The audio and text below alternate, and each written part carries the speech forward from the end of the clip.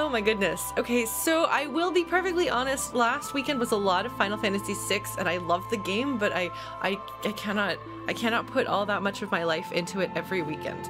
So we will not be having million-hour marathon two days a week on the longer term. But folks seemed interested in Final Fantasy VI stream continuing, so that's what we're doing here. I wanted to thank you guys for tuning in to watch me do this again, given that we have now, this will be my second time streaming, I guess, Final Fantasy VI all the way through. I thought I might just kind of like do whatever for, you know, a weekend and be like, haha, look, don't you love this game? I love this game, we love this game. But it seems to be fun. Folks seem to be enjoying it. Yes, the bomb is here. Oh my god. Deltarune folks, I'm cooking something up for you.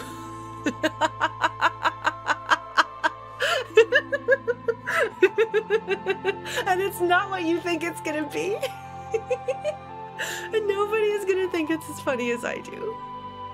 But I think it's hilarious. So just look forward to it, please.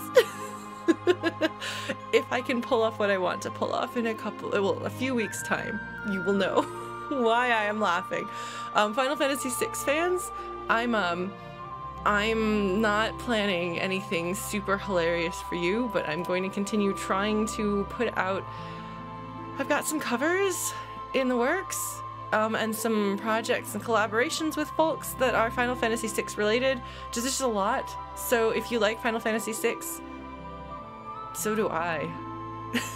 So there should be more coming for you.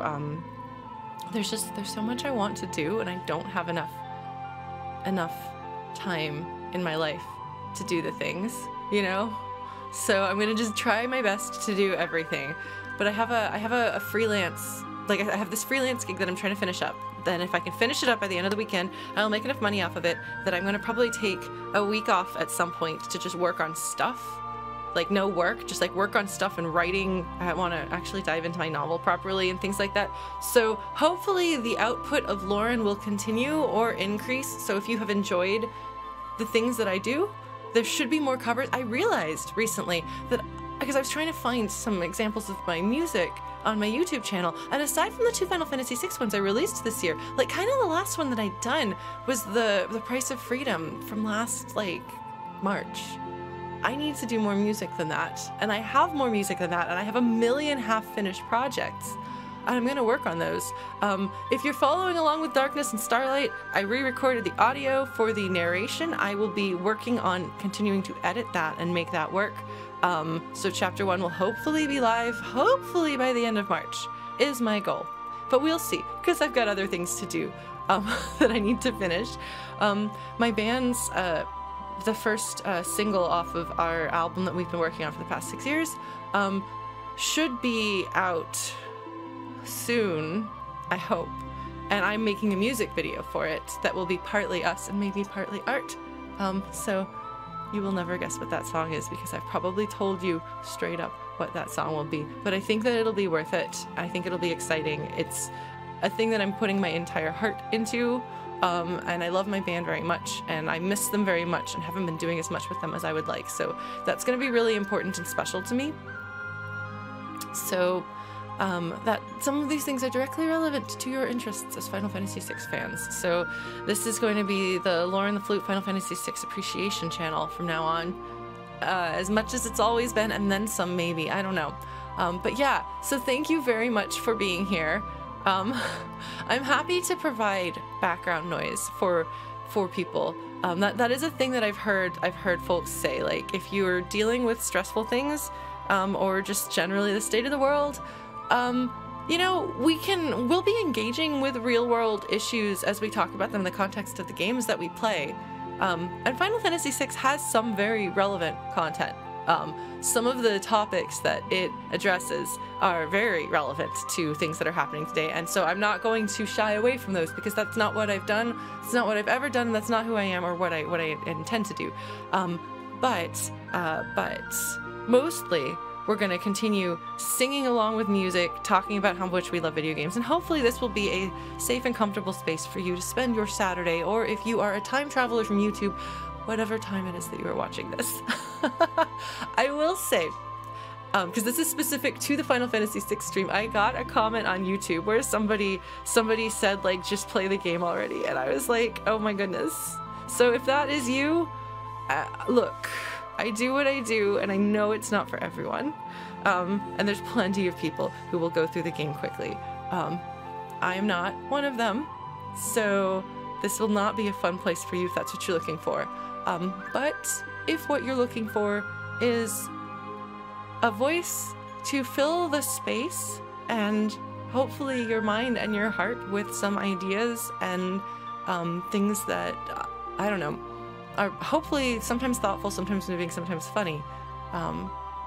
If that is appealing to you, please pull up a chair and join us. It's a chill time with chill friends. We talk about things that matter to us, which is sometimes video games and sometimes major real world issues. And that's just part of, I don't know, that's what's important to me, and this is my space, and I hope that it continues to connect with the folks who enjoy that kind of thing. Thank you, Chrono. I would happily borrow that tagline. Maybe that's why that resonates with me so much. So that's my preamble. You will notice I'm not dressed as Locke. However, if you would like for me to put the Locke bandana back on at any point, say the word. The bandana is hanging up with my collection of scarves, because it turns out that when you grow up, you don't have to dress like a normal person if you don't want to. If you want to just put on scarves like an adventurer, you might have seen this red one a lot. I wear it a lot with my like adventuring getup. You can just do that. You can just do that. If you want to put on too much eyeliner and pretend that you're at a mono illustration, you can just do that. Who's gonna tell you no? I'm trying to learn eyeliner. Look, see, not very major eyeliner at this point, but there's some. See, so I can unleash my inner Amano design. Next thing you know, I'm gonna be wearing the purple lipstick, and we're just gonna start having beads everywhere. I do want to actually try to get the grayish purple lipstick. I want to see if I can pull it off. You know? Right? A mono fashion? I don't know. Yeah, I'm not ready for tattoo eyeliner yet. I'm still using the stick stuff because I don't have enough confidence to do the liquid stuff because it sticks. But I'll get there. I'll get there. My sister's very good with eyeliner, and she and I had an eyeliner talk when I was visiting Texas. These are things, because you can do that. I don't know, honestly, Chrono, I'm pretty pale right now. I don't go out to the sun very much. Yeah, no, Struck by Lux, that's fair. And I'm still kind of settling into, I don't do hats, but I respect people who do. But bracelets and necklaces and things like that, yeah. I fidget, so I don't have a ton of those on. But like, yeah, you know, you can wear whatever you want. You can discover your own fashion and figure it out, and be who you want to be, you know. And if what you want to be is some sort of amalgamation of Locke, Cole, and I don't know. I don't know. I'm not sure. I'll get back to you on that. I don't know that I could pull off a Jack Sparrow, but that's a very good quote from C.S. Lewis. When I became a man, I put away childish things, including the fear of childishness and the desire to be very grown up. Yeah. I don't know. I didn't mean to go down this tangent already. We haven't even started the screen, but no, I do think, okay, here we go. Final Fantasy VI means a lot to me. There's no question about that. You know, you can see it in every single aspect of my life at this point. And it's shaped so much of who I am as a person in small ways when I was a kid, and then as I've reconnected with it. I think during the pandemic, a lot of people connected with things that were comfort things from their childhood, and I'd never been like, you know, this is my comfort thing. And I don't even know if Final Fantasy VI is what I would call like my comfort thing, but it is something that was meaningful to me at a point in my life, a very formative and important period in my life. and I internalized a lot of things in it in ways that I didn't fully understand at the time, like my taste in women comes from Celes. Oops. And so it's been a really powerful thing that I didn't, like when I streamed this game a few years ago at the start of the pandemic, I didn't anticipate what I was doing with it or what I was going to do with it, but it's helped me reconnect with my creativity by reconnecting with the imaginative child who first discovered this game. And if you'll remember from last stream, we looked through a lot of my fan art over the years. There's been a lot of it over the years, and it's inspiring, and I don't know, it's dark and it's serious and it's got consequences in it. The characters may be somewhat over the top and melodramatic, and not as well-rounded or real feeling as we would expect from characters in games now. But especially for the time, like, they were so compelling.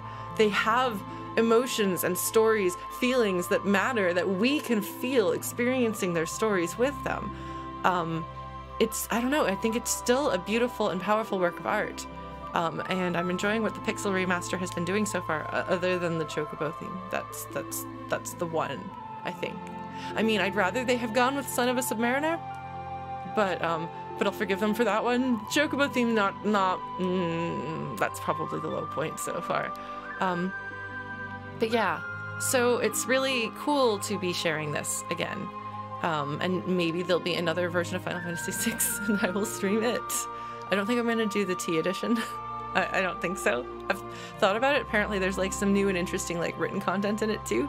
But I don't know. Maybe we'll wait for like Final Fantasy VI Remake.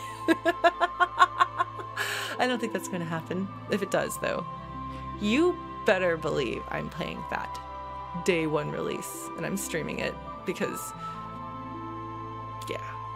Anyway, with that said, how do we feel about actually hitting the button? I love the prelude. I love the prelude very much. Oh, well, Megaspell, I'm glad that you are here again. Hopefully you'll enjoy it. I was a child when this game came out. So I think it was 1994. This has been a key part of my life since then.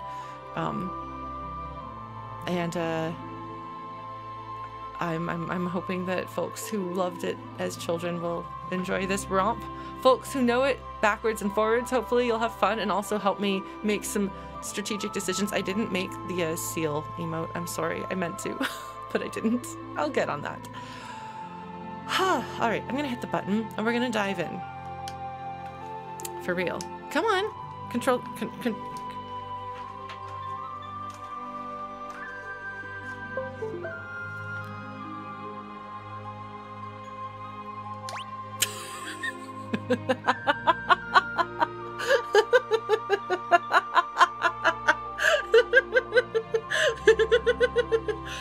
Oh, man. Environmental storytelling. If for any reason somebody is watching this with the volume off, what you heard there was the sound of me plugging in my controller. Oh man. All right. So, picking up where we left off last time. And hopefully... Oh my god.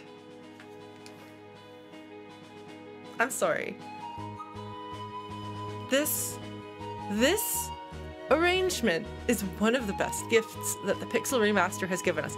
If nothing else in the Pixel Remaster was good, this arrangement. Do you hear those guitars? Do you hear those guitars? Do you hear those guitars? I mean, you don't because I'm talking through them. Like, and there's like one thing I don't like about the harmonizing that they do with this part, but like it's so good. So, refreshing where we left off last time, we got through Locke and Celes's, well, Locke's chapter, Locke's scenario, in the three-way split, which is near and dear to my heart, and delightfully that's the chapter of the fanfic audiobook that I'm working on right now. So I was like, oh, it was just there. But we did that, which I love, and I think is a great introduction to my favorite couple from any fictional story ever. I love that very much. Thank you, Chrono. I'm sorry that you have to do it all manually now, Chrono, because FluteBot is currently out of commission. But we also went through Sabin's scenario, which is, I think, objectively the best. It has some kind of weird tonal shifts, but it's interesting that they gave such emotionally gut-wrenching content to the comedic one of those three split characters. Because, like, Locke is, like, serious most of the time. He's a pretty serious boy who sometimes has sassy one-liners. I love him very much. But Sabin is frequently used for comic relief, and so they kind of balance out the kind of jaw-dropping tragedy of Doma. I mean, can I just reiterate, because I know I pointed this out on stream last time, but can I just reiterate, a child dies on screen in front of us. We see the dead child, who is not just anonymous either. This is somebody's son. We see him in the context of his father grieving his loss. Oh my god, that is a Smite, thank you for the raid. Hello, friends, and welcome. I'm sorry, I'm on a tear talking about the tragedy of Doma. Welcome. I'm Lauren the Flute. I am a video game musician and streamer. I play flute, as you can probably guess. Final Fantasy VI is my favorite game of all time. I lead a video game cover band called The Returners. I named them. You'll never guess why. I have my Locke plushie here. I have my Locke and Celes shrine on my wall of fan art and things. I really like this game. A lot. A whole lot. And so when the Pixel Remaster came out, I knew that I had to stream it and share it with people. Oh no, FluteBot is down. I forgot that she was down. I'm sorry. Well, follow Smite, please. Thank you so much for the raid. So just to let you know how we do things, because you've caught me right at the beginning of me doing my thing. You will notice, oh, actually, sorry, hold on. The game is a little small, isn't it? Let me make it a bit bigger. Here we go. Come on. Make it big. Why is it not letting me make it big? Oh my god, hold on. Sorry, I'm a true professional streamer. I'm very good at what I do here. I just want you all to know that I still have this labeled as Deltarune instead of Final Fantasy VI on my streaming setup. There we go. The game has been embiggened. Now you can see it. That should make the text easier, although we did replace the font. But you'll notice, if you look in the far left corner, there's like a little Laurens with Lauren. That's because I talk a lot when we stream. And a lot of what I say does actually have to do with the game in question. Sometimes a little bit more of a stretch, shall we say. In that I can kind of go off into a tangent. For example, when we played Deltarune Chapter 2, we went on like a half-hour tangent about bullying, because there were things going on in the game between the characters that made me think about that. So you know, it can kind of be a stretch, and if it does, it tends to go into things that have real-world significance, and I don't shy away from talking about somewhat controversial topics and real-world issues and things like that, so hopefully you'll be alright with that. I try to be like respectful and polite about it, but like it does happen. But a lot of times, and especially with something like Final Fantasy VI, which is a game that I know reasonably well, I'm not like the best strategist of it, and I can't always remember where I'm supposed to be going, and I forget details sometimes of the story, but it is very near and dear to my heart. Oh god, don't get me started on chicken fried chicken. Chicken fried chicken is a whale. Sorry. But I like to talk about why things do what they do narratively, what is happening with the characters, what the writers were doing, what I think is effective about something. Because my background is as a writer. I have an MFA in creative writing. I'm working on a novel again. I've got a couple of published short stories, and some training. So that's like the one bit. My brain is it's not as good at retaining and processing information as it once was. So I will sometimes be frustrated. But I do my best. Yes, and I write fanfic. If you want to read 160,000 words novelization of Final Fantasy VI in great detail with lots of melodrama and tragedy, because, I mean, that's my thing. I love that. That's part of why I love Final Fantasy VI so much. Follow Chrono's link. Thank you, Chrono, for sharing that. It's called Darkness and Starlight. I'm also turning it into an audiobook with actors playing the characters, dialogue, and music and sound effects by yours truly. Well, okay, I didn't make the sound effects, but I put them in. I'm doing the mixing. I'm insane. I have too many projects and too much stuff that I work on. But yeah, so if any of that sounds like fun, please feel free to join us. And pull up a chair. My only request is that you be kind, which I think is a pretty easy rule to follow. Yeah, were you folks doing Final Fantasy VI? What brought you to my little domain? And are you prepared to talk about the tragedy of Doma? Because I'm going to talk about the tragedy of Doma. And I will try to throw in a few little dings of ideas that are tangential to Final Fantasy XIV while trying to avoid spoiling things from that game for people who haven't played it. I'm still playing through Stormblood, so I am definitely behind the times, but relevance to the situation at hand. So, all of that said, and thank you for all of my regulars for being patient with me as I do the intro, but like, I feel like if you raid into somebody's channel, you should probably, you know, if I am in a position where I can be like, hey, this is what you're about to see, you can decide if you want to stay or not. To me, that seems like the polite thing to do. Hopefully that's all right. Also, if nothing else, you can just listen to this stunning arrangement of Terra's theme that I love very much. All right, so as I was saying, the tragedy of Doma is like really like, okay, I mean, if we think about it though, Final Fantasy IV, spoilers for Final Fantasy IV, sorry, does feature pretty early on some examples of, frankly, war crimes. In some cases that our main character is knowingly sort of part of, and in one distinctive case, one that he is unwittingly an accomplice in. But it doesn't, I guess it hit pretty hard in a way, because you see what happens from the point of view of a kid who loses everything, and at the time I was a kid playing the game. So I guess Final Fantasy IV, for all that I feel it is even more like removed from the like personal, like it feels much more like a fairy tale. It doesn't pull its punches. A lot of the conflicts and stuff are so larger than life that they kind of cease to have the same level, I think, of meaning as personal loss.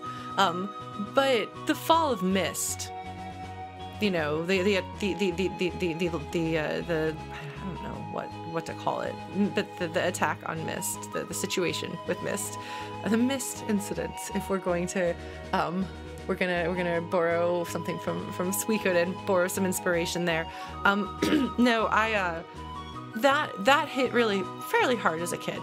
But Doma is like shocking levels of, if they were to show that in modern updated graphics, like, I mean, they'd have to be kind of careful in some ways, because like that's heavy, you know?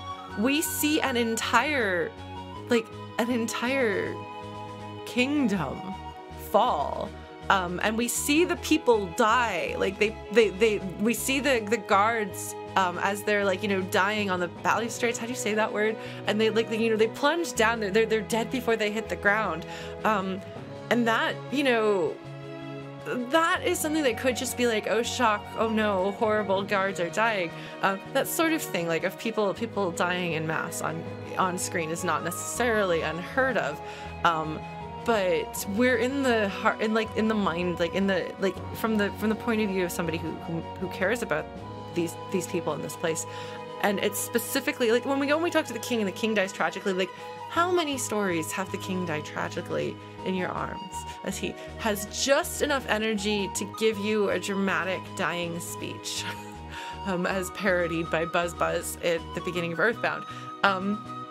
So that, like, you know, that's kind of that itself is kind of a tropish thing, and it's not really, you know, shocking. although it's clearly very upsetting to Cyan, and what's interesting about the dynamics in that scene compared to what you usually have is frequently it's the older king talking to like, you young hero, you must take up the mantle of our kingdom and avenge us, or whatever, you know? And so it's very much like a call to a young hero from a king who has ruled and lived long. It's kind of subtle and small, but an interesting detail in Doma that the king is younger. The king is like, you served my father. Cyan is in his 50s, so he's, you know, he's ancient by JRPG standards, but it's not like he's like actually like a grandpa, although it's interesting that he does have such a young son. But if he served this guy, the current king's dad, I mean, I guess it could have been 30 years ago. Like, we don't know exactly how long ago, but it does indicate that most likely, Cyan is older than the king, and that kind of hits a little harder because here is like, you know, a younger man who is still maybe in his prime, maybe even in his youth, like taking on the responsibility of being king. And we have another relatively young king in the story, Edgar, who is 27, and takes his role as king very seriously despite putting forth a Bruce Wayne sort of persona.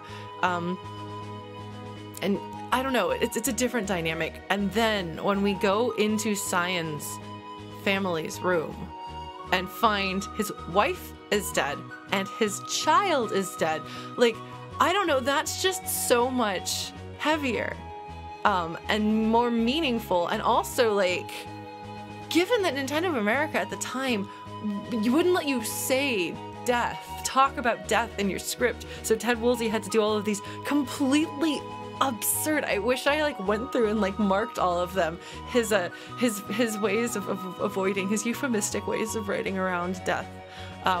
But we have a dead child on the screen. And that kind of gets repeated later when the world breaks, to some degree. I don't know. It's letting you know, like, you know, that you should take it very seriously, like, you know, and it is like Final Fantasy VI is an opera. I'm gonna, by the way, I think I don't remember if it's I think it's maybe next Thursday or the Thursday after that. I'm gonna try to be on a friend's stream Thursday evening, so I'm gonna do my usual Hades stream, but wrap it up early instead of late, and pop over to my friend Bard Acknowledge's channel.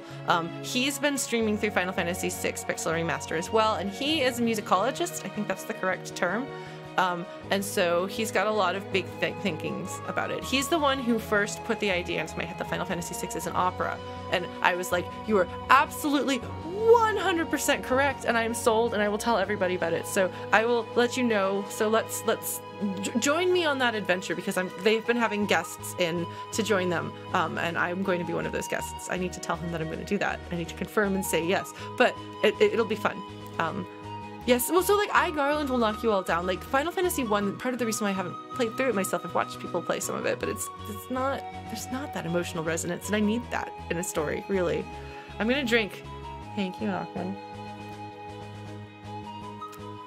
Yeah, it should be a good time. I don't know what they're gonna have me talk about. Maybe I'll talk about narrative, because that's my thing, and they'll talk about that. But if you want to talk to the person who I've been quoting since before I could consider him a friend, and was like, but this person told me Final Fantasy VI is an opera, and he's right, we can go directly to his channel and talk to him about that.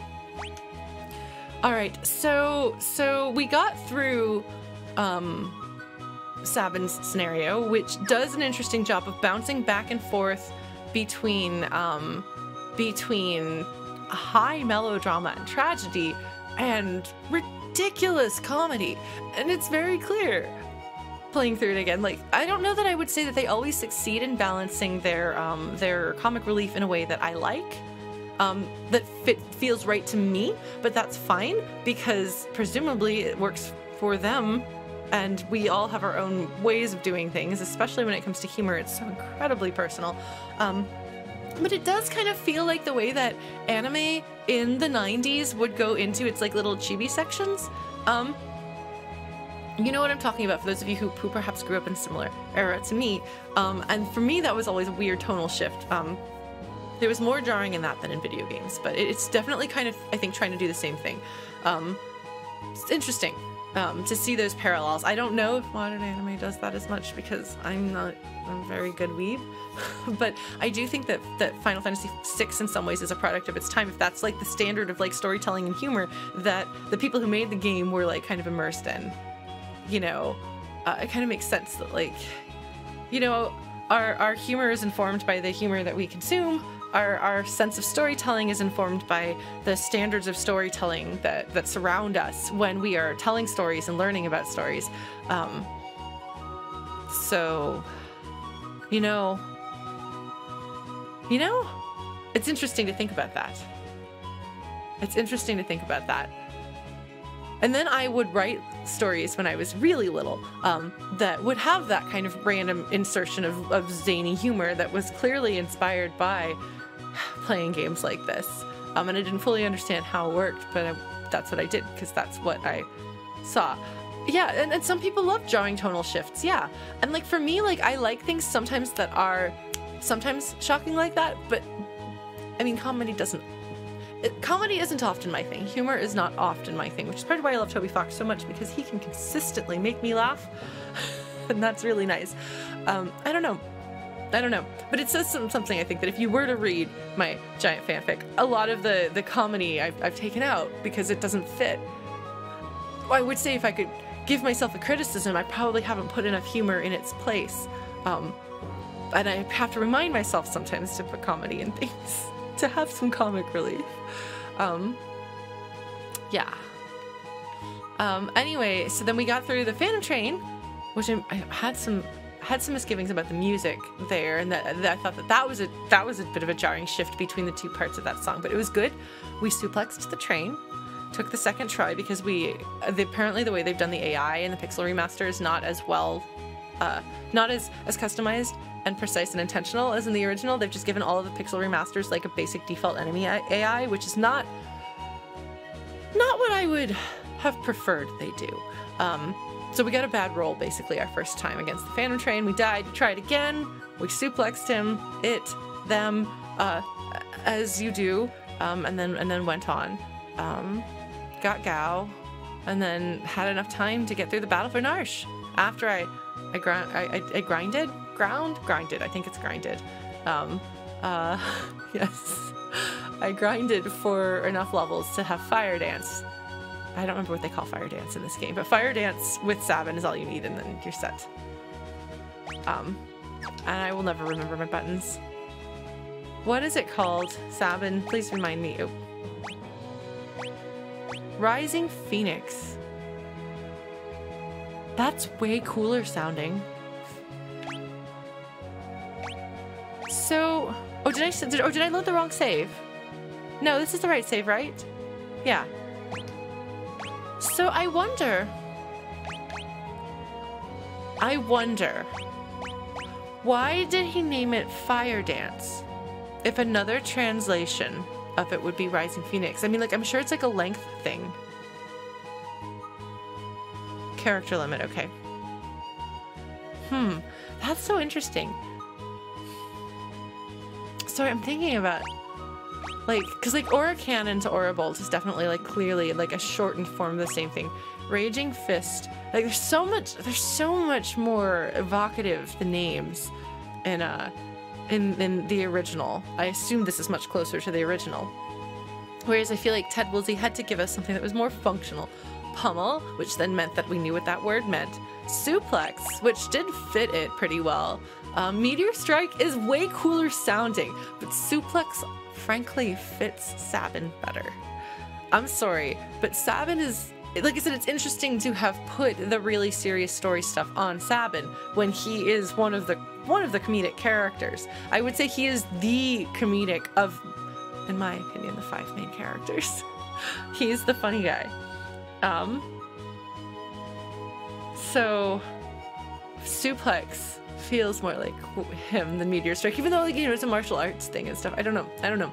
Sabin is the guy who punches things with his fists. That's you know, I'm part of this Facebook Final Fantasy VI fan group, which is kind of crazy. There's like a million billion people in it.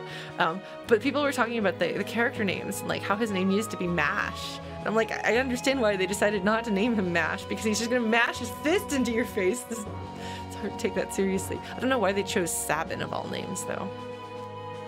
Yes, suplexing a train I do think is cooler than meteor striking a train. Meteor strike in general seems cool, but I don't know. That's okay. I thought it was Matthias. I thought it was, I guess it must be the equivalent of Matthias in another,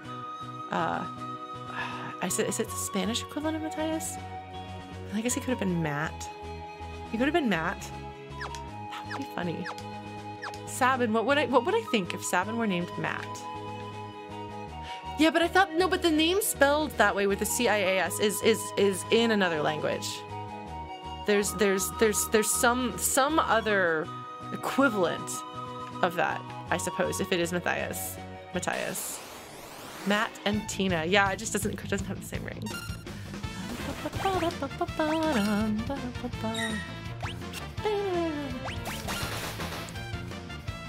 Wait, did it reset the font? No, this is... It looks smaller on my screen. Maybe it reset the something. I don't know. Anyway, we're fine. We're fine. It's all good. Okay, so it's a common Spanish last name. Thank you. I thought it was a Spanish name, but I wasn't sure. And so that's his original first name. All right. So what are we gonna do? What are we gonna do? What do you think we're gonna do? What are the few blitzes that I have memorized? Don't forget to put Edgar in the lead. Oh, you're right. Thank you, Chrono. Oh, I forgot about. You see that? Hold on though. Did it reset my preferences?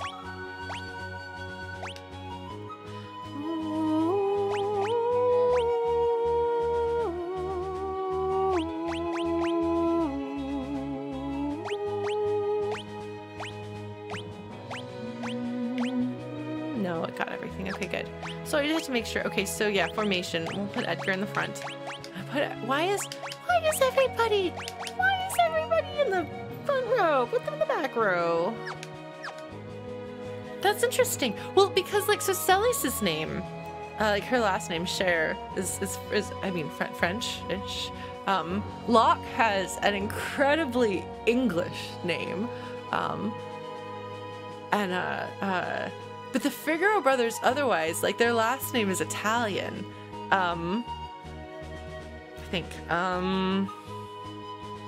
Yeah, no, it's interesting. And then, Cyan's name is supposed to be Cyan. Garamond. It's interesting. Like the names are interesting, and the fact that everybody has a last name. It's interesting. Let's go into Figaro. Oh my god, I love their arrangement. This is good. Just like getting excited, just anticipating the fact that we're gonna hear the Figaro Castle theme. I've heard people actually complain about having to stick people in the back row all the time. Okay, hold on. There we go.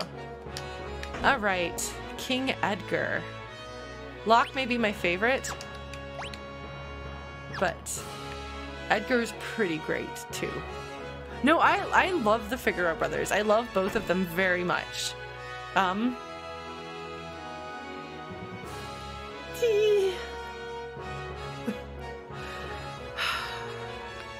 You could just choose not to bring him and you just wouldn't get any of this. Isn't that sad? I want to pick up my flute and just play some flute.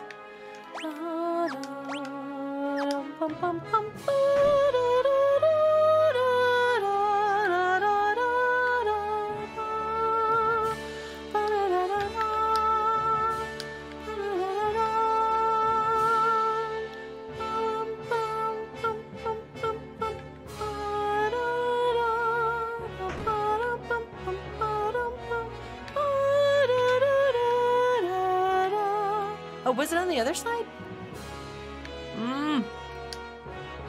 Oh, okay. They're telling us that we should sleep to see some scenes. I wanna find, what am I looking for? What am I looking for here? Is the matriarch down here?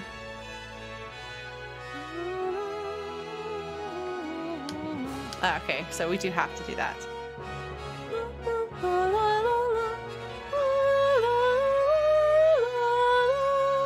No, I love them so much.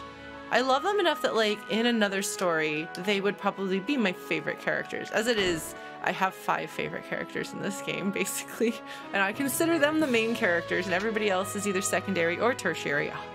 Oh my god. I love this, and there are people who don't see this. This is so great. This is so great. So here, the merchant, I can't take money from the king.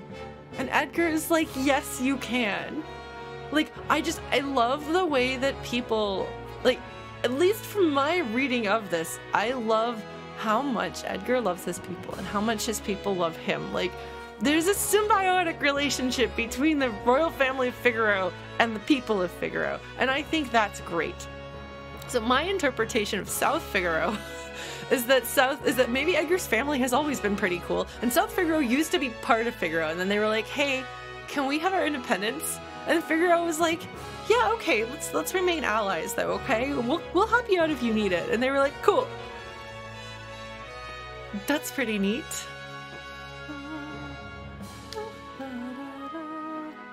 Oh, Nobua says Terra instead of Tina. That's interesting. Well, some of the details from the English version have kind of become canon, like the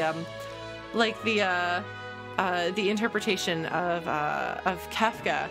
The characterization of him in Ted Woolsey's version is now canonically Kafka's personality everywhere. I love Edgar, and yes, I like this stuff. So Chrono, that is a thing that people have talked about. I've seen people have those conversations, especially like in this Final Fantasy Facebook group. Which, hey, if any of you are from that group, like, hi, welcome. I've posted about this a couple of times. But the Terra being Earth and Celes like being like celestial from the sky, I don't think that's intentional. Especially because, like, really, it's not like Celes. I don't know that it really fits anything to do with the characters, and because that wasn't Terra's original name, and because Celes is sometimes written as Ceres, C-E-R-E-S, which I'm probably mispronouncing, as like the Roman goddess of the harvest. I'm putting words and ideas out there, but I'm not finishing them. Do I need any of these? Oh, they don't even sell potions. They just sell high potions. They're like, come on, Lauren.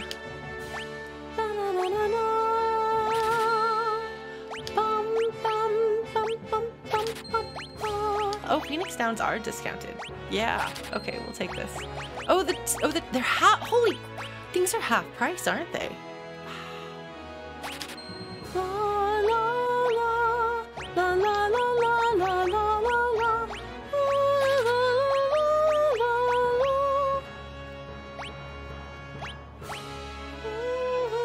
I want more of these. The thing about holy water is that when you want holy water, and it's good to have it.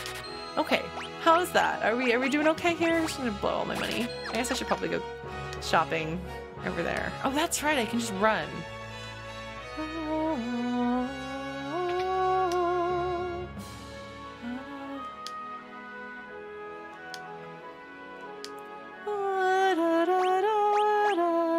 Oh, the drill is good. Drill is the weapon of choice, I think, against solo enemies. Is Flash good? I've never used Flash. Oh, I guess maybe if Darkness actually does something in this. Oh my god, I guess. So the sound effects are jarring because the sound effects still sound all chiptunesy, and the music is much more instrumental now.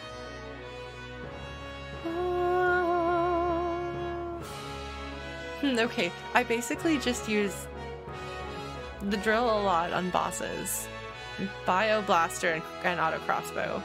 I don't think I ever used Flash. It's interesting. Okay. They're like, please go sleep in the bed.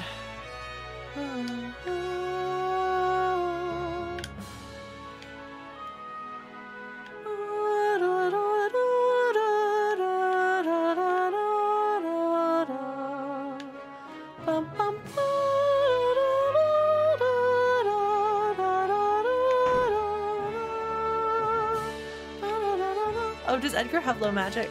I don't know the stats. Yes, we've broken off our alliance. It's okay. It was an alliance in name only. God, I love the way that they've redone the sprites to look like the chibi artwork. Yeah, that's what I was thinking, Mr. Spaghetti Sound. Yes, I'm glad that we're all on the same page here because we all know about the fact that they forgot to turn on a status effect. Yes, it does, Chrono. At least it says it does. All right, shall we? Let's do this. Oh my God, we're gonna hear the coin song. We're gonna hear the coin song. Have we heard the coin song so far? I think we have. I think we have. I think we've heard the coin song. Well, we're gonna hear it again. It's technically called Edgar and Mash in some versions, but I think, but it's the coin song. It's another version of it.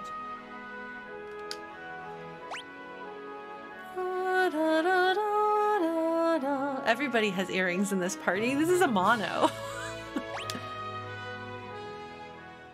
Oh my God, Dr. Sweet's amazing. Here we go, here we go, here we go.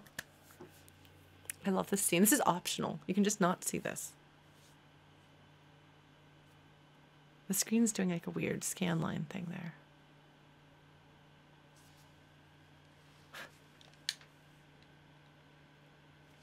I love this scene.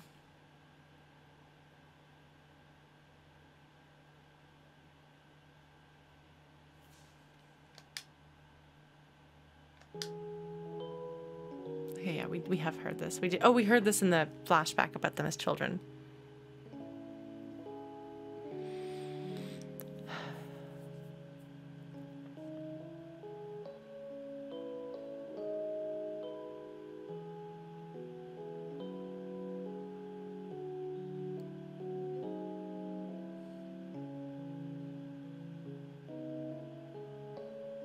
I love how you get little bits and pieces here, but it's not a full scene. None of this is a full scene. These are fragments of memories.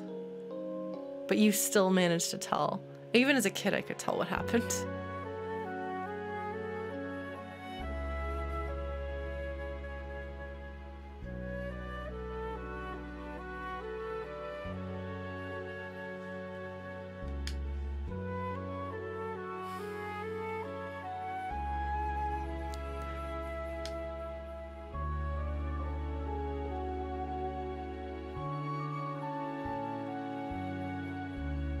I really hate the articulation they've used for the flute in this arrangement, unfortunately, but that's okay.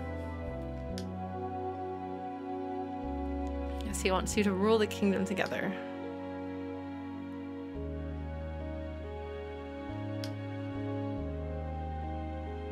And like, Sabin is both sympathetic and completely wrong, you know? It's interesting. And he's not fit to be. He can't step up and do this. He's not in any condition. He doesn't look at the world in a way like, it feels to me like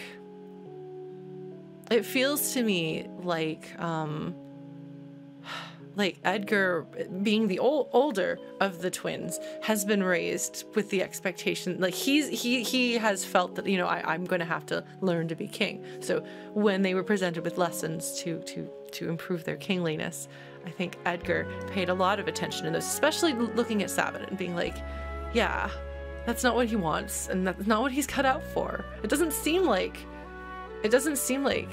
he would be king. He doesn't seem like he would want it, and doesn't seem like he'd be good at it. So Edgar's like, well, I guess it's on me. I gotta step up and do it. Okay. This is a we love Locke Cole zone. I will not defend his usefulness in combat, but I will bring him in my party at every possible opportunity, just to warn you. We are more likely to lose one of the Figaro brothers than Locke Cole in the party. I'm sorry.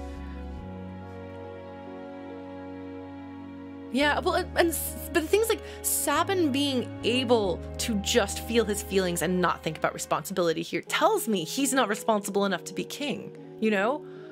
But also that he's been allowed to grow up being a person more than a prince.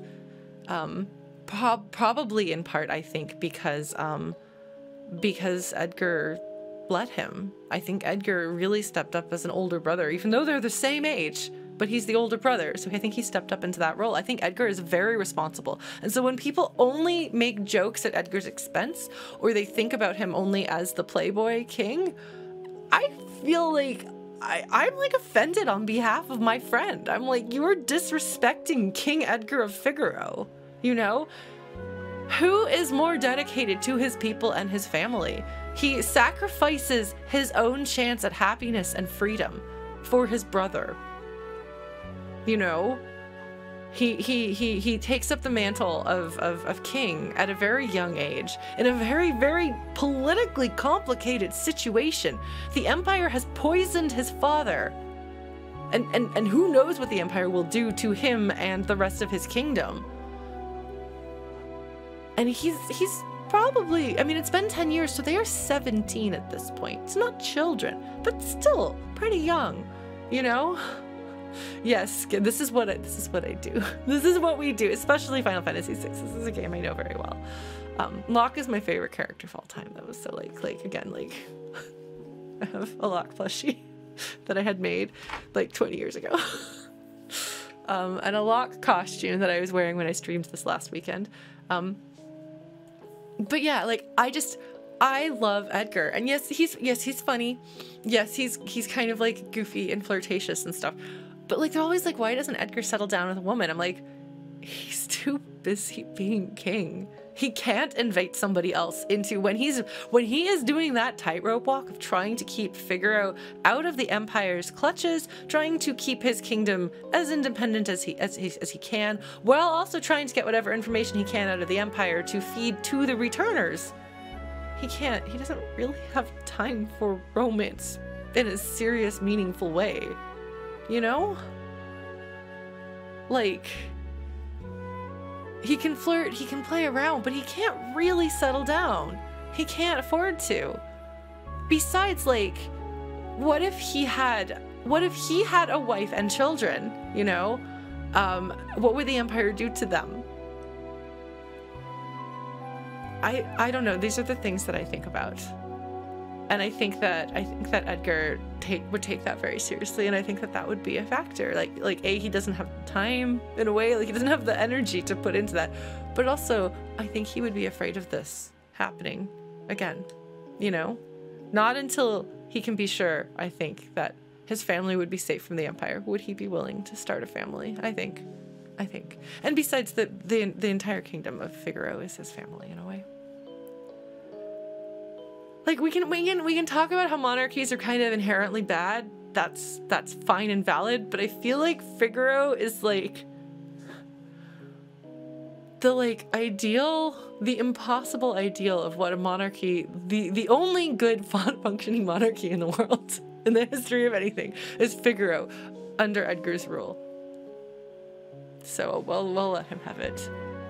I could see him being like, I'm gonna step down, and people being like, okay, well, we've elected you to be king again. He'd do it. But yeah, so back to like the story here, which does have a lot of emotional, like, it's interesting if you're playing this game.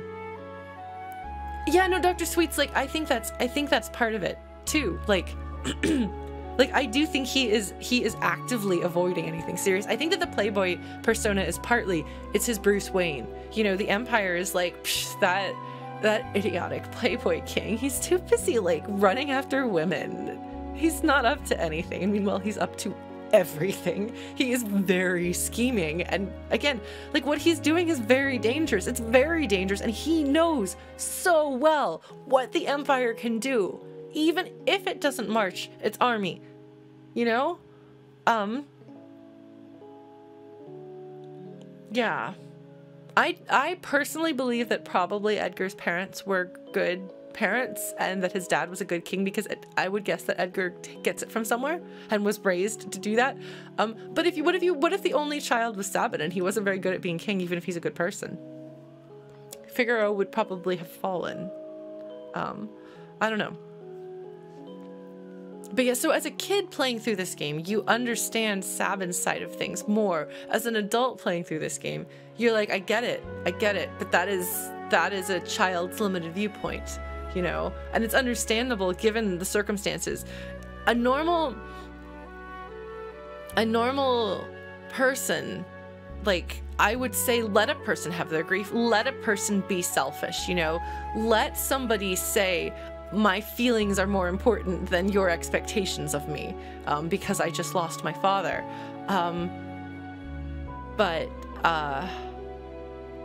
Like, because of the role of prince and king, like, they don't get to do that. I don't know, it's very interesting. I think it's very interesting. And yeah, no, like, a child shouldn't be ruling a kingdom. It's generally not a good idea. You should probably put somebody who has the background into it, who is old enough and mature enough and experienced enough to have wisdom and experience and maturity. But it is a hereditary monarchy, so here we go. Sabin's fortunately, everyone in Figaro is a very warm-hearted kingdom, so everybody understands Sabin's going through something right here. You know, he's just losing his mind, and Edgar can't afford to do that. You know, he's stepping up even at this moment. He knows, he's like, I have to do this. I'm the older brother. I have to take care of him. I have to be the one. If I don't do this, Figaro will fall.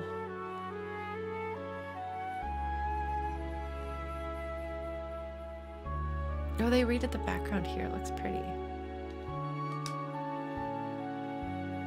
Yeah, and Sabin is like, it's not fair. This is, so part of the reason why I'm talking so much about this, so I'm sorry. I'm going to be talking about the damn fanfic on this stream, and you just have to accept that, because I have been working on it for over a year and a half. It is 165,000 words and counting. I'm turning it into an audiobook with lots and lots of hours of my life poured into it. So just have to forgive me. But so years ago, when I was working with some friends on what we were on Project Esper, which was supposed to be an audio drama, a musical theater audio drama, retelling of Final Fantasy VI compressed into like a 2.5 hour thing. One of the problems that we ran into was what kind of a plot, like character arc, emotional arc, do the Figaro brothers go through? Because, like, Terra has a very clear arc. Celes has a clear arc. Even, like, Locke has an arc. But, like, you know, what is the conflict that the brothers have? And how do they change and overcome their personal conflict in the course of the game? And, you know, they do have some problems and stuff, but, like, there wasn't, it didn't immediately jump out. I'm sorry, Will, our bot is, oh, you're trying to, oh, you're getting chronoed through the bot. I'm sorry, I'm slow. Okay, you guys are being funny. I will let you be funny over in your corner because it's actually very funny. I'm on a Terra, not thinking about it. No, but so what is the emotional arc for the Figaro brothers? What is their emotional conflict? And we talked about it some, and I was like the super hardcore. There were 4 of us on the writing team. Every single person on the writing team has a cameo appearance in the fanfic, actually. And one of them, my other, because there were the 2 that wrote lyrics, and then there were 2 of us that were writing basically the book, the spoken bits and stuff. And I was one of the most hardcore fans of this game, and so like I was like weighing in on that, and I thought about it, and it was a sticky. A sticking point, but the conflict really is this right here. Sabin doesn't have the maturity to take up his responsibility, so he leaves responsibility behind, but he leaves for 10 years and falls into martial arts, which is about maturity and responsibility in a way, and I think in the process of his training under Master Duncan, learns to be an adult, learns about responsibility, learns about maturity, learns about inheritance, because like look at this, what happens with Duncan. I hadn't really thought about this, but what happens with Duncan and Vargas is, again, it's an issue of inheritance being a conflict, and once again, like Sabin is like, I don't want the conflict of inheritance here, please, like, take that away. I don't know. That's an interesting thing, and I'll need to think on it a minute before I have anything actually intelligent to say about that. But I'm sure that's not an accident. That's what they choose to have his introduction be, a setup related to a father to son figures and an inheritance. But Sabin has matured since this flashback that we're seeing, and so kind of like he has to like come and kind of like step up as, you know, he does belong in Figaro, and he belongs with his brother. Like, this is a burden his brother is carrying, and he can help carry it. Edgar, for me, I think Edgar wants the way that he responds. You said you didn't want to be a king, right? The two of them, when their father is well and healthy and the future is far off, Edgar can afford to say, I don't want to be king either. So he doesn't want to. That's the thing. He's so good at it. He's so absolutely dedicated and devoted to it that he gives up everything for it, and he doesn't even want to do it. A life of freedom. Like, it's freedom. Being a king takes away your freedom. And Edgar understands these consequences. And so for me personally, the conflict for these two is there is a responsibility that they have, not just to the people of Figaro, but to each other. And Edgar has taken on too much of that responsibility, and Sabin has taken on not enough of that responsibility. For me, the narrative arc of these two, emotionally speaking, oh no, Chrono. Yes, they are. Fortunately, neither one of them has to die for it. Their emotional arc is Sabin stepping up and Edgar learning to hand over some of this responsibility that he's been carrying. And I think that's really compelling. Like, the fact that Edgar doesn't want to be king. I don't know.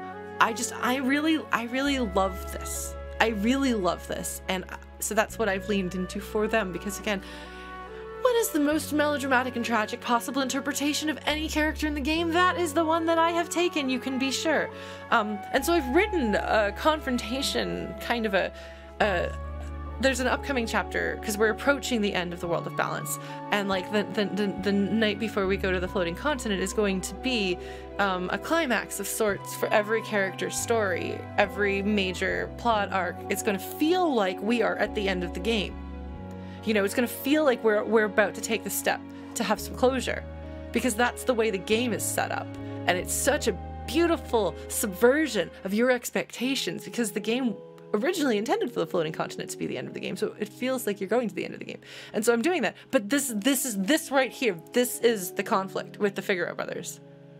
And so I got to write some scenes of Sabin coming to realize the sacrifices that Edgar has made, seeing the consequences to Edgar, like, you know, seeing how much it's taking out of him. That he laughs and he jokes about it, and he loves his people, but this is destroying him, and if he has to carry this alone, it's going to hurt him. And Sabin realizing, no, I love my brother, and this is mine to carry too. And that's the coin scene. I bumped the coin scene to the end of that, and I've written that scene, and it's one of my favorite scenes that I've written, and I'm really looking forward to sharing it with people. So if you think that this sounds interesting, I think we're 2 or 3 chapters away from that happening. We just did the boat to Thamasa. I'm kind of compressing a few things together. But yeah, you can read the fanfic if that sounds interesting. You can skip over to some later chapters if you want to, because it centers around Locke and Celes, because those are my favorites. And I've made some small changes to things and some slightly bigger changes to things, but the heart of it is the same. I don't know. I'm really proud of it. It's not perfect, but it's the best writing, I think. Some of it is the best writing that I've done. And it got me out of a several-year funk where I couldn't write. And writing is like as important and essential to me as talking, and as you have just witnessed me and talking. So just imagine if I couldn't talk, what that would do. Thank you, Serpentine Stone. This is what I do. So yeah, so you know, I will shill it, go read that, or you can wait for like us to eventually get to the chapters. Just to give you a sense for the casting, I've only cast 5 characters, the 5 main characters so far. I have some auditions that are still open. I have a bunch of auditions that I need to get back to people on. But thank you, Later Deleek, for coming by. It was good to have you here. Sorry, we really haven't made much progress, but that's fine. This is what I do.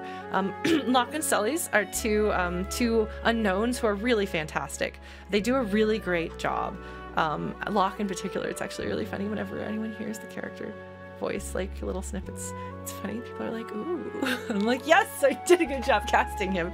He's my favorite. No, I've gotten some good auditions for all of the characters, but the moment I heard those two, I was like, I'm gonna do this. They're just exactly what I want.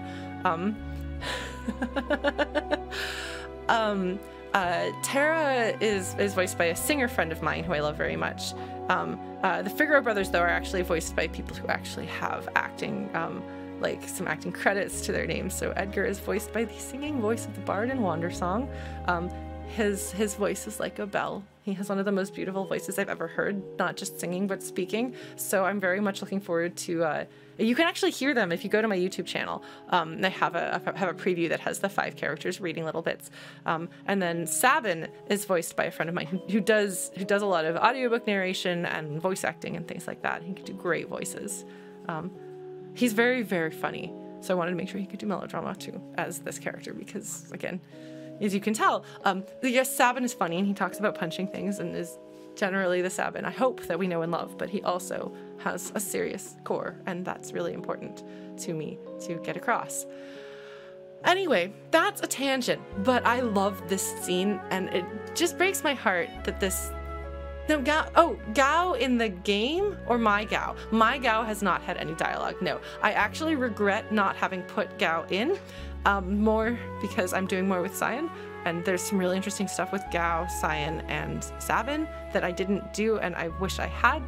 If I make any major changes to the story, it will be adding some of that in, and I will look for opportunities to put him in, but unfortunately, when I started writing it, I had a hard time having more than like 2 characters in a scene, in a conversation, and so the game has been, or not the game, the story has been very, very good for me practicing writing ensemble stuff. So now that's why in later chapters I've gotten much better about having more characters be more involved and have more things happen, as I've learned as a writer how to handle that. I need to cast Leo. That's the big role that I need, actually. Because I haven't had very many auditions for him, and he's quite an important role. Anyway, there'd be no one to take the throne. Dad was counting on us, and we can't let him down. Dad gave me this coin. I could see actually it being like, because it's interesting because it's a 2-headed coin, but one side is Edgar and one side is Sabin's profile in what we see of it in the ending of the game. I don't know if that's actually 100% canonical, because in that case, don't you think you might notice that it's a 2-headed coin? I don't know.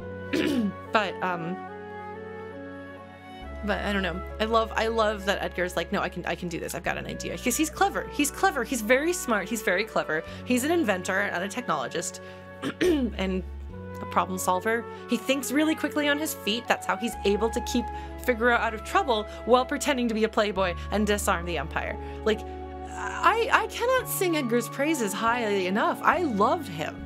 Like, my love of Locke and Celes, them being my favorite characters, like, is in no way means that I don't love these characters very much. I hope it is very clear that even the characters who are not my favorite characters of all time that I like, you know, absolute 100% obsessed with, I hope it is clear how deeply I love and think about the Figaro brothers, the Figaro Bros. I like that one. I like calling them the Figaro Bros, especially when I'm typing it. It's funny when people encounter that for the first time, they're like, wait. Chooses whichever path he wants. No regrets, no hard feelings. And I agree. He just takes charge. He fixes it. It's so beautiful. It's such a character-defining moment. It's such a character-defining moment. And we don't see it fall. We get the story, like the way that everything is framed here, the fragments of memories, that one scene, that is the one scene, the one up there on the balcony. or not on the balcony, but on the roof. That is the one scene in that entire flashback section that is fully fleshed out. It's not just little bits and pieces. And then the way the coin rises, and then we cut to the present day, is just so beautifully executed. Like, that is incredibly cinematic for a cutscene in 1994 on the Super Nintendo. Like, this, when they wrote this section, they were inspired, you know? Like, sometimes you write a thing and you get chills and you're like, that thing that I wrote is good. This is one of those moments. It's one of the best scenes in the entire game. Like, that's why I was kind of like flipping out as we got here, because I knew this was coming. I'm glad that they kept this. Yeah, you don't find out about the double-headed coin until later. And I think even that is optional. I think if Sabin's not with you, you don't find out that that's a double-headed coin on the airship. But of course, who doesn't have this as their party for the entire rest of this section of the game? I'm sorry. Who else would you bring? Why wouldn't you bring these four? So this is... I'm really curious what this line originally was, because this has Ted Woolsey all over it. Like, just completely nuts. That little shrimp has grown into a whopping lobster. It's just completely ridiculous. It's such an absurd line. It feels like a Woolseyism to me, anyway. If you care about mechanical optimization, I thought Cyan generally wasn't considered very good. I guess Locke is not very good, though, either. I love him dearly. I used to be married to someone whose favorite character was Setzer, and my favorite character was Locke, and we're like, whose favorite character is less bad in this game? They're not very good. Anyway, I love this. And again, so this line is a nice little bit of comic relief. Again, what we've just seen has been very serious and very dramatic, and there's a little bit of comedy coming in. And you're a king crab. It's just the perfect follow-up line. So good. I'm just dying to know what the line was originally in Japanese. And I should know this because I should have like read through Tomato's book or watched all of his playthrough or something like that, but I don't. But those two lines are fantastic, and it's really, really clever, and it's such a good moment of humor. And then I just love the two of them sitting on the thrones together. And Edgar's moment of vulnerability, which we don't see much. We see Edgar being thoughtful towards other people, but Edgar doesn't express his own needs much, really. He'll joke about flirting with ladies, but he doesn't say, like, he needs to be reassured by his brother that he's done a good job and that his dad would be proud of him. And that's such a nice moment. You know, and Sabin now, 10 years later, has the maturity to actually meet him, adult to adult.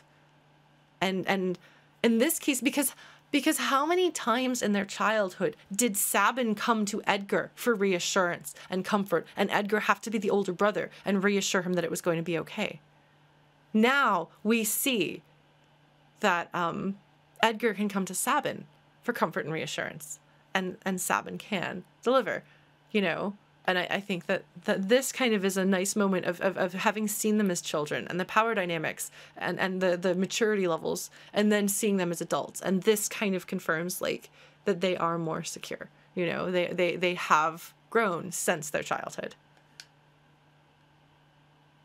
10 years.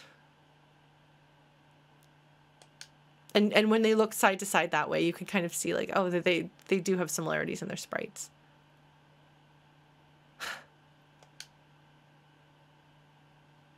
Yeah, so they've got their wine. Like, this is such a good moment. And at this point, you are invested enough in the two characters that even though the full context of what we've just seen was new to us, we still care about them enough that we care about it. We take in that information, and then we can see this transformation. And it's a really beautiful moment. It's so well done. So Edgar's storyline was conceived of and written by a woman. And she, if you read interviews with her, like, because I think that's part of why, even though he's like the lecherous king, with the exception of one line of dialogue that feels horrifically out of place, and the reason why I think it's in the game is because I think that Japanese humor on that subject is different than American humor on that subject. Otherwise, like, he never goes too far. He never makes you uncomfortable. He flirts with Terra, she shuts him down, he's like, oh, my pride is wounded, okay. But he doesn't push it. He like, something that I hadn't noticed actually, I think, in other translations, so it must be the Game Boy Advance retranslation, is he's like about to try to flirt with, he's about to tell Celes, hey, Locke is taken, and she's like, I don't care about love anyway, and he's like, oh, I was about to make a move on you, but I guess I'm not gonna do that. Which might maybe have changed my perception of some things a little bit. But like, he's actually pretty respectful. He like jokingly, playfully flirts with people, but he doesn't ever actually cross boundaries. I don't know. I like him a lot. And yes, this whole thing, what we have just witnessed, is optional. You can go through the entire game without knowing it. Such a shame. Such a shame.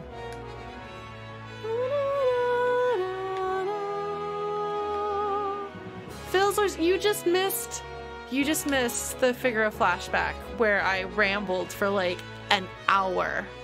It's so good. It's honestly one of the best.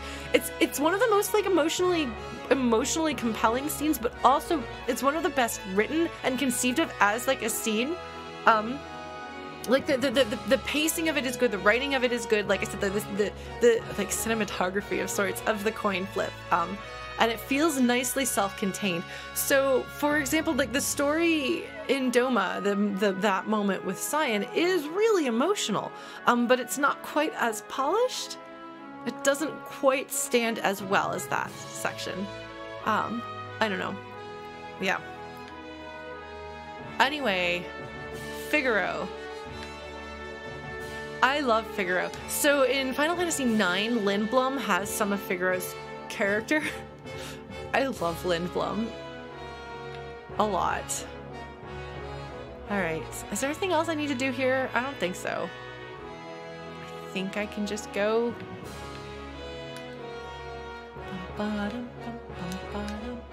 God, the brass is so good. Buttons! Sorry.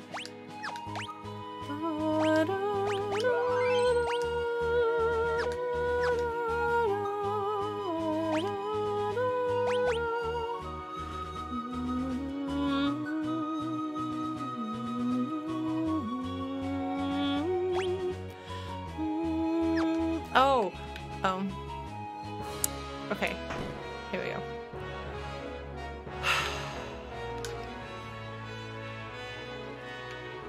I had to take a moment to be like, where are we going next? How could you forget, Lauren? The game front road everyone. Oh my god, are you serious? No, they didn't front row Edgar. They front rowed Sabin. Okay, they've got some problems. I don't like the redone chocobo theme. Alright. So the thing is, the scene, the flashback coin scene is phenomenal. And I think easily one of the best written, best put together scenes in the game.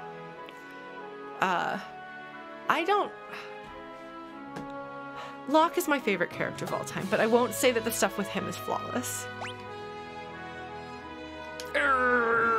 Gotta sound effect it.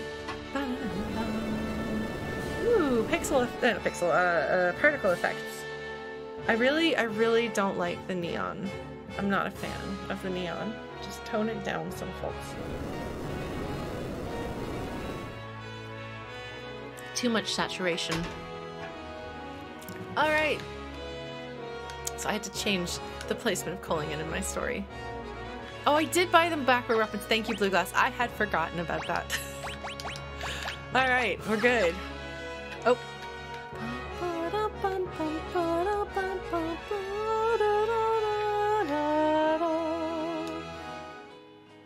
Alright. Celes is my second favorite character. I love her dearly. And her arc is really interesting. So in the fanfic, my interpretation of her is a little bit different, I think, from what's in the game, but also not inconsistent with what's in the game. Oh my god! You know what we're about to hear.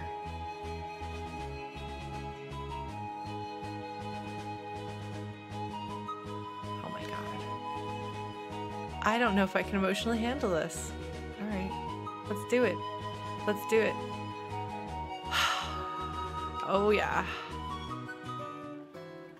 Oh my god, oh my god. Sorry, there's guitar. And this flute, god, this is just so good, so good. So good. Just gotta talk to people. No? It's not, we're not gonna hear Forever Rachel?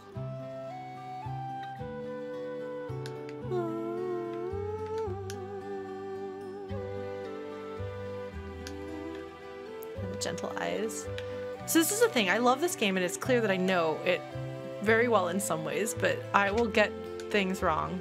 Oh, we're not ready to cry, okay.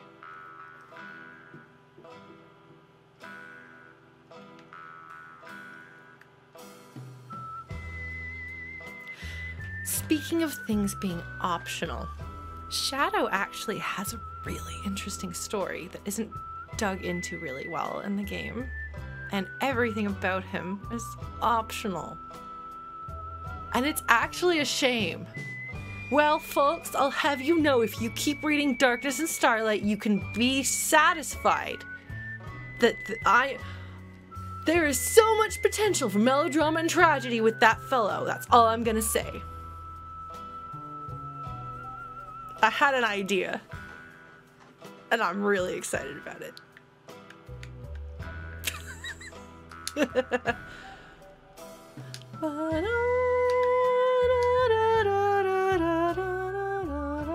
Oh, maybe so, Blade Tiger. Maybe so. Oh, I forgot that they have whistling harmonizing. I can't laugh maniacally when I want to listen to that. Where's the harmonizing? There it is. It's really a counter melody. That's why it's so good. I love counter melodies.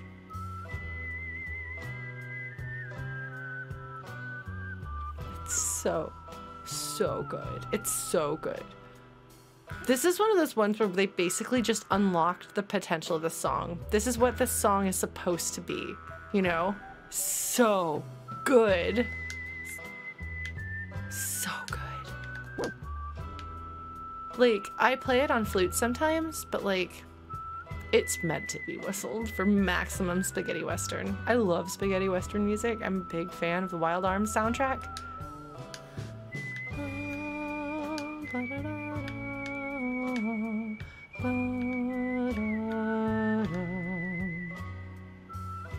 I should redo. I'm gonna redo every character's song. I'm just gonna do the entire soundtrack of Final Fantasy VI. Wait and see. Ah, right, the Coliseum dude.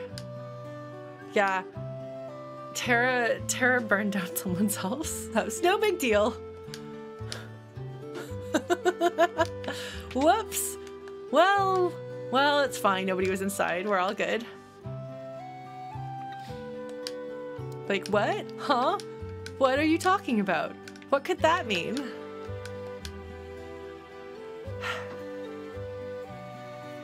All right. I've mentioned this before, and I'll mention it again. Locke is my favorite character of all time.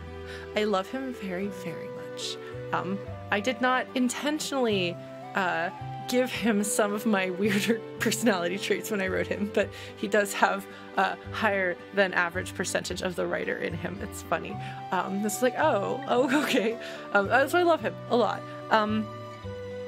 His story, you can make fun of it if you want to, because the actual plot of what happens to Rachel is like kind of silly. It's so like, and then this happens, but then it gets undone, but then it gets redone.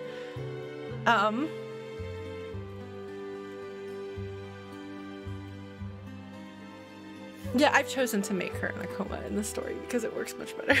It is less creepy. This is not meant to be creepy. That's the thing, is like, there's things in this game that you kind of have to go, like, what were they trying to do? What kind of emotion were they trying to get across? And, like, the story with Rachel and Locke, I mean, it's definitely here as somebody who cannot let go and cannot move on, and that is a problem, and that is supposed to be unhealthy, and it is unhealthy. They've just made it have, like, a physical embodiment of his inability to move on instead of just emotionally he can't move on. But aside from keeping your dead girlfriend in a basement in suspended animation, because they do say that she's kept in suspended animation. Ted Woolsey translation specifically uses that phrasing, I believe.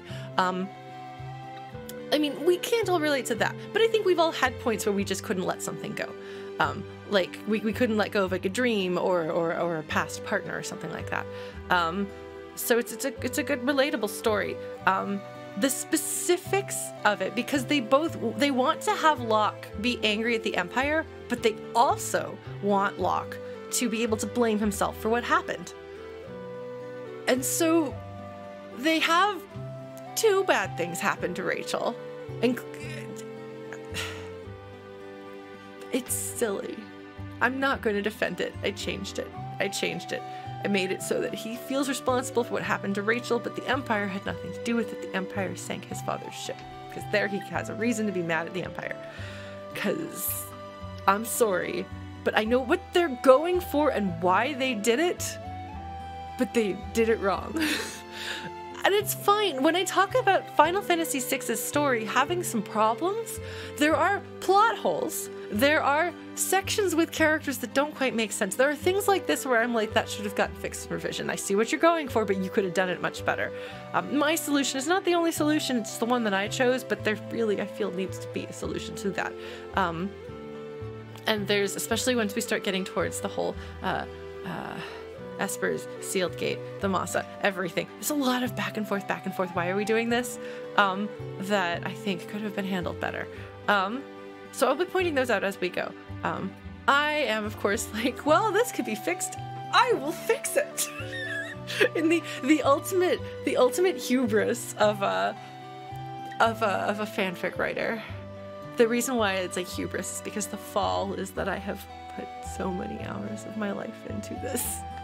But yeah, if a man named Locke returns, please tell him that I love him. I don't know.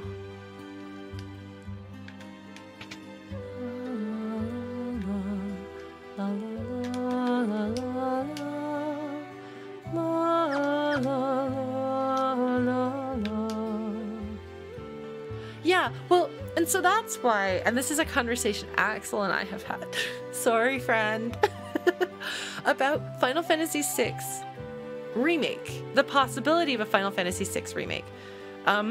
I can't say as to what was changed or not changed in the Final Fantasy VII Remake prior to the ending, which obviously has its own things.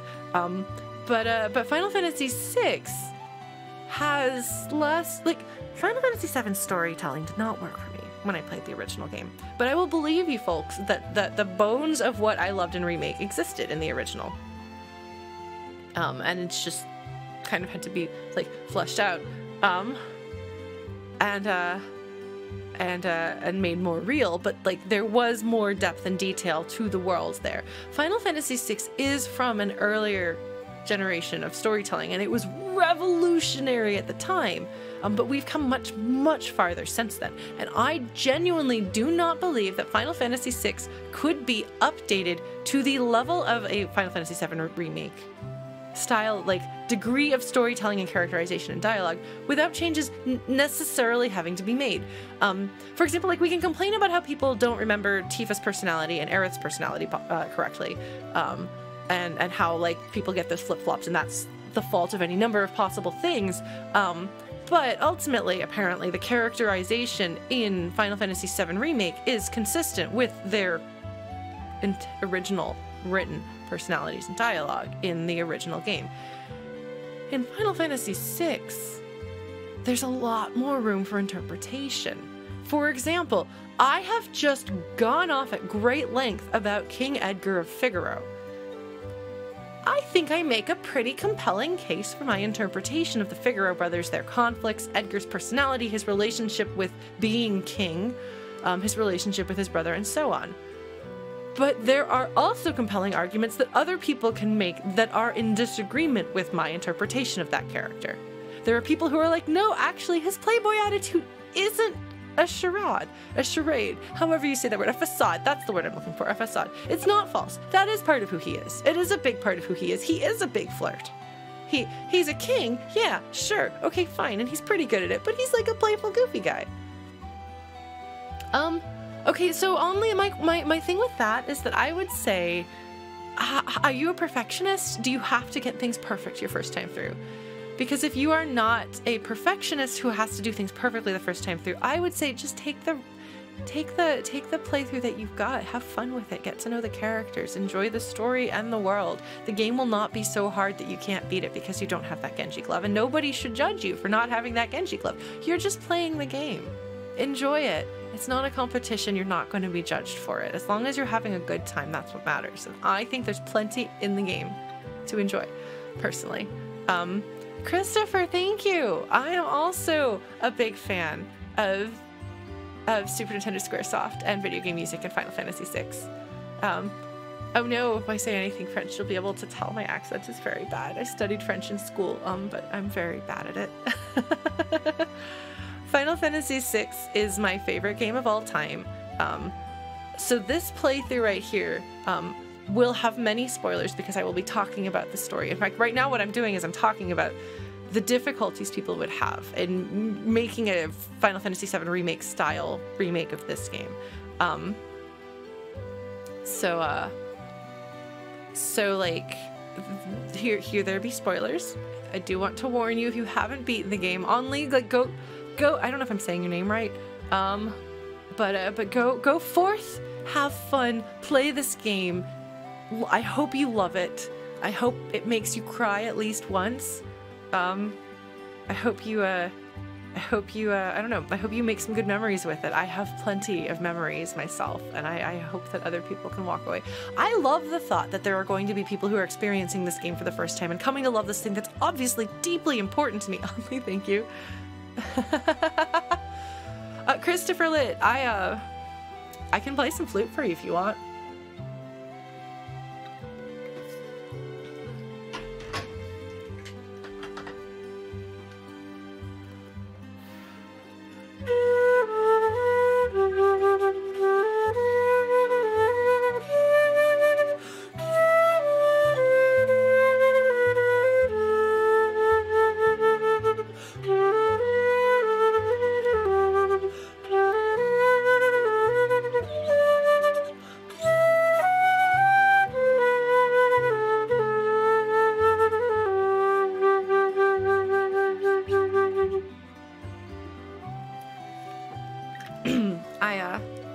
I'm working on covering the entire soundtrack of this game on my flute bit by bit.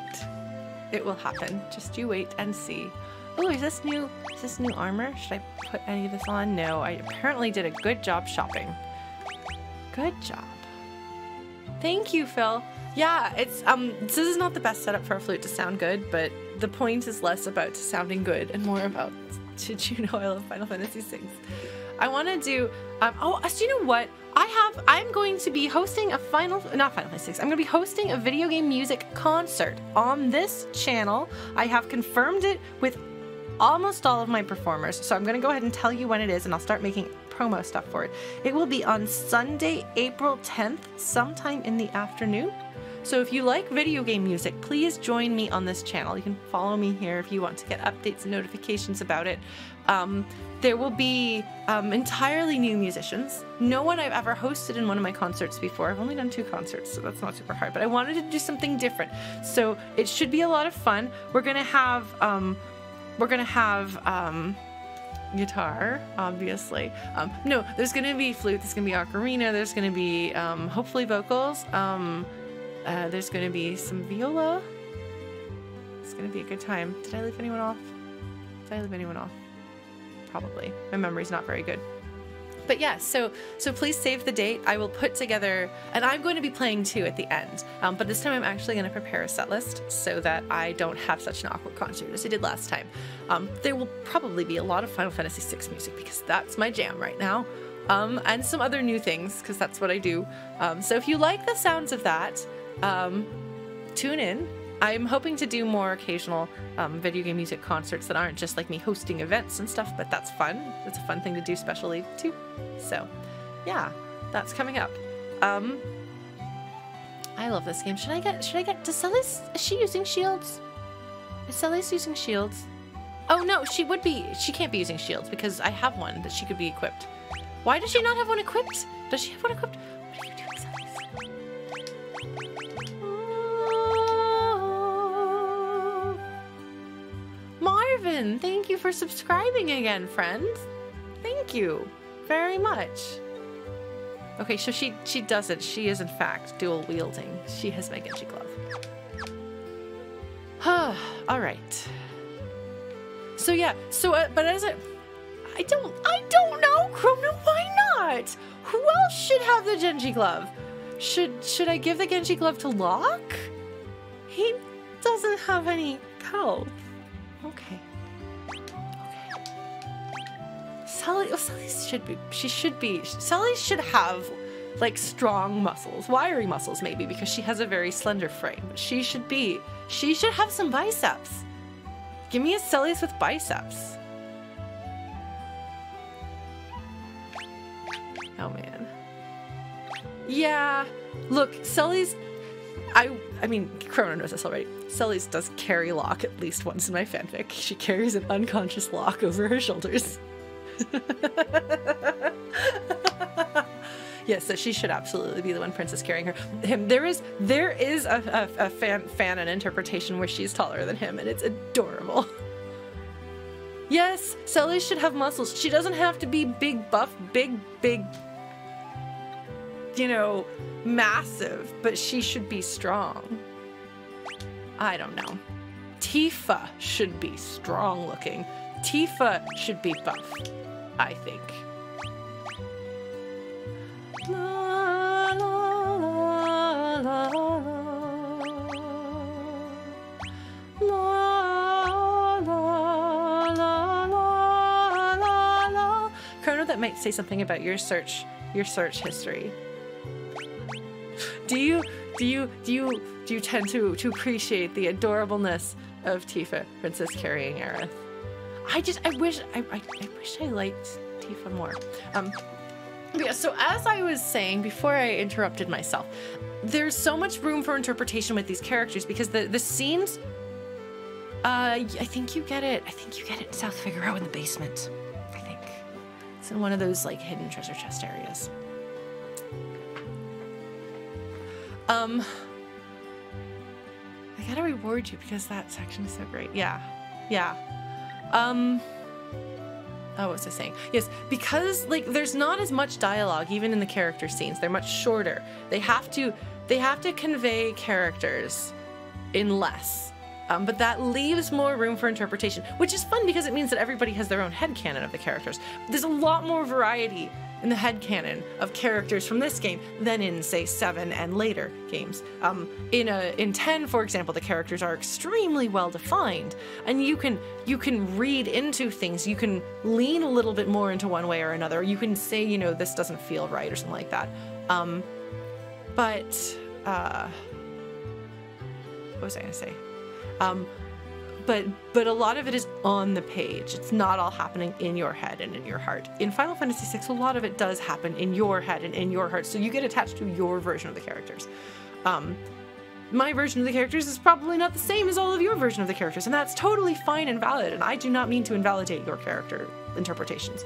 But if they were to update this game with that level of characterization and dialogue, they would be committing to an interpretation of those characters. And it probably won't line up with any of ours exactly, and we will all be uncomfortable until we can reconcile that. But it's a necessity unless they take it exactly as it is written in this, you know, this translation is more detailed and more accurate than the translation that I grew up with. But unless they stick to this exactly, you know, they're going to be making decisions inherently. There is no avoiding it. And so Final Fantasy VI Remake would be inherently a very, like, unavoidably a very different experience. than Final Fantasy VI, as we have ever consumed it. Not to mention, like, that mechanically things would change, and a lot of the story follows mechanics and wild and zany ideas, like, why do we go to this place? Why do we go to that place? Why do things happen the way they do? And I think that some of those kind of hastily scrawled together excuses would be more visible in the higher definition storytelling, if that makes sense. It's like you can get away with worse special effects when things are lower definition, but then when you put it in high def and suddenly you can see the string that the puppet thing is dangling from. So I would love to see what they would do. I would be very glad if, like, you know, for example, Darkness and Starlight is done by then, so that I can be like, my version is out there.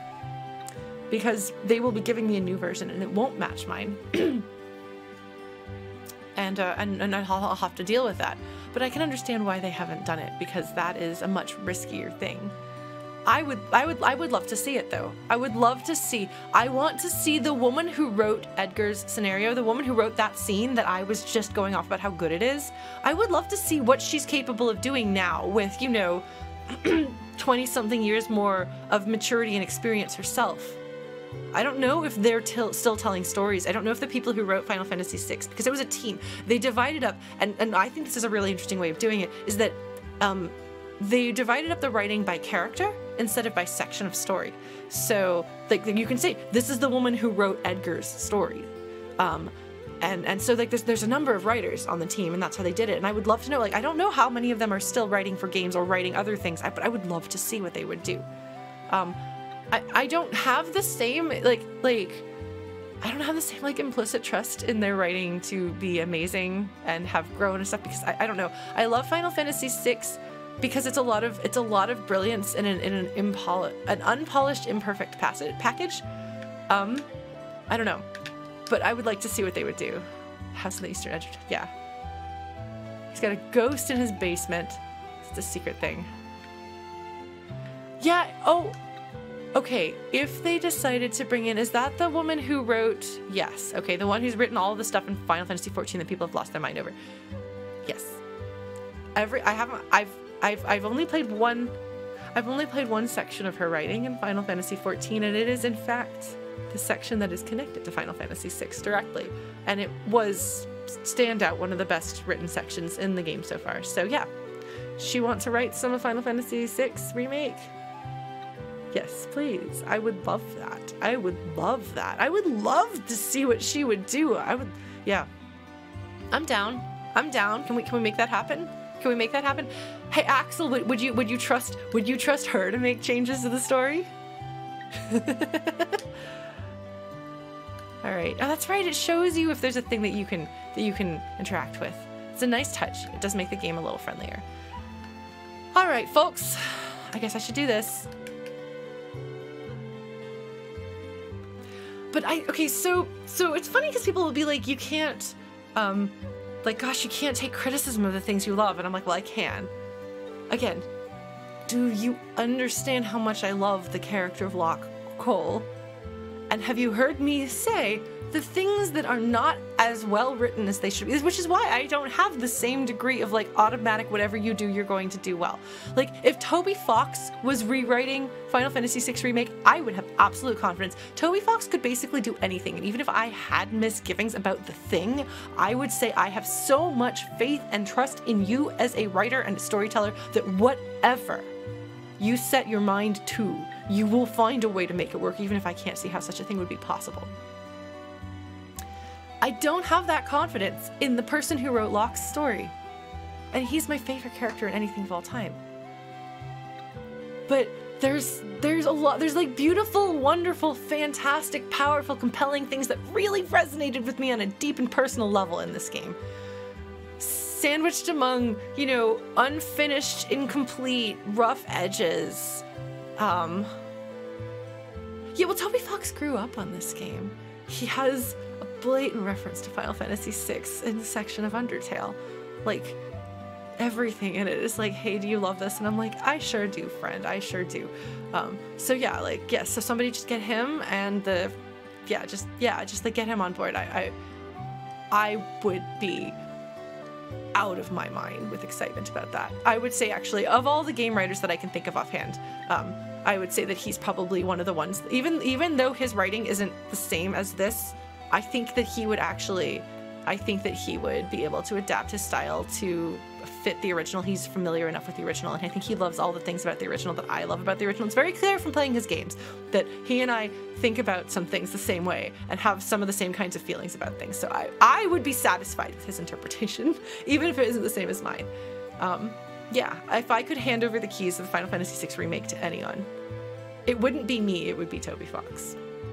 Because people have been like, oh, Lauren, you should do it because you're writing this novelization. I'm like, I would do my best, but I don't know. I don't know. I would love to see that. That should happen. Because yeah, like, we're going to go in here and there's such incredible moving, like, emotions in Locke's story. But it needs an editor to fix some of the things in it that I don't think work very well. And so when people say I don't like Locke because his story is so melodramatic, it's stupid, I'm like, I get it. When people are like, I don't like Locke because I think that keeping his girlfriend in the basement is creepy, like keeping her in suspended animation in the basement is creepy, I'm like, that is a problem. You know what they were trying to do, and it's not that it's creepy. You know what they're trying to do. And what they're trying to do worked for us more when we were younger, but it doesn't work as well now, with a lot of things in this game. So yeah, I love the perfect shade they got for his hair. Because it's like, is his hair gray, or is it blonde, or is it brown? Well, notice it's like the exact same color that I had for my plushie that I had custom made, so I'm very pleased by this. Like, the sprites are so good. The Pixel Remaster sprites, they're really good. They did a great job. They simplified them enough to be mobile friendly, but they kept the spirit of the original and made them look even more like themselves, if it's possible. All right, here we go. We're gonna do it.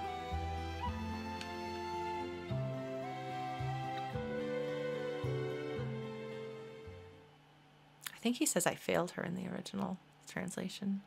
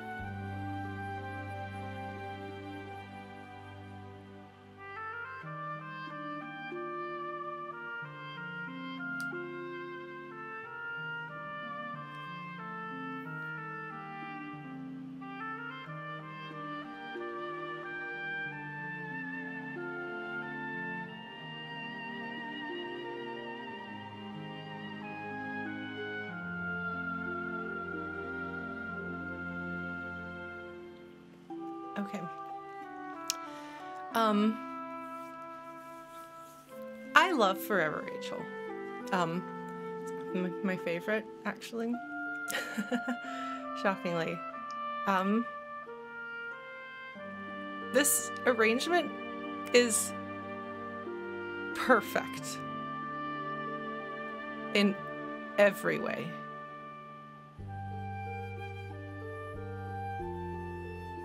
They got a live flute player. You can hear the breaths. And the vibrato is very,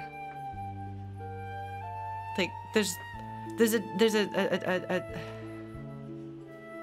delicacy. Is that the word that I want?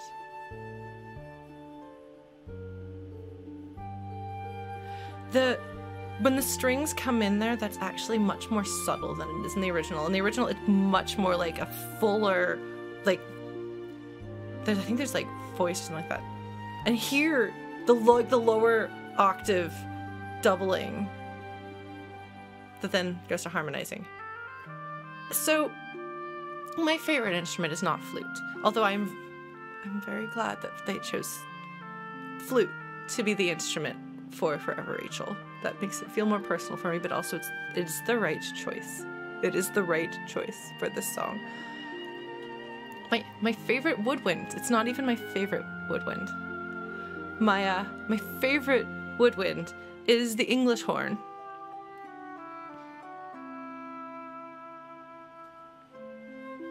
And the oboe is beautiful. I think that's an English horn. Not an oboe, but it might be an oboe. But it has the right kind of darkness of tone. So Forever Rachel features my instrument and my favorite woodwind together. And it's such a beautiful, heartfelt performance. Thank you for coming by while you could, Phil. I'm glad to have had you here. I hope you have a good evening, afternoon, whatever time of day it is for you. Thank you for being here.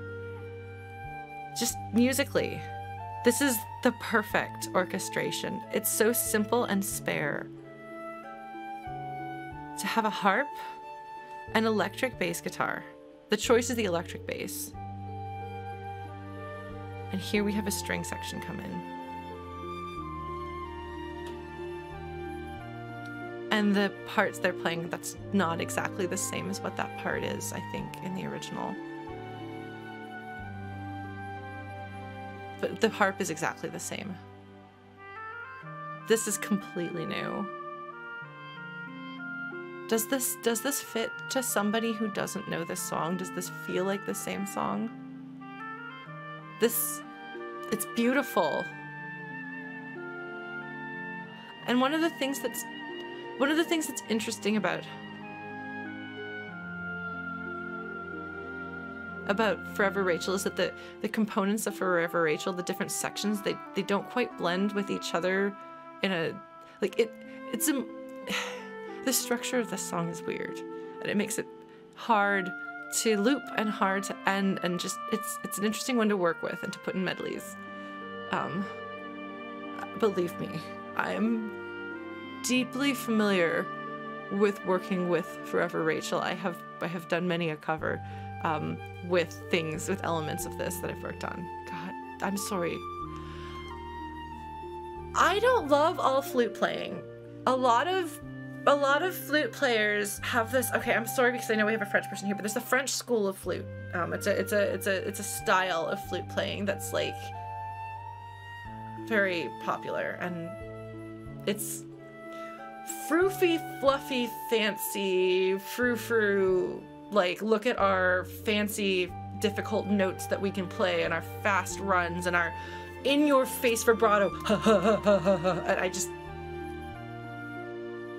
it doesn't have any soul.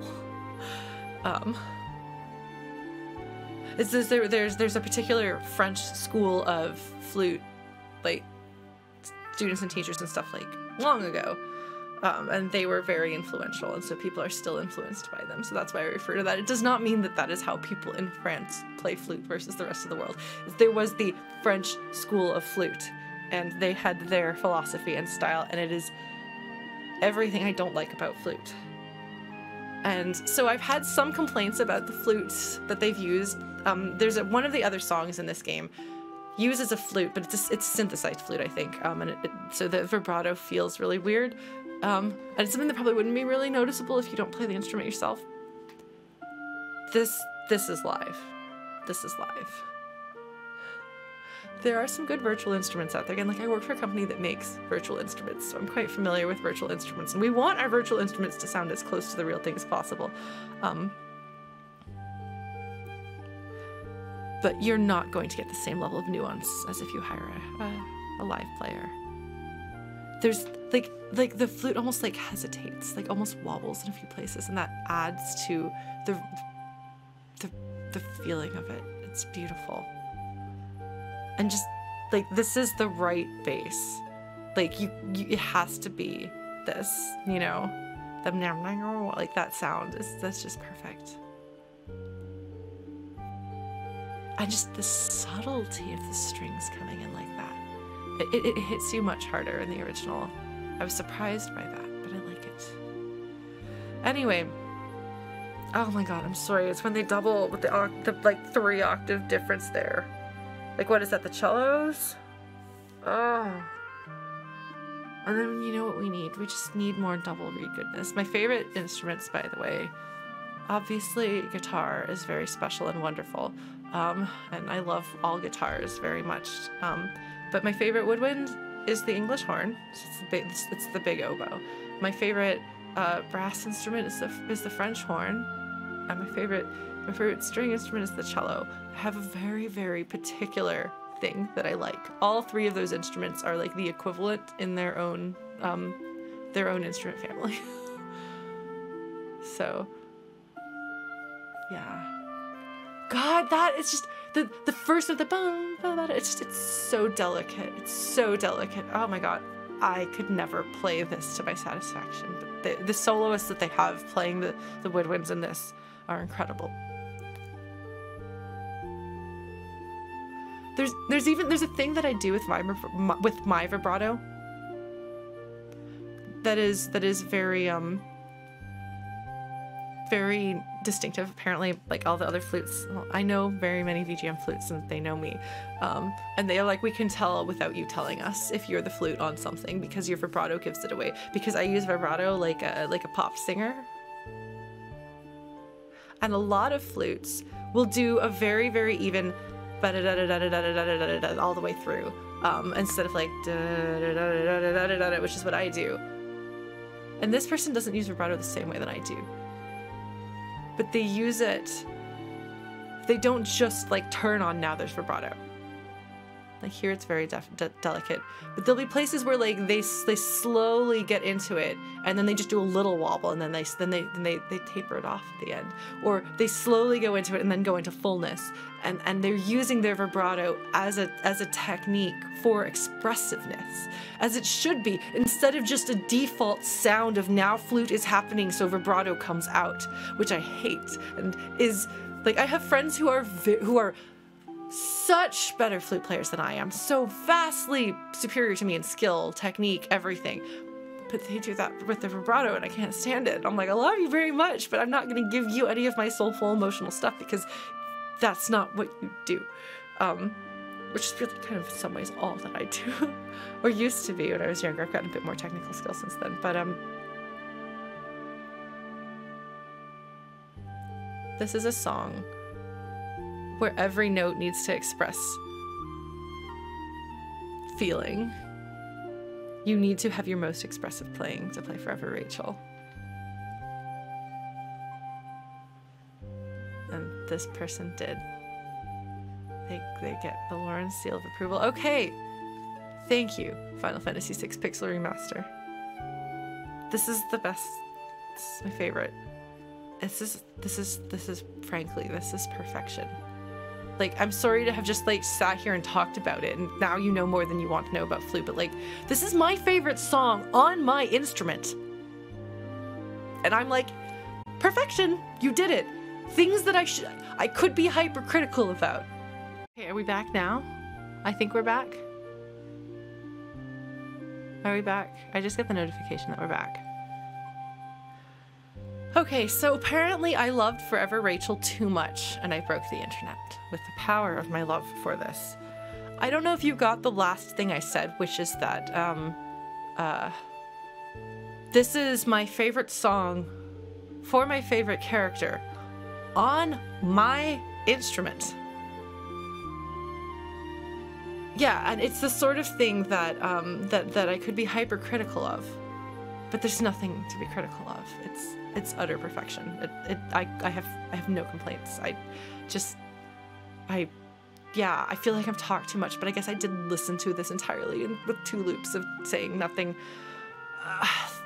It's fun when I put the chapters on YouTube for this stream. I always mark wherever the new songs are, because I'm like, this is what you're gonna want to hear. So there you go. I hope you are satisfied. If you were waiting to see what I would think of Forever Rachel, I hope that you are happy. I hope that you love this take on the song as much as I do. Shall we actually progress with the characters? Shall we actually move this story forward a little bit? This is the least progress I think I've made in a long time in a game, but I just have a lot of feelings about this game and its story and its characters and so on. Alright, so Locke as a treasure hunter here is actually a justified thing for him to say. He goes spelunking for fun. He goes into caves looking for adventure, looking for treasure. So here he is with his, with his love, his one true love, and he's bringing her on an adventure, as they do. When the way she says, "What do we have to find today?" They go treasure hunting together. He brings her along on his escapades, on his adventures. And of course, her parents aren't going to approve of this ne'er-do-well treasure hunter dragging her into dangerous places for ridiculous wild goose chases. And you just tell by looking at him, he's no good. He's clearly an adventuring scamp. I love him.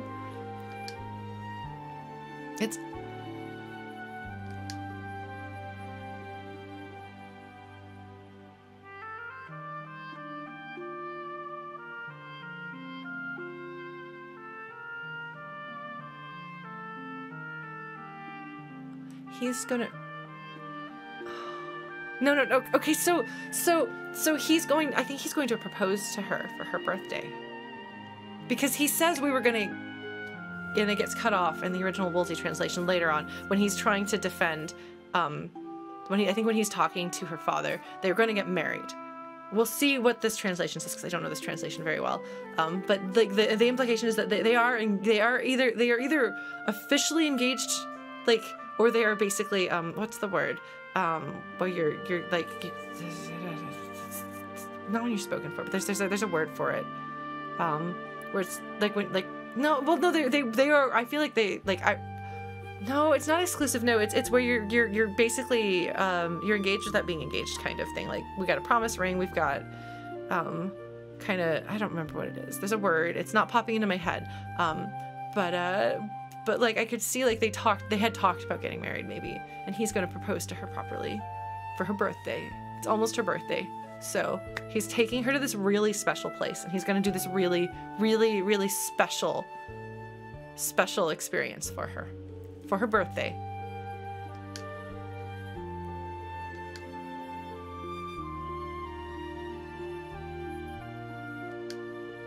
And he should know better there. He's the one who knows what he's doing here. But I made a point when I wrote, because obviously we have to go into Forever Rachel, and there's a chapter called Forever Rachel, which is, I think, some of the best writing I've done in my life. It was a very hard chapter to write, but I was like, why would somebody love Rachel so much? Who is Rachel to be worthy of this much love? So I tried to make her as real and worth loving, and that you could understand how somebody would never be able to let her go. And I love that she's game for these adventures. This is important. They're well matched. He's the one who knows, and he's the one who initiates the adventures, but she's going along with and just as excited, and he needs somebody who'll go on adventures with him, even though they're both young and stupid.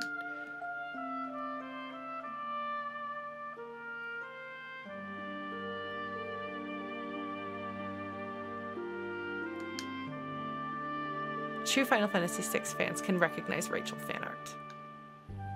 Can you recognize Rachel fan art? I sure can. Maybe that's not all true Final Fantasy VI fans. Maybe that's just my particular bias. Yeah, so this is why he freaks out about Terra having lost her memory.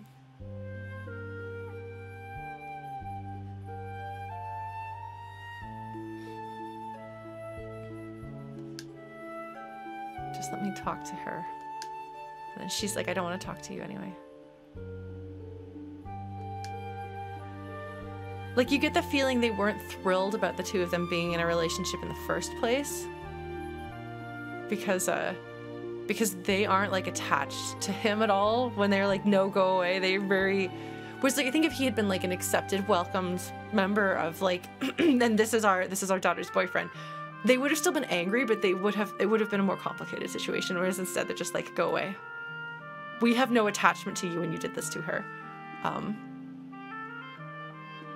Yeah.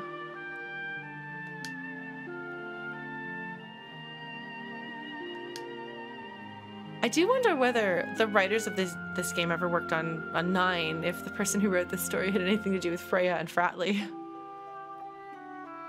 Oh my god, I'm sorry, just that oboe. Oh my god. And then the flute. It's so...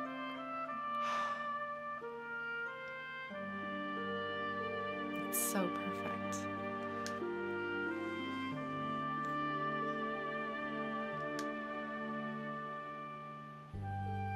It's this part that takes it a little too far in the story. Like, it's a little too many things. It's the sort of thing that you write in an early draft and then someone says you need to scale that back. It's too much, you know?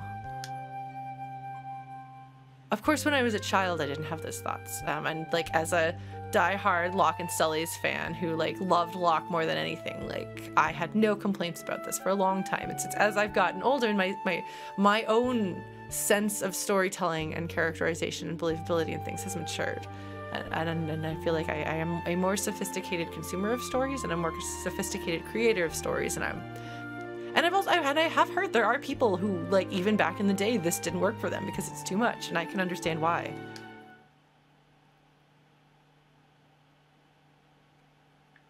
All right, look at this. Of course, Rachel's family has the elixir, and they've abandoned the place. Their daughter died. Maybe their whole family died. I don't know if it's ever clarified. But I don't know.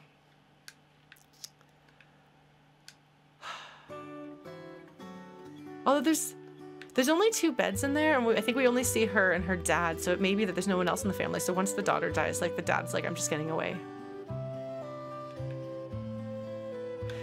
I guess elixirs don't bring back memories.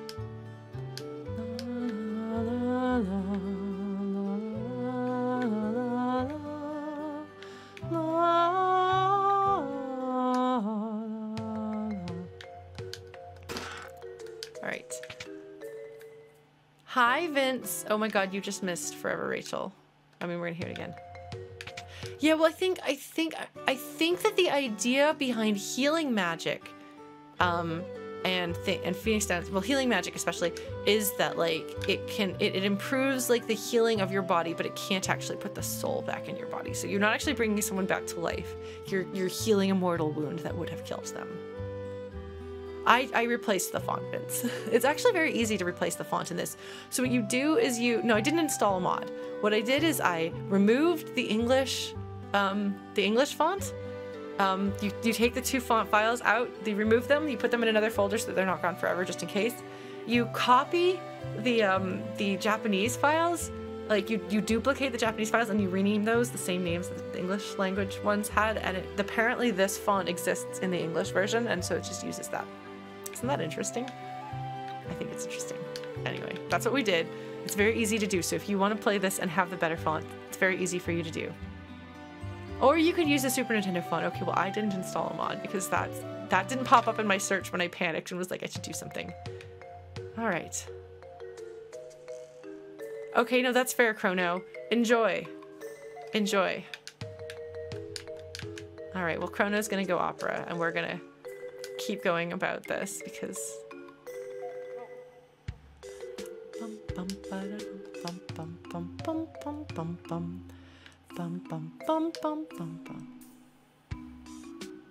Yeah, okay, so when she ...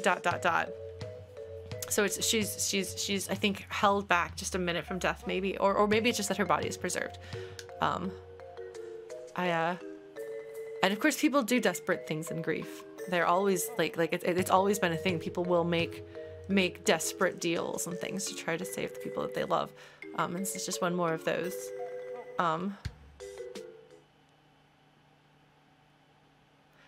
Yeah, it mirrors the setup of the Magicite, which you see more when we come back here after the Phoenix Cave, which we will do. Her dad must have fallen in the attack, actually, because he's gone and is not here to object, and nobody knows about this. So...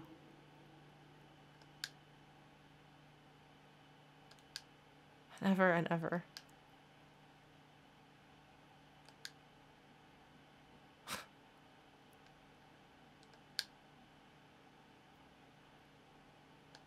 This guy is nuts. There, this is where he says, I failed her. Okay. Yeah, the old man definitely has some issues.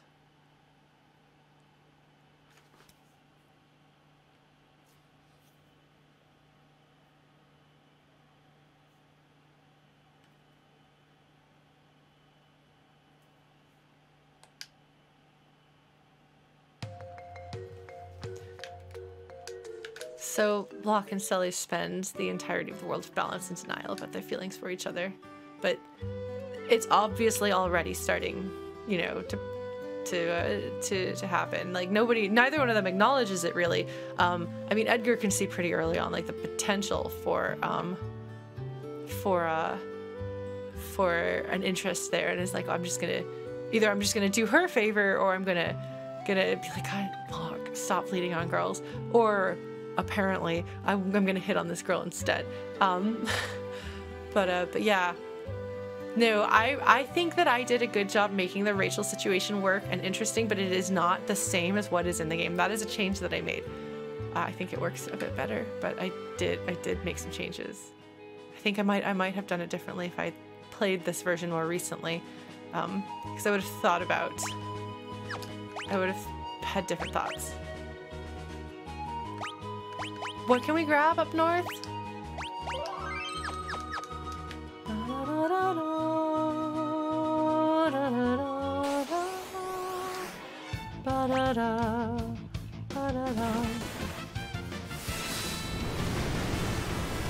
Oh man, so cool. Did I put everyone in the back row? Maybe I didn't. Oh, I should stop using auto crossbow now. I've got something else, don't I? Oh my god, I'm never gonna. Oh, we did put them all in the back row, okay.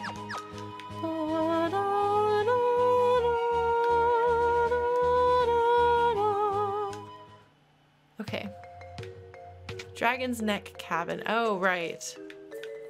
Can I get stuff from you? There we go. Hello. Oh no, sorry, you hid. We can't let the world become too peaceful. Don't you see? People shine their brightest when they're at war.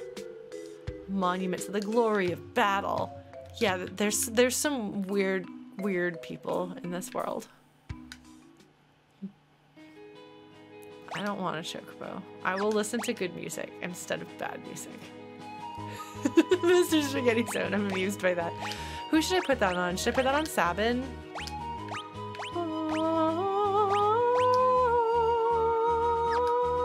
Oh no, I should put it on Edgar. Yeah, because his weapons apparently use both.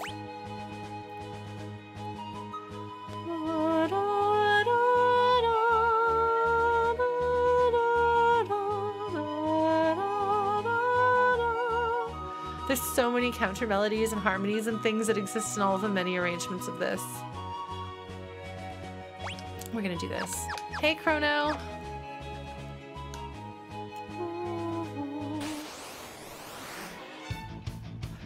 I mean, you can get them digitally now. Okay, so hold on. You're gonna attack. You're going to, I guess we're gonna use Bio Blaster for now. You're gonna attack. You're gonna blitz. Okay, we're just gonna go from there. Is that the right decision? Yes, the originals are on Spotify, and I assume you can download them, like buy them on other platforms. But I actually realized that I don't know for sure if that's true or not. Maybe I'm just making a ridiculous observation. I just know that that makes it.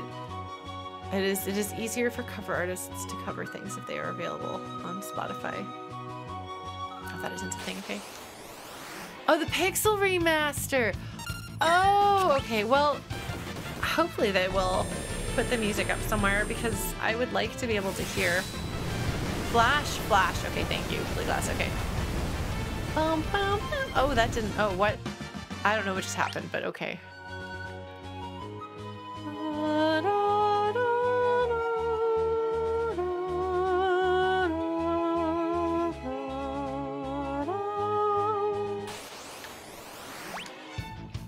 I do really like the auto battle. This is great. This is fantastic. A+. Oh, what? That healed that dude? Okay, fine. Fine. You're gonna use flash, I guess. I guess so. That's fine. Fortunately, Fire Dance just takes care of everything. It's so powerful. And like, so I wasn't very good at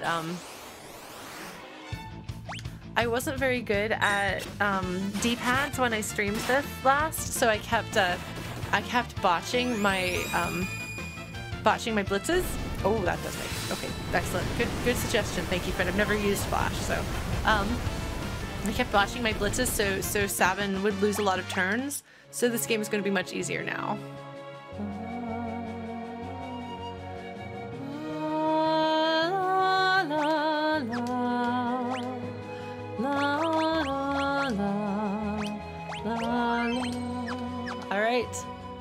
Go visit Jidoor. I chose to make Jidoor and Zozo close to each other and have conflict. The westernmost town on the world map. Yes. Alright, so we should probably gear up because Zozo is a difficulty spike, if I remember correctly. Is there anything that we can get? We could get new... Okay, yeah.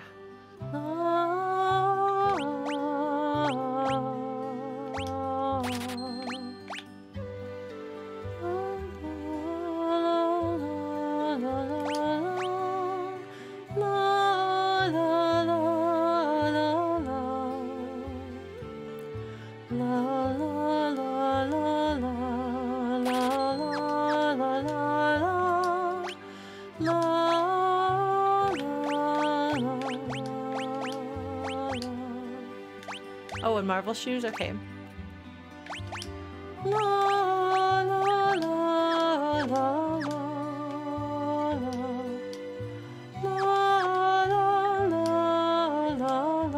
I'm not very good at keeping on top of stuff. Oh, do those make you float? I want to be able to float. That's it, yeah.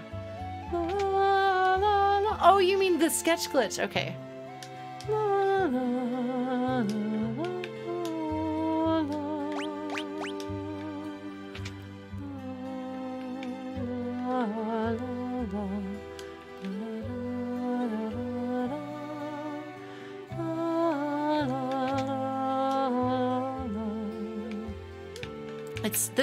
This is a perfect arrangement as well. There's like a few notes here and there that are not what I would put, but they're fine. I love that you can just do this from here. I need to remember that that exists.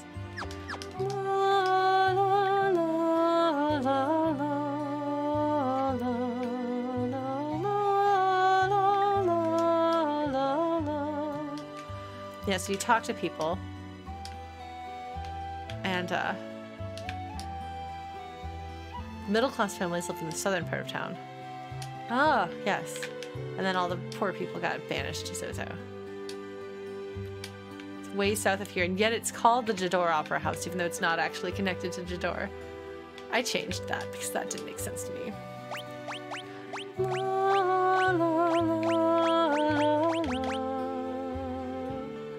I guess I don't need to buy another earring if I'm not using all of mine.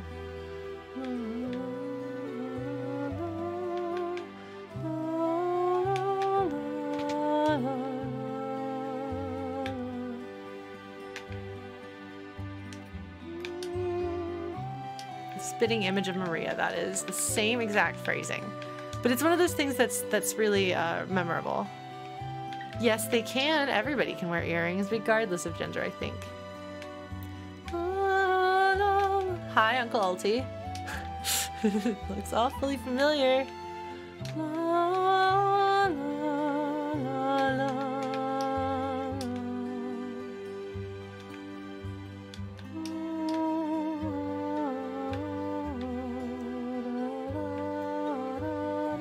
That guy keeps his clock elixir far away. Yes, you usually put earrings on Sabin.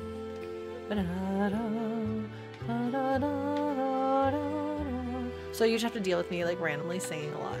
It's just how it goes. I'm sorry. It's not my fault. It's Final Fantasy VI. What do you expect from me? Presumably this is what you expect from me, is my guess. This right here.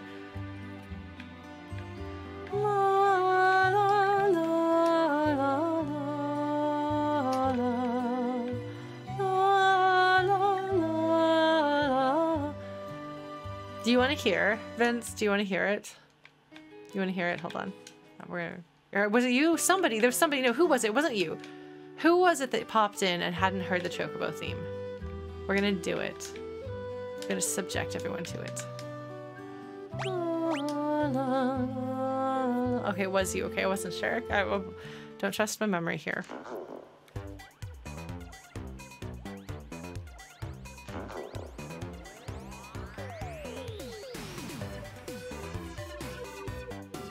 You haven't heard it yet.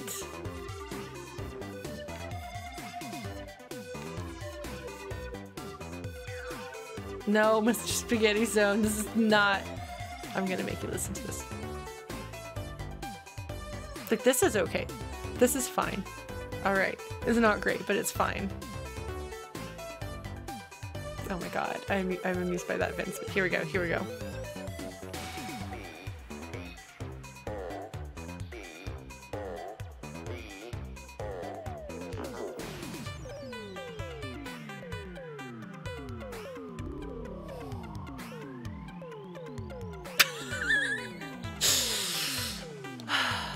It does sound like a speak and spell, doesn't it?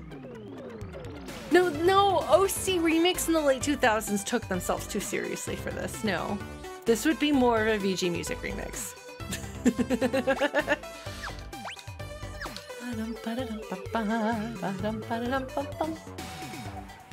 Anyway, yeah, not my favorite rendition of the Chocobo theme. Yeah, no, OCR took themselves too seriously for that. God, this is such a good arrangement of the overworld, though. It's so good. The panpipe is such a good choice.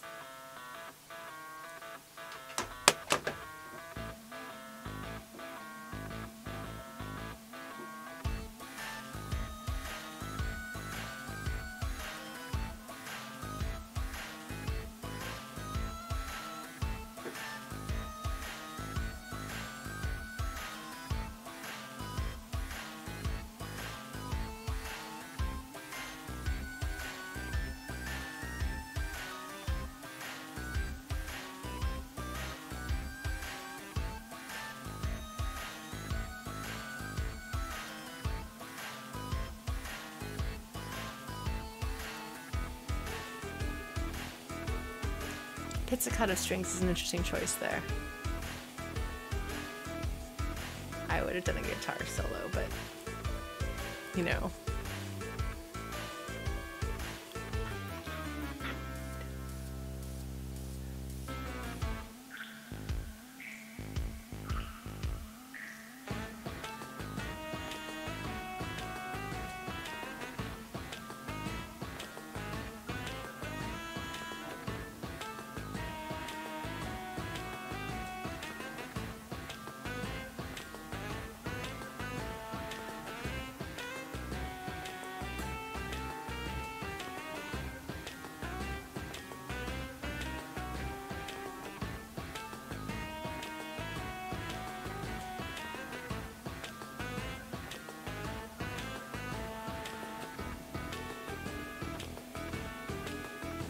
Give me an electric guitar solo, you cowards! But like, wail it out! I mean, it's there. It is, they did give me the electric guitar, but...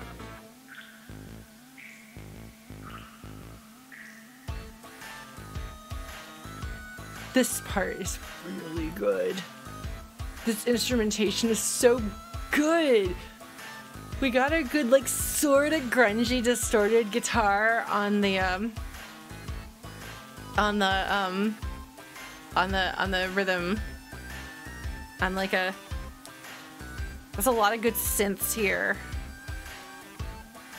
This particular synth sound, I think Celeste used a lot, so that's not a particular keyboard, then that's like a...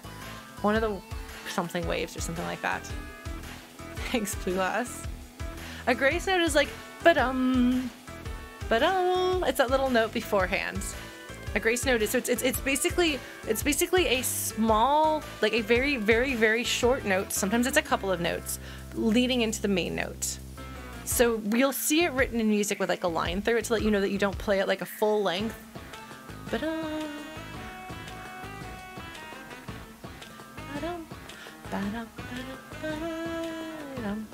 I actually would have liked to see this go a little hammier, but that's fine. I would have liked to see this go as hammy as they go in Narsh. This is the song for, you know. But this, I'm not actually complaining. Just to be clear, I'm like, they could have turned it up to 11. But it's fine. It's good. This is good. This is a good arrangement. But they could have done more, and I wouldn't have minded. Is all I'm saying. I'm not wrong. I feel like. Anyway, this is great. I was wondering what they were gonna do with Slam Shuffle, and like the little echoing like industrial water on metal in a city percussion sound that they use there, like fully taking inspiration from the location. Well done. Well done. Final Fantasy VI. I didn't drop my controller or anything like that. Oh my god, this is so good. This is so good. Ba-dum. Ba-dum, ba-dum, ba-dum. Oh, did you see the spark of the light? That's not like that, I don't think, in the original. That's a nice touch, isn't it?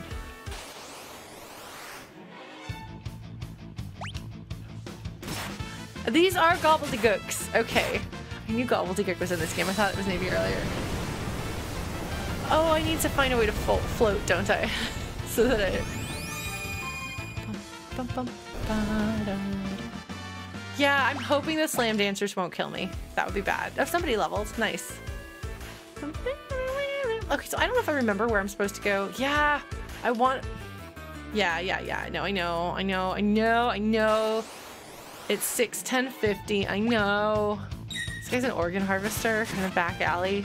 Did not understand that's what that was referencing when I was a kid.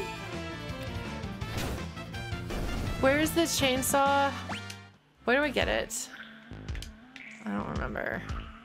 Out of here to the left and up around. Okay. Alright. I gotta say, I'm never gonna get tired of this chugging electric rhythm guitars. Never. The mariachi trumpet solo. I think that they have a fair bit, like I've said this before, but I remain convinced of this, that they have a fair bit of like, of synthesized virtual instruments, but the soloists are live and they're really good. No trash burger? It's a tiny trash can, really. La, la, la. Oh, they have it glowing so that you know that you're supposed to do something here. Yeah, no, Chrono, I know it. I've got it memorized. I'll ask you if I need help. Like, this is what I'm really proud of myself for. It's okay.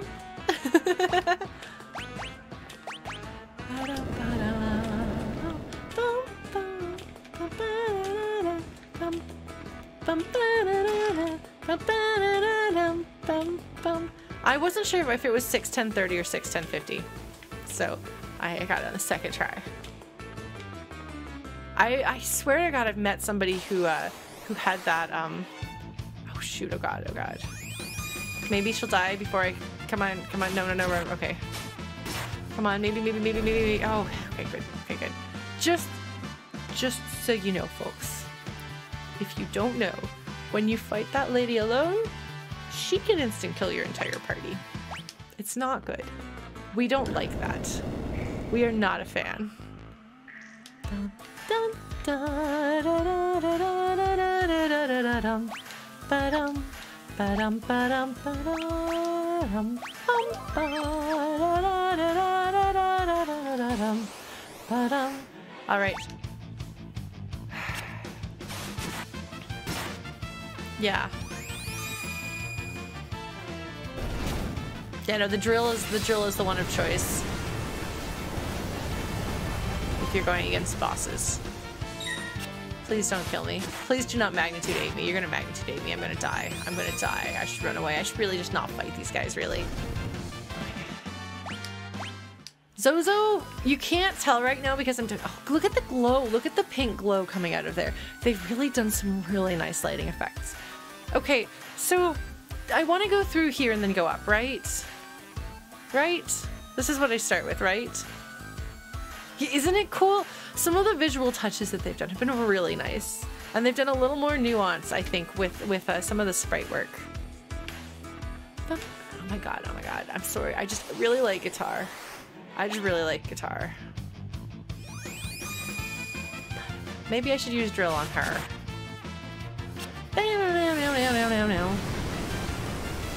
Please take the lady in the back row out. Thank you. Okay. Celes learned imp. Okay, cool.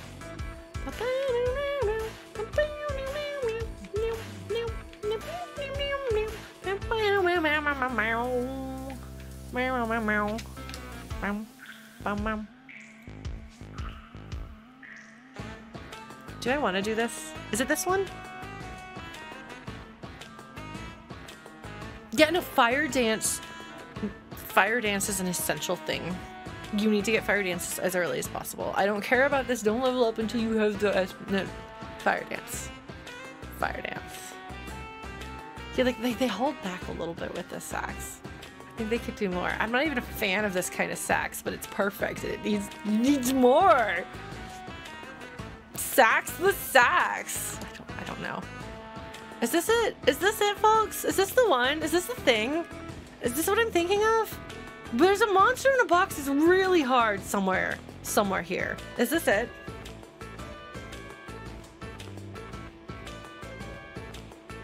Okay, well, if nobody's gonna answer me, I'm gonna try it. Oh, this is not it. Okay, never mind, we're fine. Fine. All right, let's find out. It's, you know, living in dangerously. Oh, okay, I need the rust remover. That's fine. Okay, somewhere here, though. Somewhere here, there's a monster in a box, and it's really hard. I don't remember what it is, but it's hard. What is it? What is the monster in a box that's hard in Zozo? I'm not just making that up, right? The pencil eraser. Look. I thought it had a monster in a box. Really, Blue Glass? Okay. I might just be making that up then. Anyway, Zozo, I think of as being really hard. Oh. Oh my god, I'm sorry. This is just it's very good. Oh, okay. Did I go wrong? I did wrong. Okay, this is not the right place to go, clearly. Okay, maybe it's a world ruin. Do not harvest my organs, sir. I object. Man, it's such a good song. Such a good song. Oh god, no, I don't think so. I don't know what I'm thinking of. Maybe it's World of Ruin stuff. Alright. Ah! Oh geez, oh geez, oh geez, oh geez, oh geez. Okay, you're going to, everybody is going to, you're gonna chainsaw her. No, there we go. And you're going to attack. Oh my god. Did you see the effects that they did there? Did you see that? Oh, I didn't mean to steal. Well, that's okay. Look.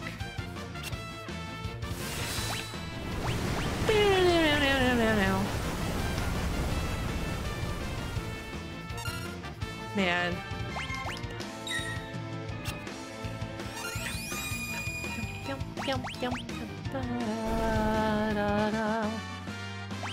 Man.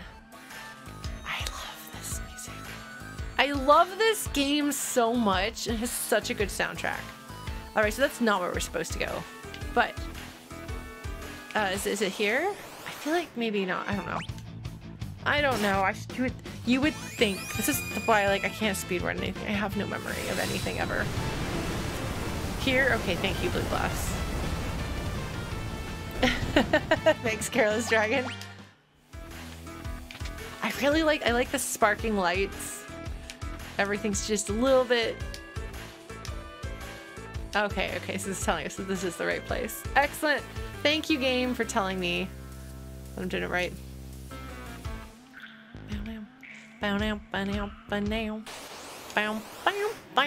Okay, hold on. Okay, and you are going to... Everyone's going to attack her. You just don't want her to still be standing.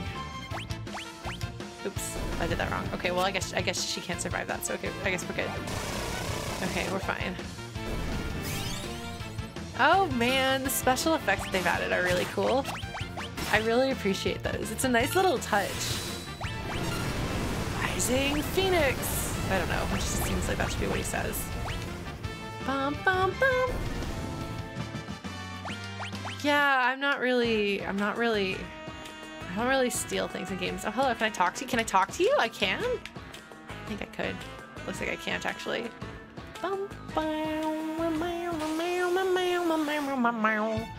Jeez, oh jeez, oh jeez, oh jeez, oh jeez. Should I run? Should I run? Okay. The answer to that is yes.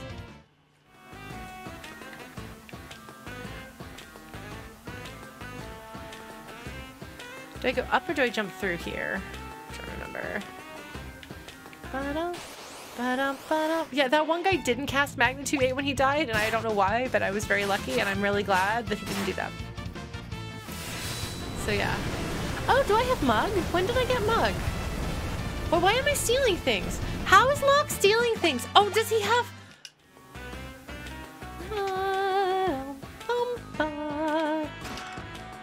Okay, here we go. But I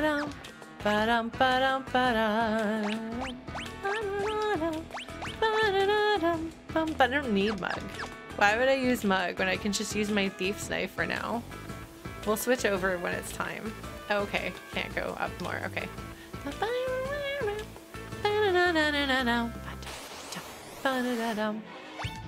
All right.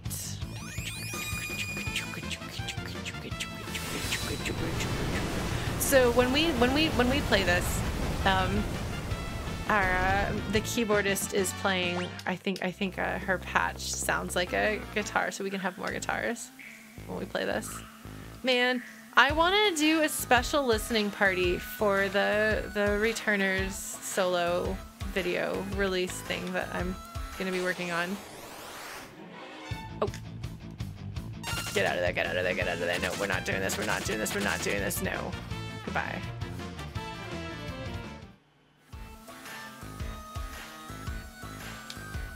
Oh, okay, fine. I thought there was something there, but I guess there's not. It's just what I know.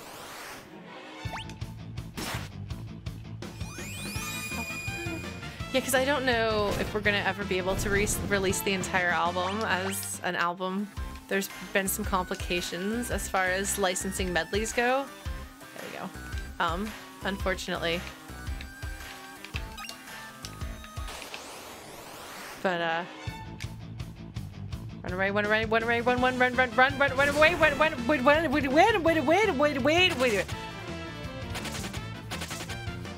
Bye, Sabin. By the way, that sort of thing's why right there. Oh my god, I'm never gonna get the buttons right. Alright, Sabin, friend. I guess it's time for us to use Phoenix Down on you. Ka-ching, ka-ching.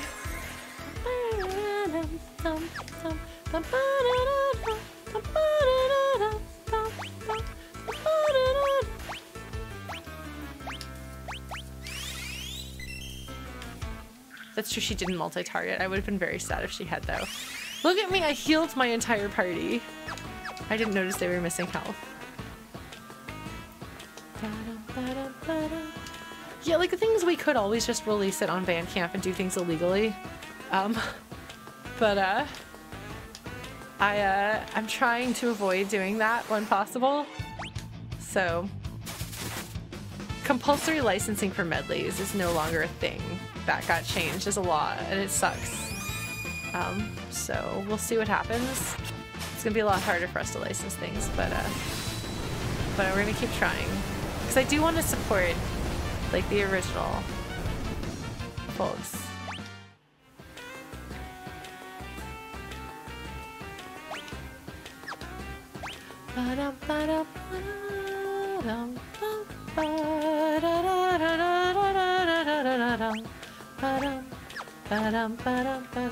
Yeah, like if you licensed it through, I mean, I guess if it's the entire soundtrack, but if you license through Soundrop, then you don't have to pay as much up front to license. You just give them a cut of what you make.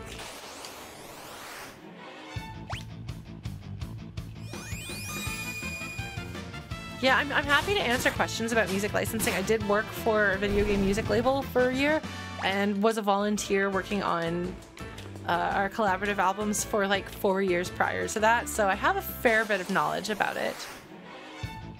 Okay, hold on. We're gonna do this manually. We gotta take the lady out first. Alright, Edgar, you think you can take this lady out for us? Edgar's like, oh, I love taking ladies out. Bum, bum, bum, bum. No, it did work. Okay, cool.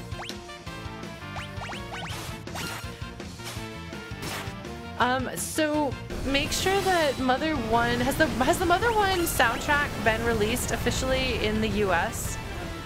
I know that the vocal cover album has been, but in order to license something without getting express permission, like without having to manually get permission, the compulsory licensing is only if it's been released in the US. But being released on Spotify counts in the US, so. That guy's gonna kick my butt.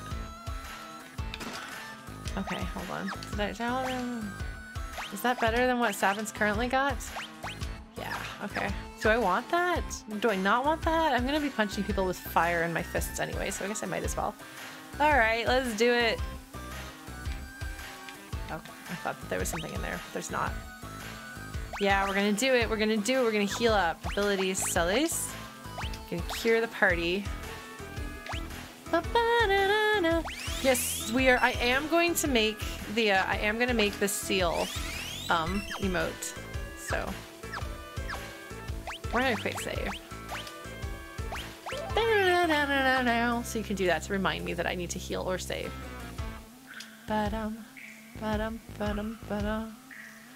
This is funny. She does have imp. Oh my god, really? Okay, I don't think I've ever used imp. Oh my god. This is actually really funny because like the way it's written is very like, oh no, like they didn't just like do it halfway. Oh, I'm not very strong to fight and I'd hate for there to be any trouble, so why don't I just let you pass? Like, you know, like that's really nicely done. All right, and then his ridiculous pose. What are you even doing, buddy? I mean, I don't actually know if that's the best choice, but that's what we're gonna do.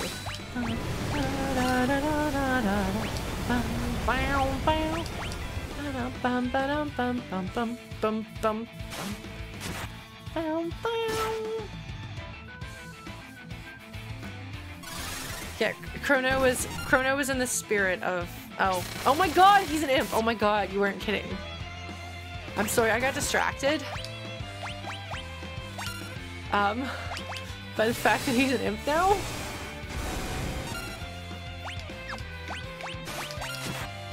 All right. I guess she could cast some spells. Apparently you can, Blade Tiger. I've never done so, but apparently it would appear that the answer to that question is yes. Oh, he's just gonna potion himself.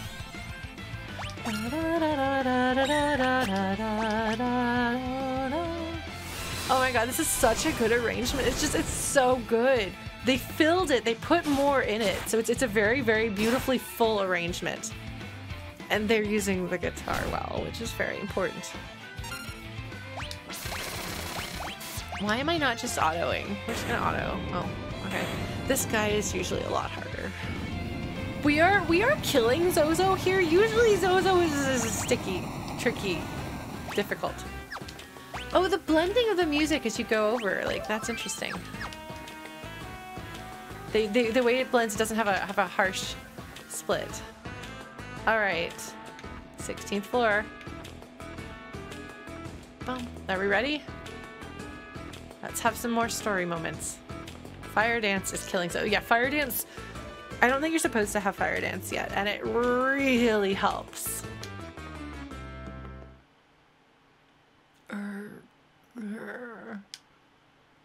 Some.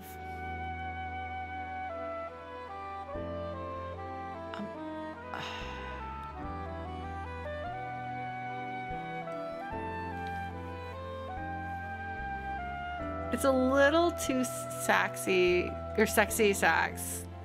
Because that's a soprano sax, right?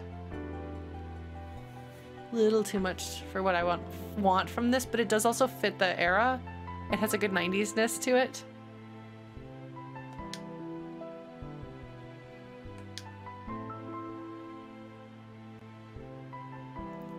Hi, Ramu.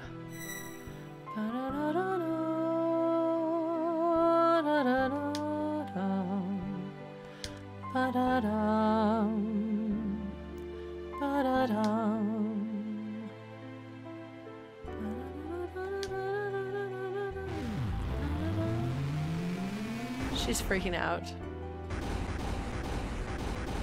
Yeah. He just shows up here. He's been hanging out.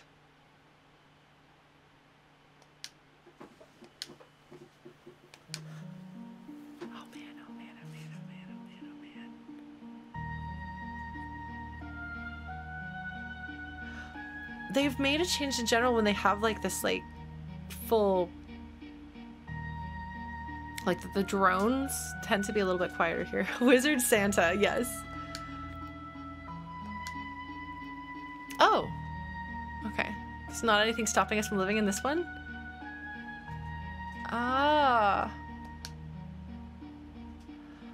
La, la, la,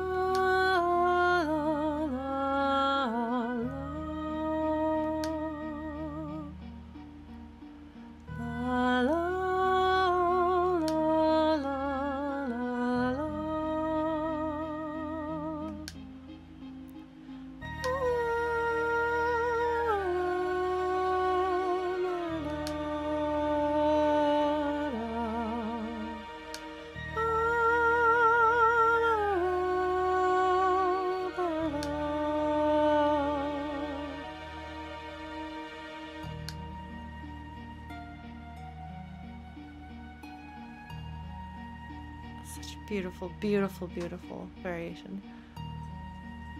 Humans who've been infused with magical powers extracted from other espers. Okay, so... Okay.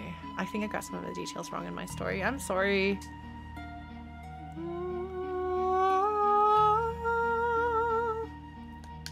Fashioned a new realm.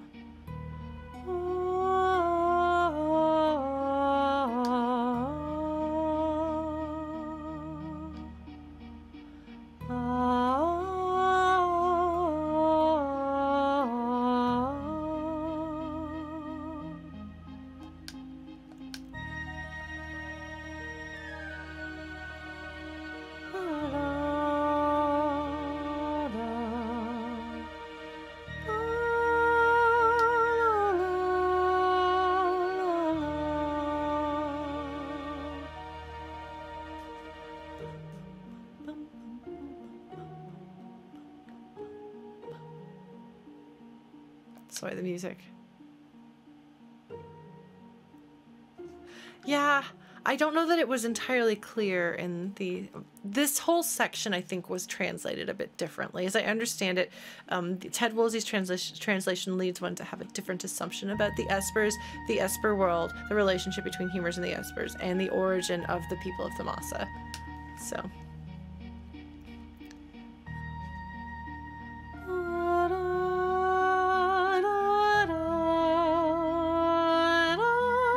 course, like, we're supposed to gather from that they gently carry Terra back to the bed.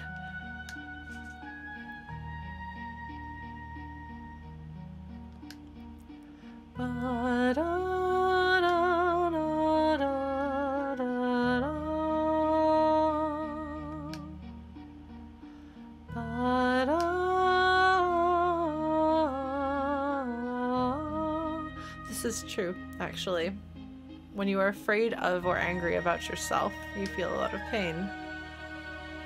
Learning to accept yourself as you are, even the parts that are difficult, is very important.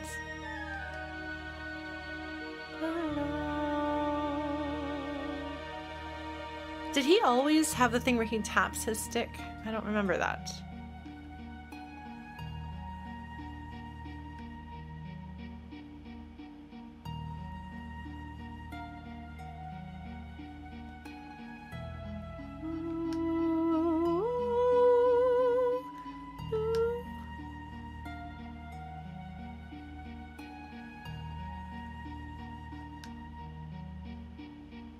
So actually, apparently, if I remember correctly, some translation makes clear that Ramu, Ifrit, and Shiva are all siblings.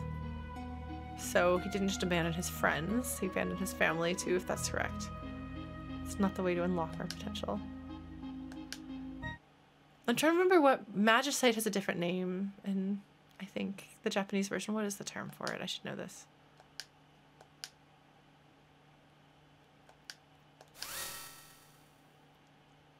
I've kept the dead bodies of my friends, and Locke's like, oh, no, that's cool, I get it. Fellas, we fled the Empire.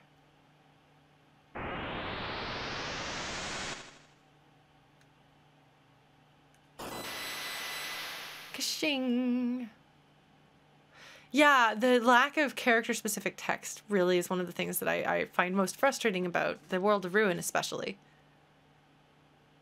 I would like for there to be more dialogue specific to the characters who are in your party. You know?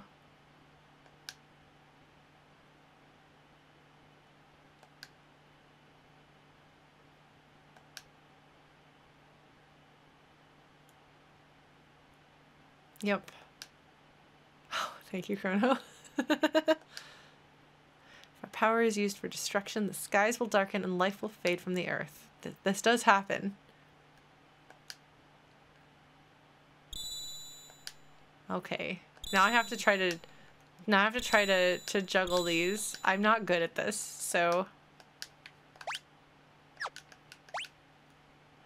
Alright. Let us give some Magicite. Alright. Who are you gonna get? Siren has heal? No. Somebody has more healing. You do. You. We want you to have more better cures, maybe. I think. Oh, okay. Alright. That's fair. I guess, like, literally anyone else can heal. We'll get anyone else healing. Everyone else healing.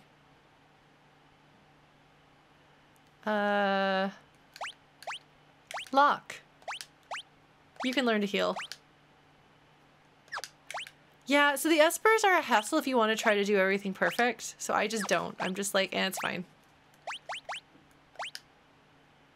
Alright, so you take that one.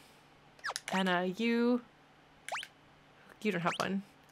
Alright, so you can take that, because we'll do that. There we go. Okay. Kate's hit the Sabin? Oh, okay. But I mean, we'll get there eventually. You know? We'll get there eventually. Like, I don't, oh, hello. Alright. So here we have some dialogue. Yeah, I'm not worried about optimizing. So here we have everyone in the party so that we can have dialogue for everyone.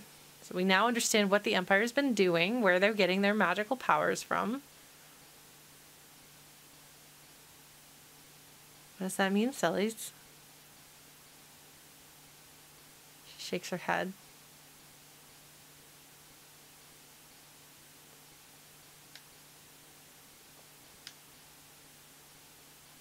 She was a small child.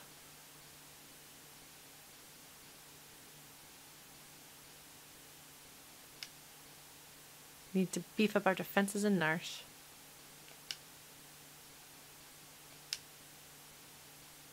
Yeah, I'm really not. Okay, yeah, so I'll go to the Empire. Why are you doing... Gao, why are you there? Gao's like, I just felt like climbing this decrepit old building, you know, no big deal. Child, please, you're gonna give us all a heart attack. Yeah. Yeah, Locke's like, no, I got this.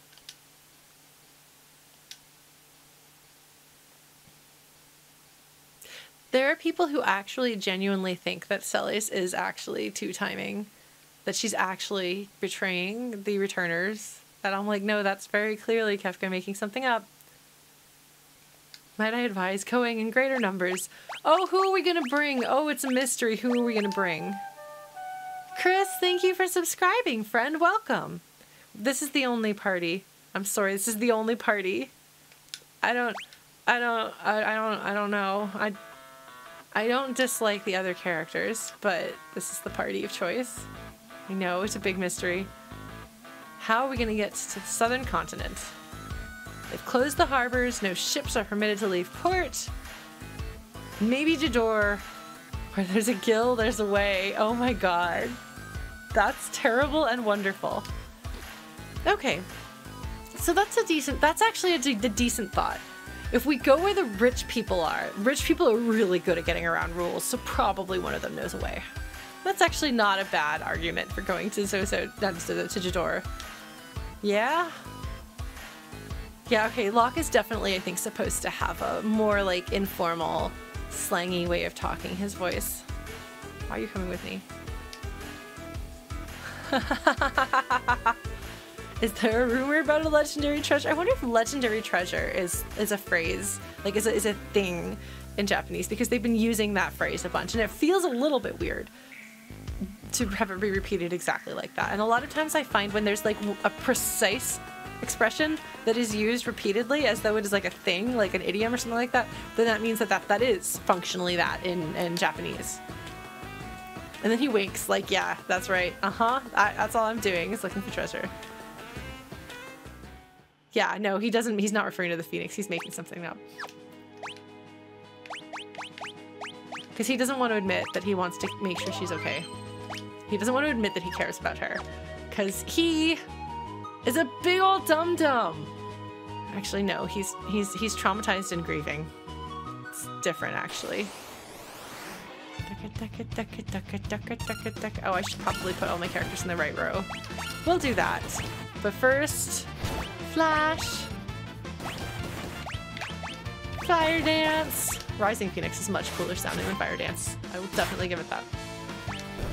Bum, bum, bum, bum, bum, bum, bum. He's maybe a little bit of a big old dummy, but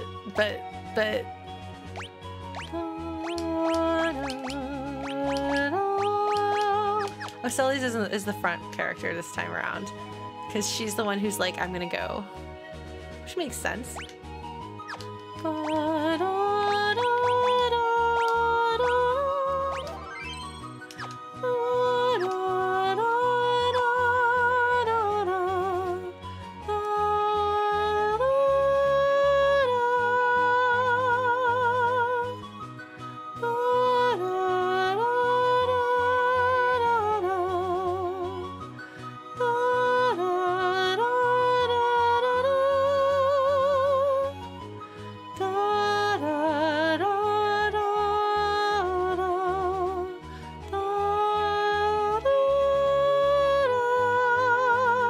I'm so glad that you knew which version. That's the Wanderer of Time version.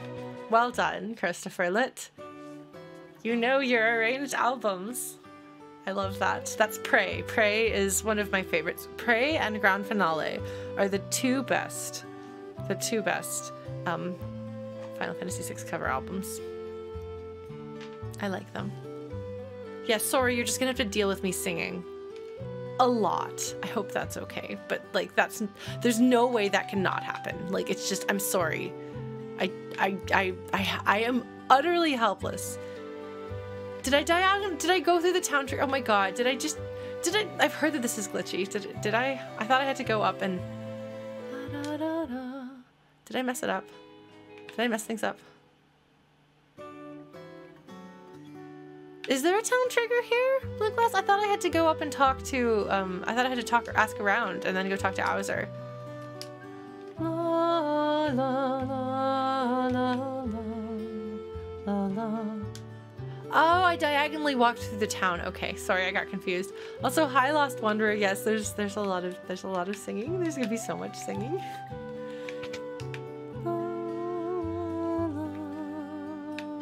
Oh my god.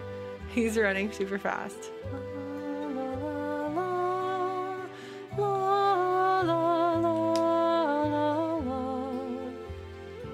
Alright, Impresario.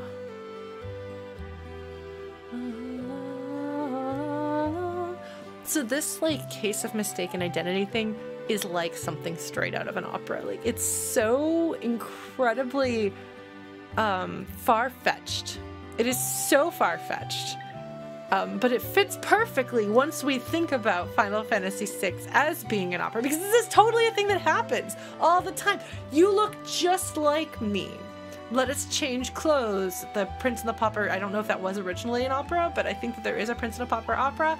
It's just the sort of thing, you know? It's the sort of thing. It's contrived, but it's fine. But if we were to turn Final Fantasy VI into a different kind of story by changing the storytelling style, could we get away with it the same way? Prince and the Pauper, oh my god, Dragon Imps. That's terrible and amazing.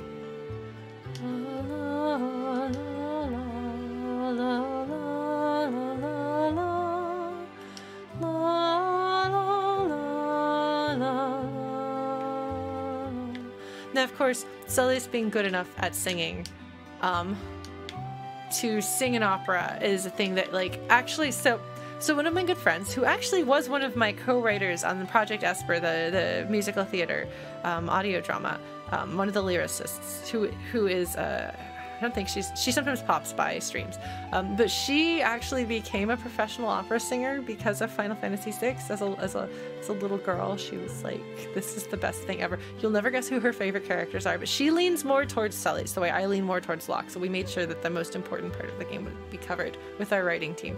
But I've talked to her a little bit about this because she's like, I know how much work goes into being an opera singer. You can't just do it.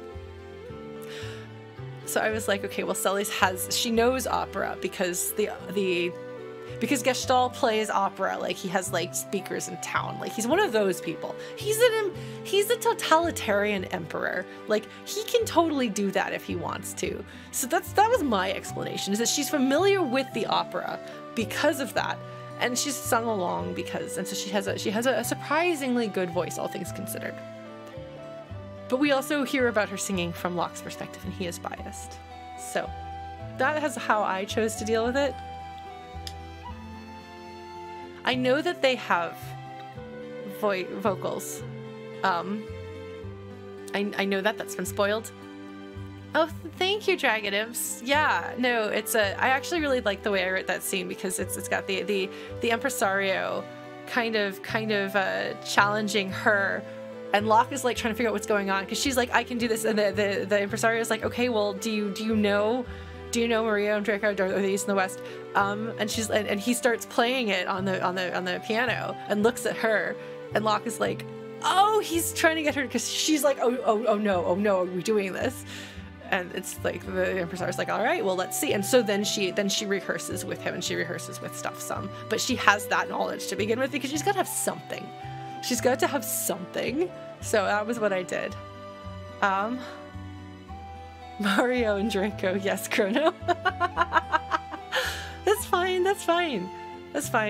We can have a little gay in our opera as a treat. That's fine.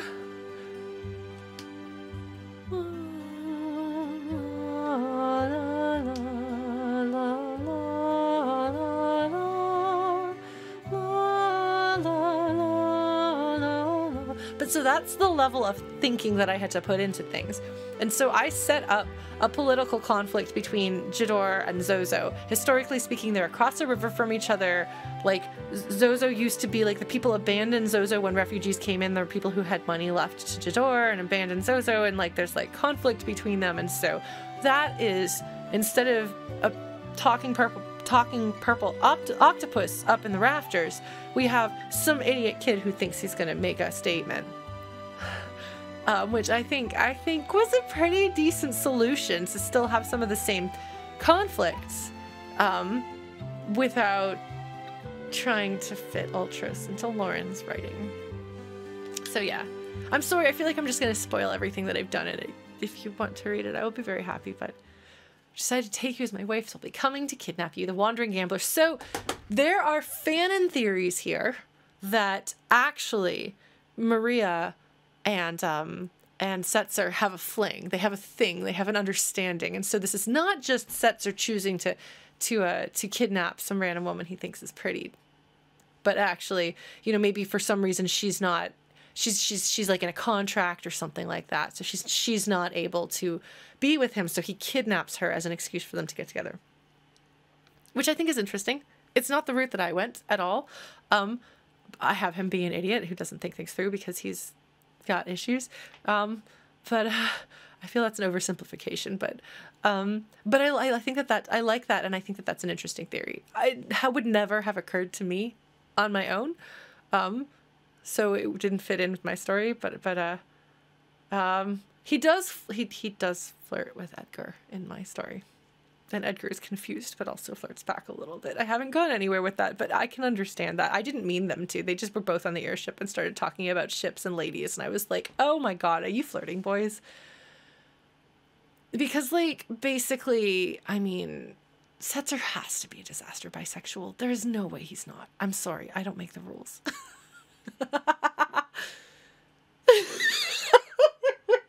Chrono, yes, that is it right there. That is it right there.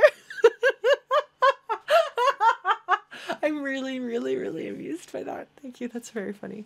Yeah, so that's what I've done, but that's purely what wound up happening. Characters on the page will sometimes do what they feel like doing regardless, because I didn't see that or think about that, but I was like, oh, it makes sense. All right, we'll roll with it. Yeah. All right, so the Wandering Gambler has come to kidnap Maria.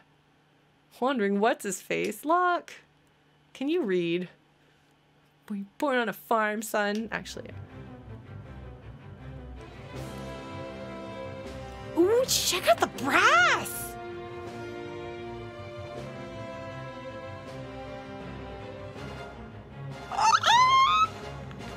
I'm sorry.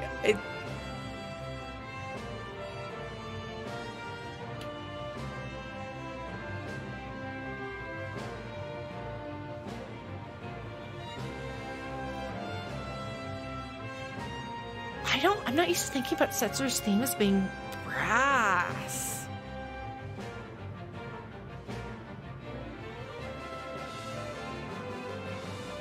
As long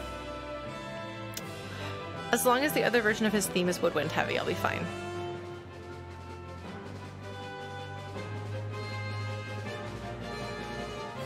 I wanted the game brass to do this. Yeah, no, the character description, if you heard the sound that I just made, it was because... Wait, hold on.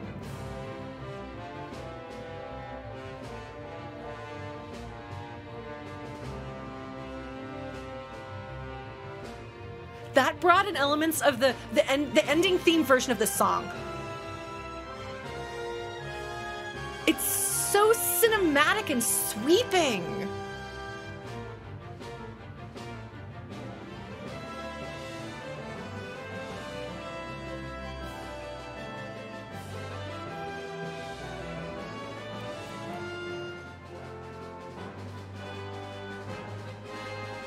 Like, this song, this sounds like something you would hear in like a film score or on stage.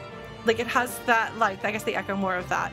Yeah, okay. So this is a great arrangement of this song. Oh my god. It's so good. This is so good. They did a really good job with this one. Yes, I have absolutely no complaints about this. It's just that Epitaph needs to be flutes. It should be flutes. If there's not flutes with Epitaph, I will complain, but that's fine. I will live with it. It's a beautiful song. I'm sure whatever they do will be lovely, but Epitaph is flutes. This is a good arrangement. So I don't know this translation as well as the Super Nintendo Ted Woolsey translation. So this is, functionally speaking, the first time I think that I can...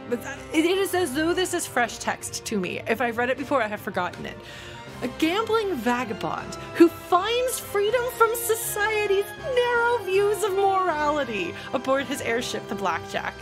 Also, his sprite is it's much closer to, like, his, like... I really love how the sprites look more like them.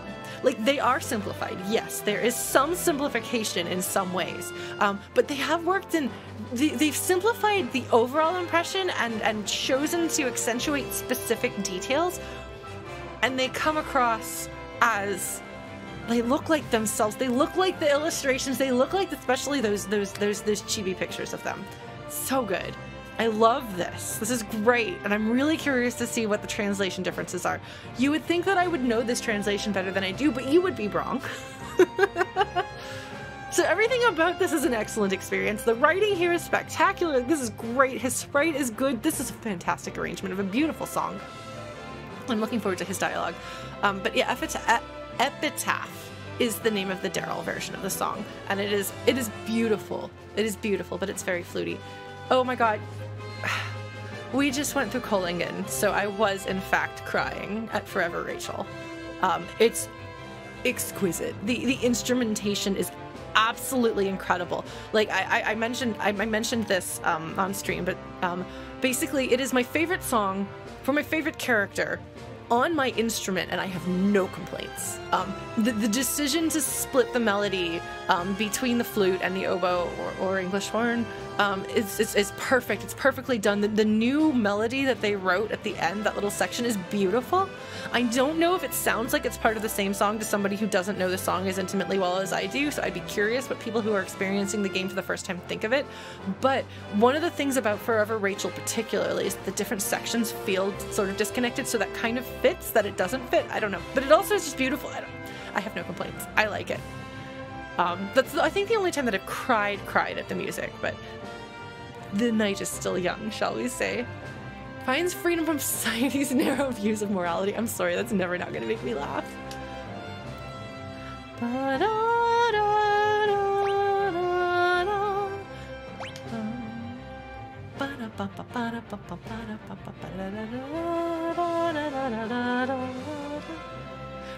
But what's something that's really neat here, so it plays this song at the very, very, very end of the game.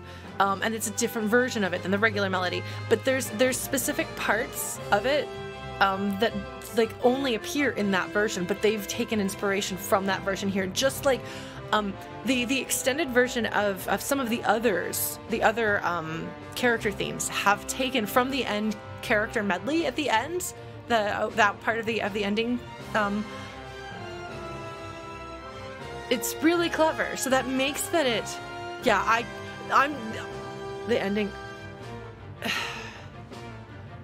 I'm just going to die on camera when we get to Dancing Mad, and there's some really interesting stuff with the strings that's new and different, and then there's the character medley. I'm just gonna lose my mind. So yeah, we had that airship. We could get into the Empire instead of a meeting with the Setzer.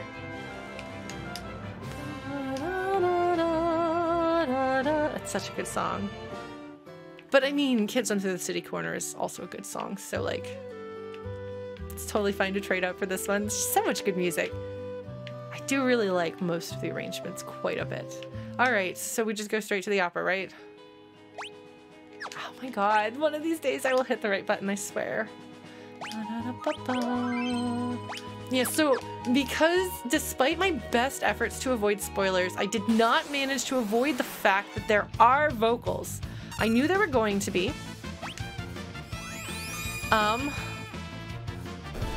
I had suspicions because a friend of a friend on Facebook was like, oh, one of my former voice students is on that soundtrack for that game, I think.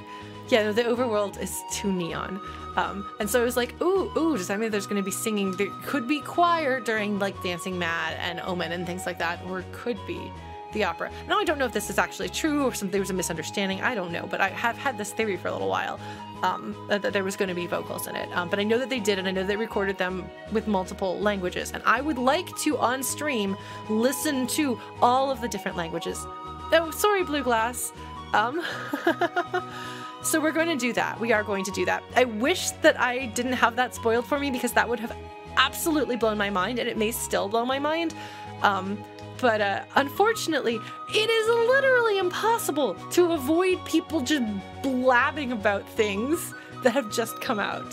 And to be fair, in that case, Square Enix was using, sorry, it's Square Enix, I've been saying it wrong all these years. Square Enix has been using that as part of their promotional material, so it's not like it's like people played the game and then were like, here's a top secret from the game.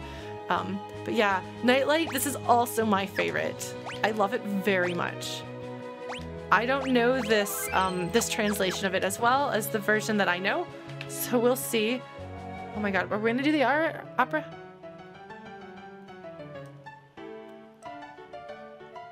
Perfect honky tonk piano for the spinach rag.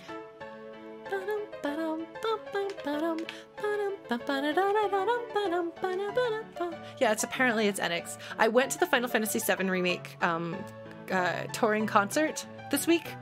Don't worry, I closed my eyes during the Yuffie song that they played, so I did not get any spoilers for that because I haven't played that DLC yet because I don't have a PS5. I should probably let folks know we're about to do the opera, because like that way they can join if they want to. To save on a different save file? I mean, I can, yeah. Yeah, I was gonna say, so it's funny because I know the original Ted Woolsey translation lyrics by heart. I sing it with my band. I've known it since I was a little girl, and I love it, and I am obsessed with it. I don't know the retranslation as well. Okay, we'll do a separate save.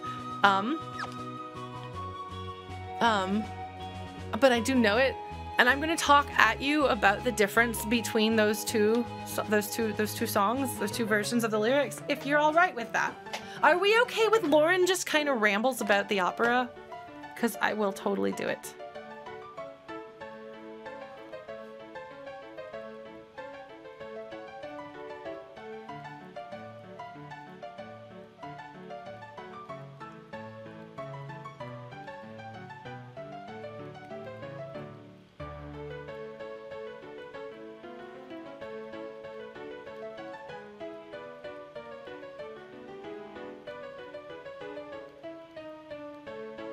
Hold on.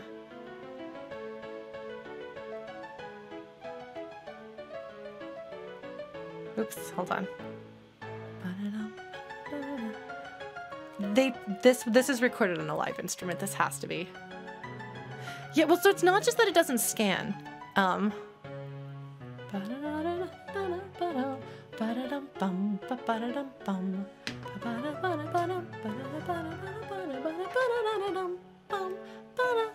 So I actually don't like ragtime very much, and part of the reason, actually I don't know if this was made worse because I don't like ragtime or if I like ragtime less because of this. My mom is a piano teacher, okay, and she taught piano at our house, which meant that I heard piano from the moment I got home from school until the moment I went to bed sometimes, and then my sister would sometimes be practicing piano when I woke up in the morning. It was a lot of piano in my life. And every single one of her students played the entertainer.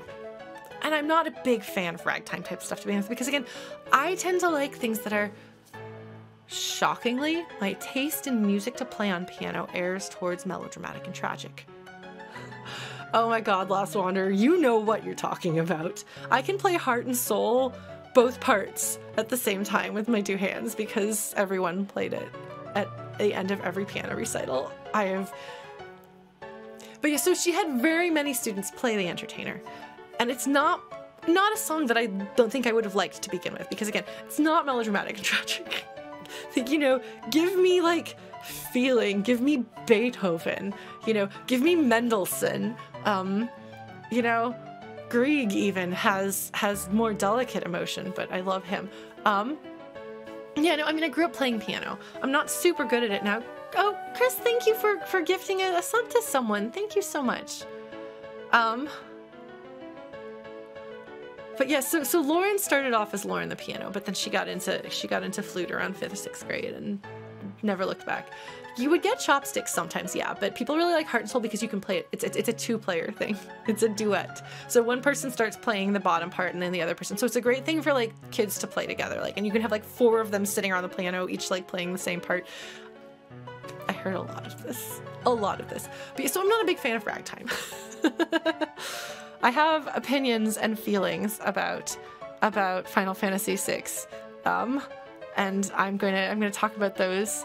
I guess maybe we can keep going a little bit so we're not. Let's dive in a little bit more. Setzer is coming to snatch Maria away. Trino's theme is really well done. It's very good. I actually love it. I think it's one of the best songs on a very good soundtrack. But that is a very valid question given this train of conversation. Is that a thing you can say? I don't know if that's a thing you can say. It was the thing I said anyway. So yes, no. Well asked, Noel Girl, but I do like Trino's theme.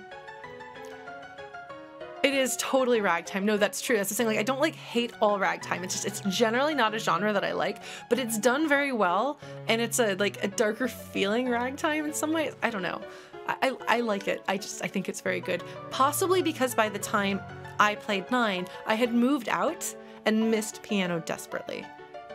Yeah, he does ragtime quite well. No, I mean, I don't know besides these two what else he's done that's ragtime, but when he is inspired by a particular style of music, he does an excellent job with it. All right, so we have options. You know what we're gonna do? We're gonna wait till we get to the lyrics, then I'm gonna talk about opera lyrics, okay? We're gonna wait till we get to that point, and I'll have my moment to fangirl. It'll be great. Setzer is coming to snatch Maria away. He loves to make an entrance. Has he done this before? We're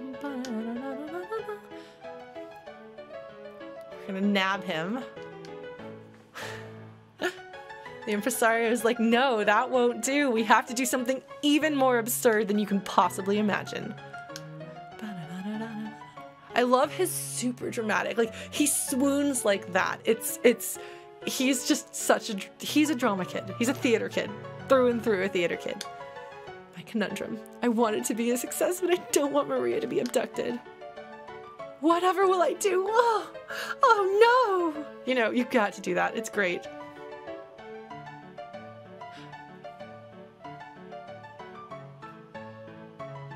Let him take her. Locke. Oh, Locke. I love that this is his idea. I made this his dumb idea too, because he comes up with it, so nobody else is responsible for that. We're gonna commandeer that ship. It's a great idea.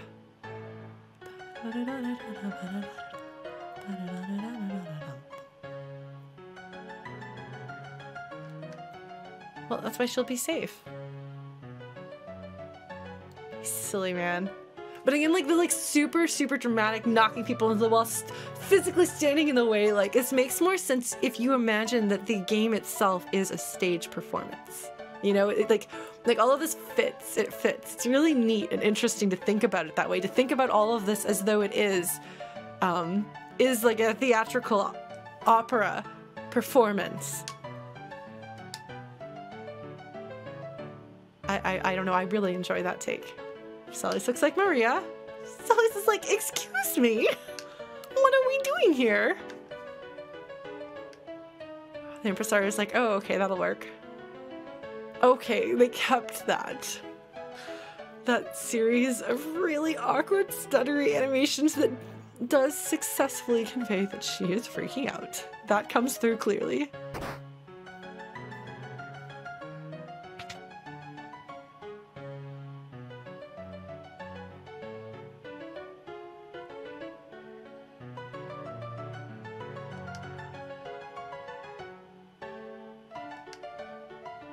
He starts laughing. That's the spirit. I think he usually says not bad. Oh my god. Oh my god, Ultros is saying y'all. Ultros should totally say y'all. No, that's great. Can we just give Ultros like a good old southern accent? Oh my god. What? I wonder what kind of accent he has in Japanese, if he has like some weird way of speaking. Gotta make a star out of you, Celes. Ultros is like, oh my god, you're not even reading my letter. I'm here trying to cause...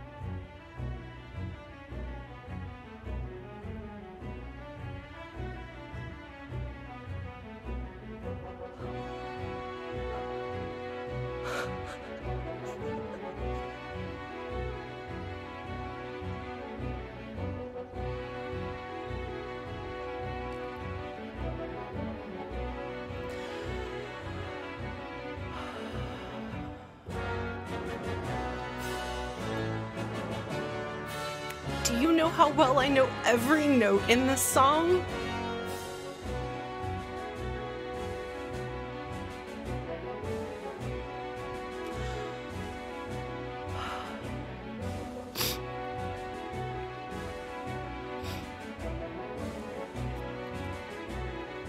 I'm sorry. I didn't realize that everyone was going to be singing. I mean, I knew that they were going to have Celes sing. I knew that they were going to do the aria.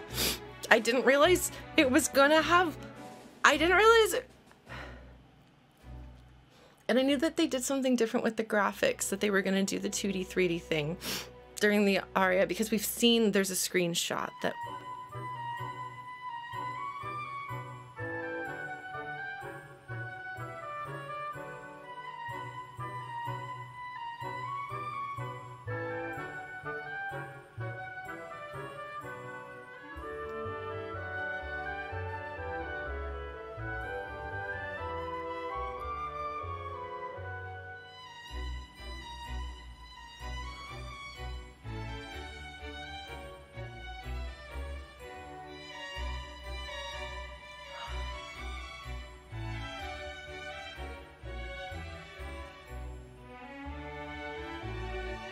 I'm pretty sure this entire section is performed live, though.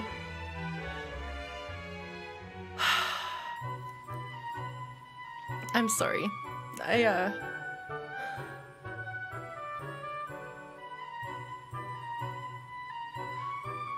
really like Final Fantasy VI a lot. I'm just gonna hug my Locke plushie and have feelings. I was gonna get a Celes, but at the time I couldn't afford it. And now I have to find somebody who might be able to make a Celes that would match my Locke. So then I can hug them both, and that's really what I need in my life. Yeah, oh my god. It's just, like, there's something in my heart that is singing along with the instruments, with every note of this right here. I'm sorry, like, you like, Lauren.exe had to reboot there for a minute. Yeah, the triangle is perfect.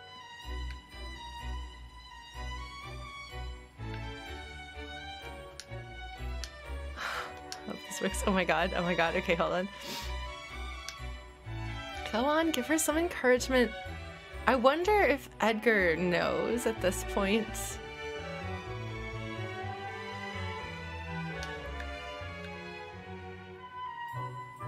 They better not have changed this line. I will be so disappointed. Let's find out.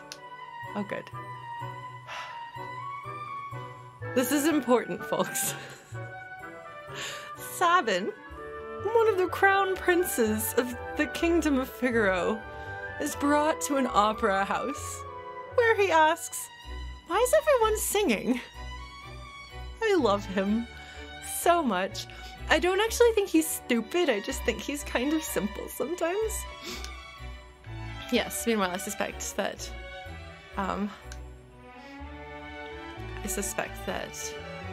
Edgar is somebody who knows a thing or two about opera.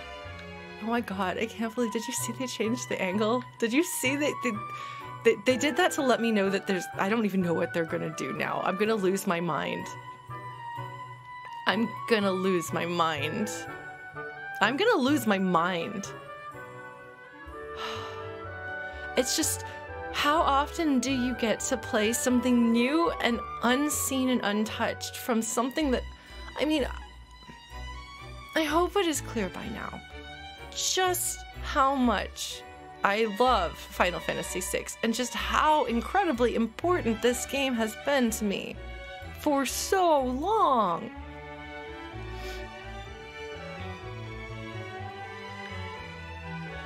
It's just very special, okay. Cause like everything here looks mostly the same, you know? The sprites are different. I really like the Pixel Remaster sprites. I've been very happy with them. But yeah, well, that actually that always happened, Amphi. That was a nice touch. That was something that they did in the original as well. When you are no longer here. Yes, slightly dynamic music. All right.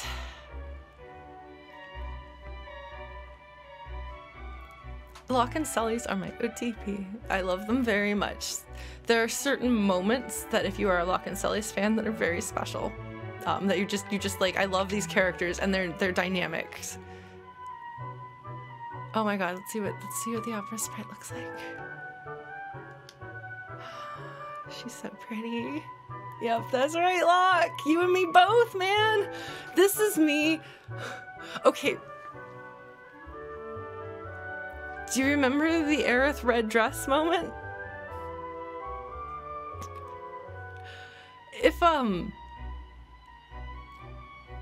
If they ever make Final Fantasy VI Remake, I refuse to be held accountable for losing my mind if they show Celes in the opera dress. That's all I'm gonna say. Okay, look.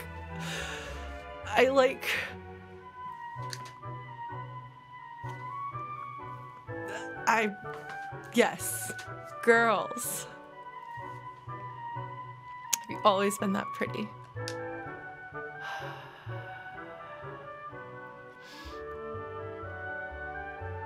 She's meanwhile like they're both wrestling uncomfortably with the fact that there is something between them, and neither one of them is really in any place to acknowledge it. Well, I lose the girls I like.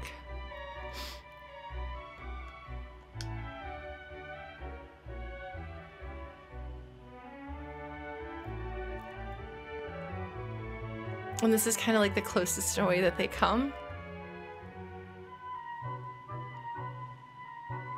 Just a replacement for her. That ribbon suits you is what he originally says. It's so good because it's such an evasion. It's such an evasion on every level. He's like, I'm just not going near this conversation that we're having. I'm not having this conversation on any level because, I mean, he takes one look at Celes and cannot hide from himself or anyone else that there is an attraction there, you know? And it's not just that she's pretty, although she is pretty. And she's asking him very pointed and difficult questions. She's asking him to explain feelings. She's like, you are acting in a way, you know, why are you doing any of this? And then she's like saying like instead of me, are you seeing this other girl? Like what is going on here? And those are exactly the questions that he most wants to avoid at this point. Especially because because of timing wise, you know, we just went through Kohlingen, all of this is fresh in his mind. Yeah, suits is a slightly more poetic, like looks nice on you, sounds much more like a day-to-day, everyday talking, which is more in line with how he's been translated, I think, in this. Like his diction has like is consistently more on a like a rough he's got more of like a rough adventurer type of talking, rather than a like riffraff perhaps, rather than a, I don't know, the more sophisticated way of talking. Yeah, he avoids it. He's less eloquent this way, I guess. To go on stage soon. Yeah, so we go back to not talking about it, but it's in the room, and neither one of them can fully ignore that it's there. And I just really like that moment.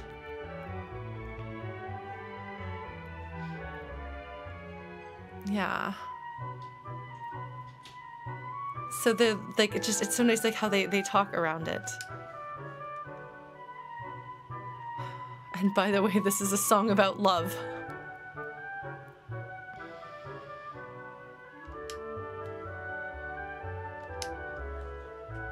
All right.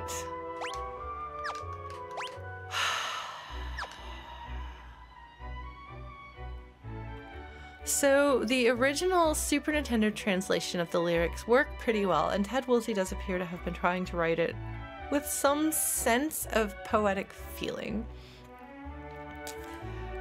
The lyrics are not very singable. They don't scan super well. That is definitely true. They don't scan super well, so you have to figure out how you're going to fit them to the line.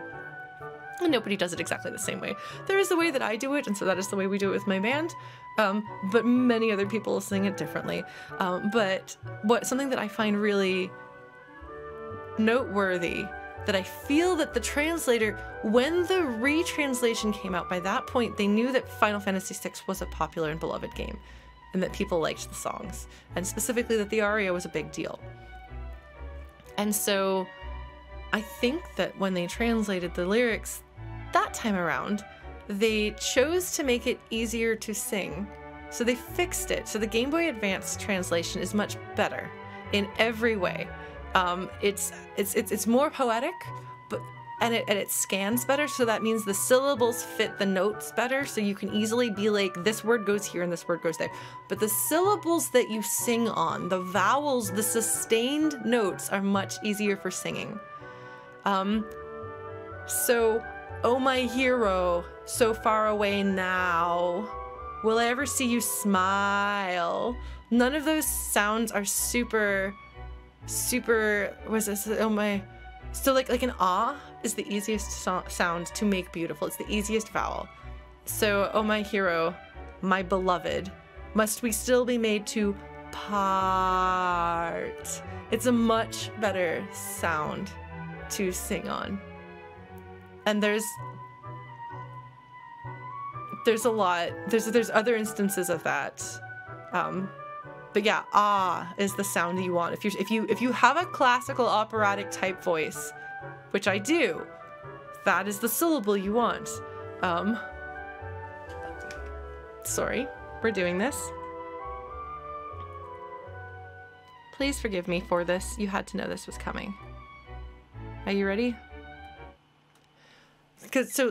Oh my hero, so far away now, will I ever see your smile? Like, the vowels don't work, but oh my hero, my beloved, must we still be made to part? Do you see? And I'm not like trying to sing it all like impressively. This is, I think, probably lower and I'm probably losing my voice. I don't know. But you can hear there's a difference there, right? God, that was like probably the worst singing I've done in a while. It's very flat. Love goes away like night into day. It's just a fading dream. E is a very, very bad sound for singing, because what you want is you want an ah.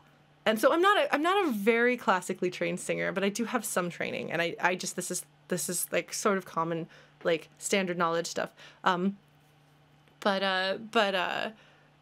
E, if you say E, your face goes like this and your lips get all tight, and when you're tight it doesn't sound as good and your mouth gets all squished, so you don't have resonance. You want a big resonant cave, and that's all. Which is why you'll have Americans sounding more British when they sing sometimes, because the British vowels sing better. They're more aw. So what is, I mean, I guess I can just go up here and check. Yes. So we still be made to part. Oh, through promises of perennial love. Because it would be of, would be how you would sing that. But you hear how it's all this ah? Yet sing here in my heart. You see, it's all ahs. I'm the darkness, you're the starlight, shining brightly from afar. Again, it's the ah. Through hours of despair, I offer this prayer to you, my evening star. See? Must my final vows exchanged? We'll see if they do that extra syllable. Be with him and not with you. Ooh, ooh, ooh is a good one too. Were you only here to quiet my fear? Oh, speak, guide me anew. Okay, yeah, so it's much easier to sing, even though at the point that they translated for the Game Boy Advance, like, how much were they actually going to, anticipating that people would be singing it live? I think at that point, the Grand Finale arranged album where they sing in Italian was already out. But I mean, we didn't have Distant Worlds, so we didn't have people singing in English with official Square Enix permission. Yeah, so like, it's really, to me, that's very interesting. It's funny. So when we were in the studio recording this for my band, if you can connect some dots here and you'll know what I'll be debuting on my stream when I make the music video. But when we were recording this in the studio back in the day, because we've been working on the album for a while, I demonstrated for the recording engineer like the lyrics that I had been singing for him, and then the retranslation. He's like, why are you not using the retranslation lyrics? They're so much better for singing. And I was like, look, because these ones I know and I love them, I forgot that they redid the, oh my god. Okay, sorry, just a moment. Anyway, but the Super Nintendo lyrics are the ones that are engraved on my heart and always will be. But anyway, yes, that is what the Undertale section, the Undertale opera, is referencing.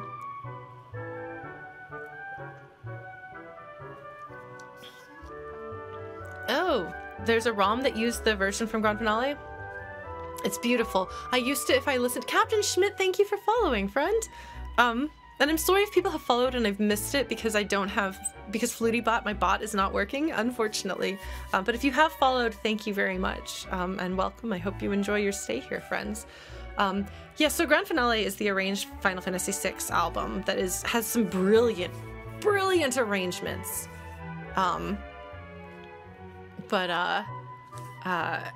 That was track 11, I believe, on it was the aria, or maybe there's 10, but I would not be able to talk while it was on. I would listen to the CD while I'd be working on homework or whatever, and then I would get to that track and I'm just like, I'm just gonna sit here, I can't do anything but listen to the music. I think it was track 10 and I think it was 11 minutes long. The way that my band does it, I go up at the end, like it goes to like this like big ridiculous high note. If you want, I can, would you like for me to sing the opera for you right now? Opera was track 11, okay. Maybe I'm confused. Maybe it's like 8 minutes long. I don't know then. I knew there was an 11 involved somewhere. Would you like for me to sing the entire aria before we do this? Shall we? My band's version. Would you like to hear me with a backing track and I'll put on I'll go to space? I don't know if that's, I don't know. I really like it. I really like this. Okay, fine. We're doing it. Okay. I'm gonna do it. My roommate will deal. She'll be fine. She's very kind about this. All right, folks. We're just gonna have to deal with the fact that we're doing this. Hold on. Again, my video game cover band is called The Returners. All right. Oh my God. Please forgive me.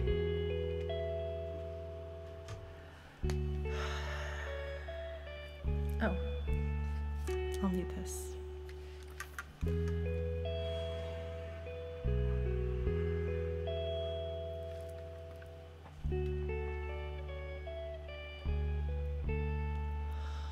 Oh, my heroes, so far away now, will I ever see your smile?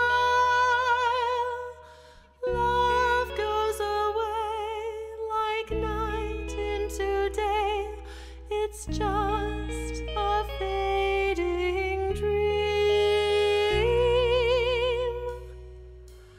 I'm the darkness, you're the stars, our love is brighter than the sun.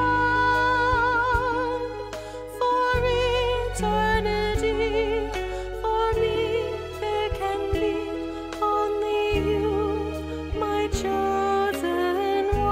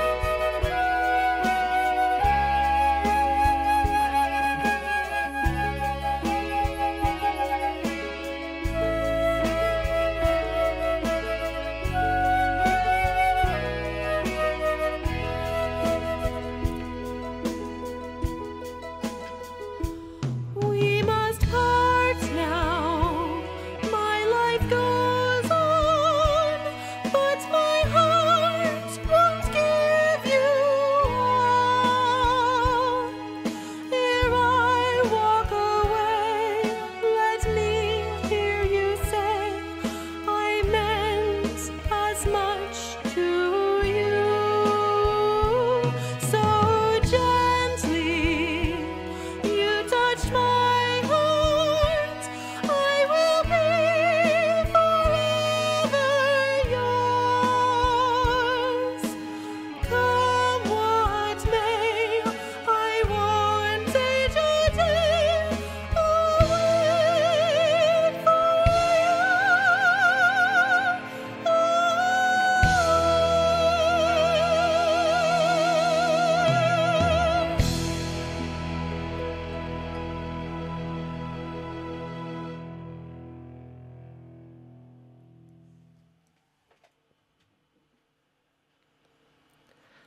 All right. I know that most of you have probably heard that before many times, because I think mostly the folks that are joining us are mostly folks who know me and have followed me for a while. But for anyone else who is joining for the first time and maybe hearing that for the first time, yes, that is the Returners performing Aria from Final Fantasy VI. More on that later. I'm actually shaking because I know that I'm about to hear a version of this song that I've never heard before. And I've heard many versions of this song over the years, you know? And created my own in more than one case. But yeah, so that's that. I'll just what I need to do is I'll dress up as Locke, and I'll get a girlfriend who dresses up as Celes, and we'll just have to sing it as a duet somehow. I don't know. I really love this so much, folks. Oh no, Gat, did you just miss? I just sang it for everybody. I just sang the aria with my band's backing track. That's all right. Welcome back. Welcome back. Yeah, let's go ahead and go for it.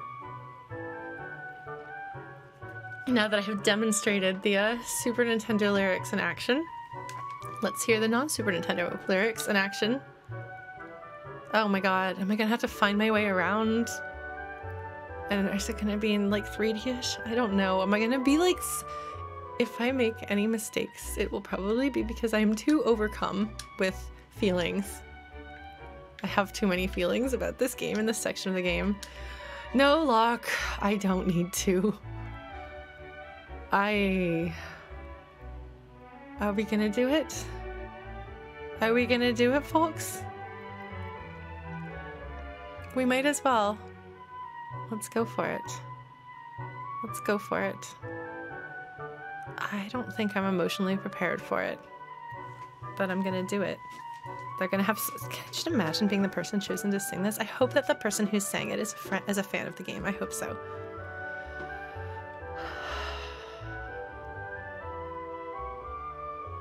All right. We can do this. We can do this.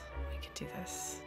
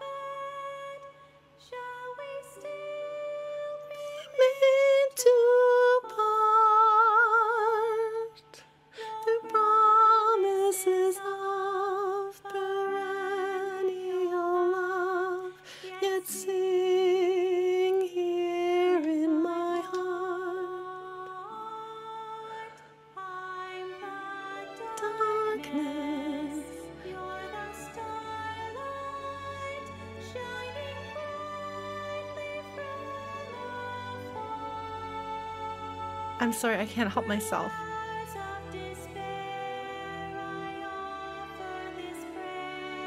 To you, my evening star. Must my final vows exchange? That did it.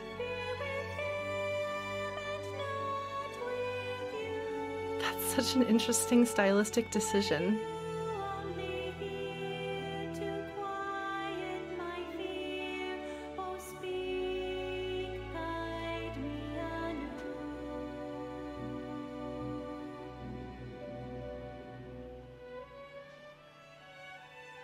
That's such an interesting decision. She sounds a little auto-tuned. But they made her sound like Celes would sing instead of like what would be the most beautiful thing.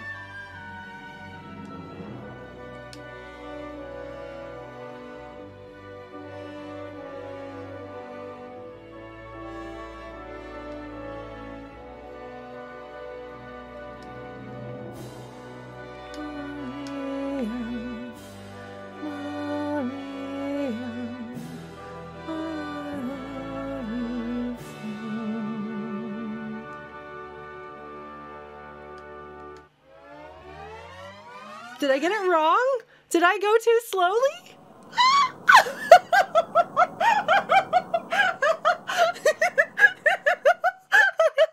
sorry. I haven't failed the opera since I was a small child. I'm sorry. Hi, everybody. Welcome. I was too distracted.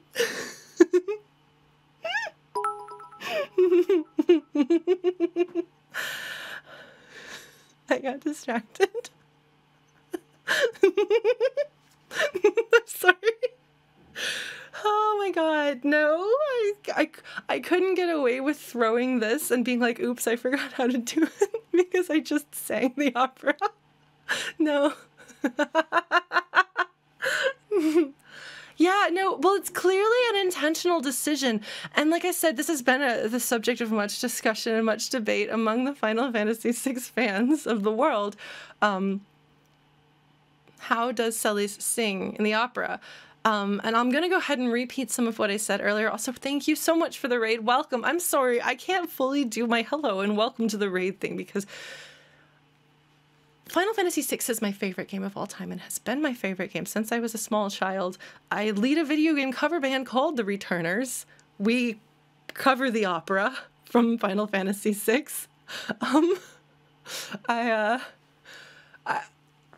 Locke and Celes are my favorite characters of all time. I've written 165,000 word and counting fanfic novelization of the game. So like, I really...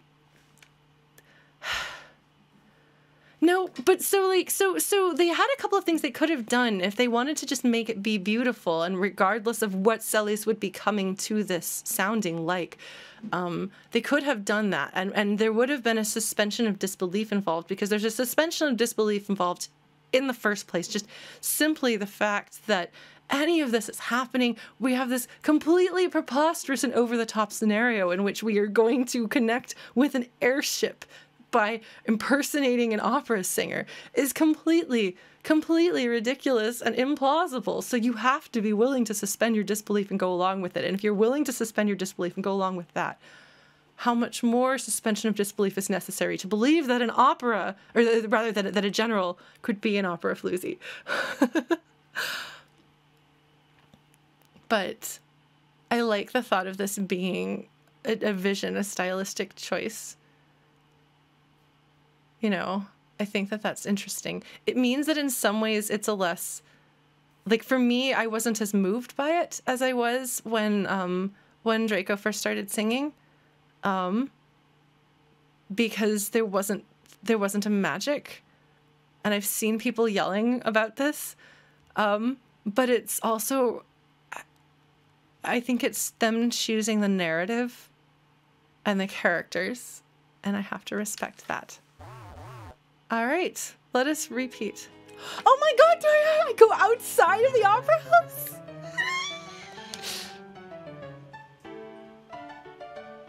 If you mess it up multiple days in a row, oh my god, if you mess it up multiple days in a row,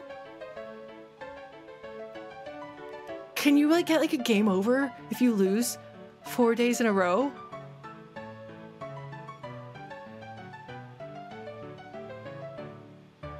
Oh my god. I don't know if I could bring myself to do that even for science. Oh my god, that's amazing. Oh my god. All right, Celes.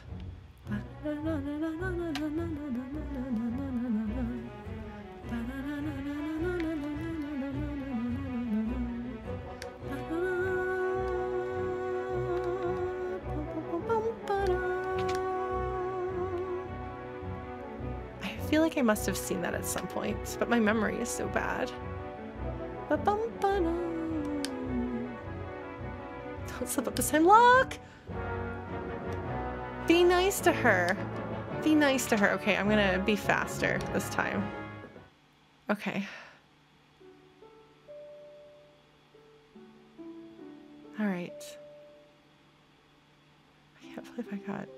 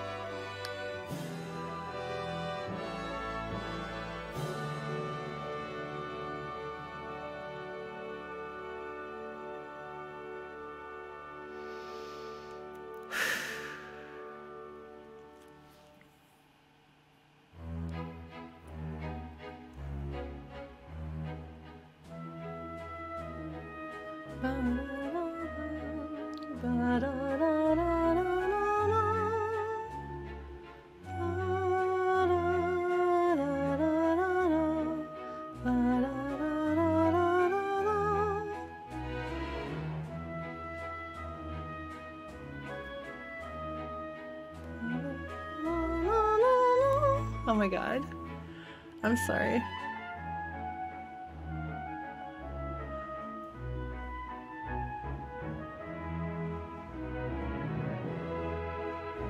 I'm sorry, Oh, the bass line's different there. Some silly fluting.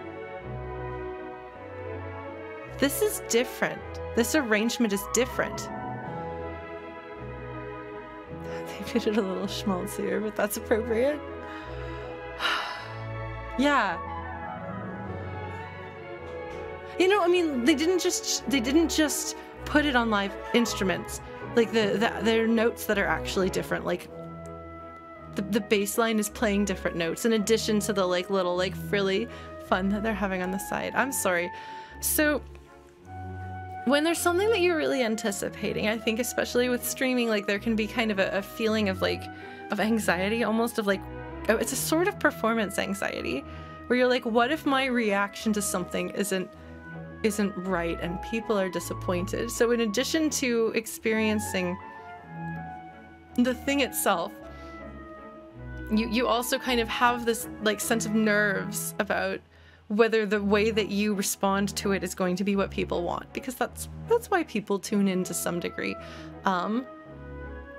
Obviously you folks are here because you're all right with listening to me talk, and I apologize to everybody who raided just at the moment. If any of the raider folks are still here, welcome. Please settle in. We're gonna talk a little bit here, if that's all right with you, and you'll, I think, get a sense for how we do things here. But I admit, like, I think there was I felt a lot of pressure, and it's a strange thing, because the part prior to, like, when you first come in, when you first hear Draco sing, I didn't realize that was going to happen, and then they changed angles, and I just couldn't. I talk a lot. If you are new here, buckle up. The chatty tag on my stream is a caution as well as a tag. But I was speechless.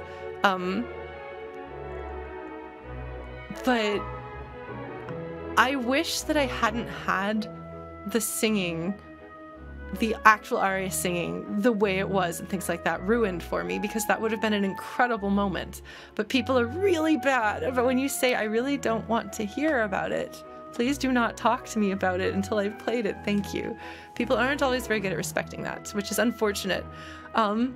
Yeah, Final Fantasy VI is an incredible story with, I mean, just like, look, those of us who love this game dearly and have loved it for a long time, look at how many years later we still are so moved by it.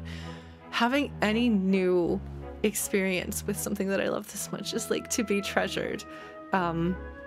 It's incredible. So is the English language version the only one where they chose to have an amateur singer?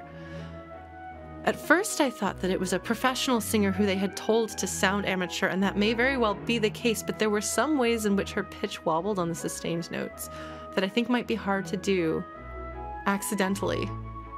I think it's a really neat decision. I can understand it's a risky decision to take because people have expectations, but she has a lovely and sweet voice. It's interesting because it's not what I would have expected for Celes, but I like it. Well, enjoy your lurk, Matt, and I hope you have a good afternoon. Oh my god, the ridiculous little floofy flute parts happening is great. But yeah, no, I would love to hear the other languages versions, and we can pull up, I think, on YouTube to listen to, or we can play through them, although I would have to, I guess, get through some dialogue in other languages, which I do not speak. So we'd have to trust how well I remember what order things are. But I would like to hear them. I would like to hear a professional non-opera singer told to sing less professionally. I could see that. Yeah, I wouldn't picture Celes as having a sweet, soft voice. Terra has a sweet, well, how's this?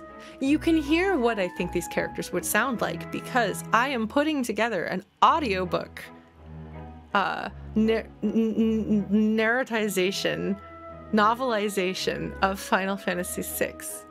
And I have cast people as the characters. So you can actually hear what does Lauren think these characters should sound like. So I have cast Celes and Locke and Terra and the Figaro brothers. So I mean that's where the Chrono has shared the link for the text version of it. Our bot is down, so my mod Chrono is stepping up to be the mod, or to be the bot for the day. Thank you, Chrono. You deserve a bot hat. I don't know what that would be. I mean, I played this game when I was 10 when the game came out. I don't know, she has a slightly, the original oh sounds a little bit deeper sounding and has a different fullness to it. So shall we listen to the other language versions on YouTube? Or should I try to play through it? Because I think I've seen there was a YouTube video somewhere that has, I think I saw this YouTube version that has different versions. Well, I am of the age to have played it. Oh, the audio is a bit off on the YouTube video. Okay, because I really want to hear. So if you folks will stick with me while we do that, my poor laptop will start taking off if we open. Well, no, hold on.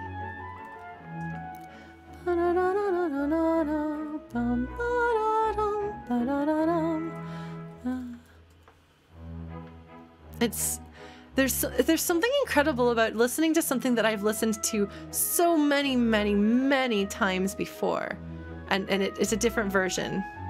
All right, we're gonna do this. Hold on. Remaster opera.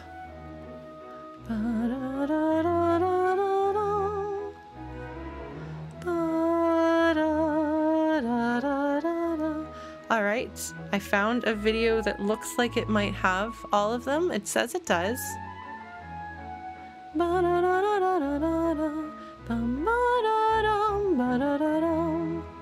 All right, Axel has, yes, the hour-long one. That's what we're gonna listen to. I don't know that we're gonna watch the entire hour-long thing, but I'm going to go ahead and mute the game, if you're okay with that.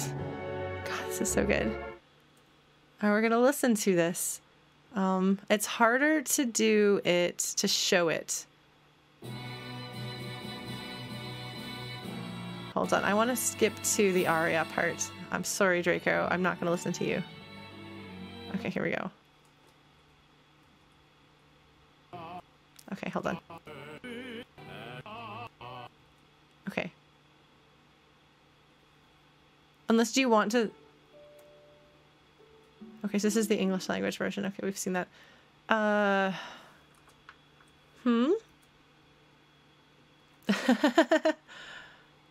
Which is your favorite scene, Hibiki? You don't have to worry about spoiling me on this game, unless it is something that they have changed for the Pixel Remaster, in which case please do not tell me because I haven't played all the way through the Pixel Remaster. But if it's a spoiler for the story of the game, rest assured, I am quite familiar with the plot of Final Fantasy VI. Let's see if we can do, does this work?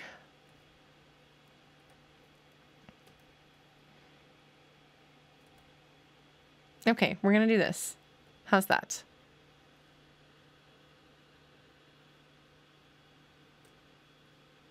Oh, is it the Solitary Island? Okay, we're gonna watch this. How's this? Here we go. All right, we're gonna skip the English version because we just watched that. Let's go to the Italian version, get past Draco. There we go.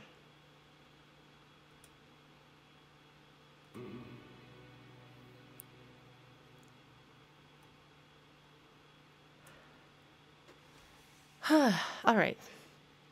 Hopefully you'll be able to hear this well. What language are we watching? Italian, okay.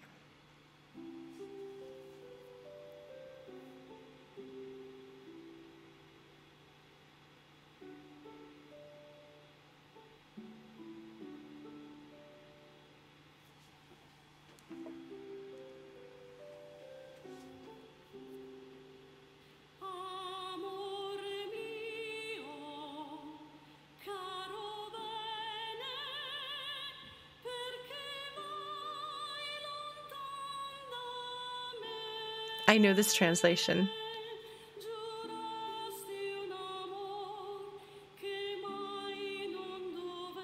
I think.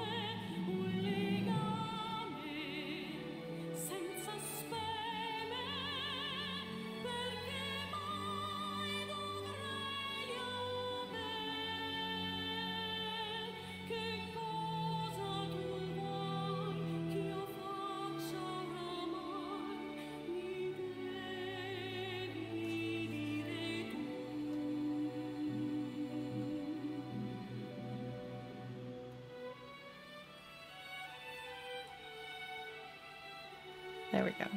Yes, Aerith's theme definitely has similarities to the beginning harp of this.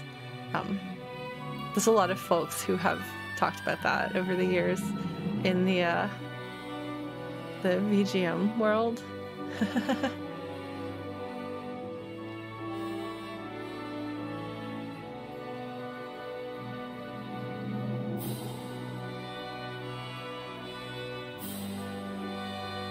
Her voice, it sounds like they had careful direction to not sound as professional here too, but not quite as extreme as with the English singer.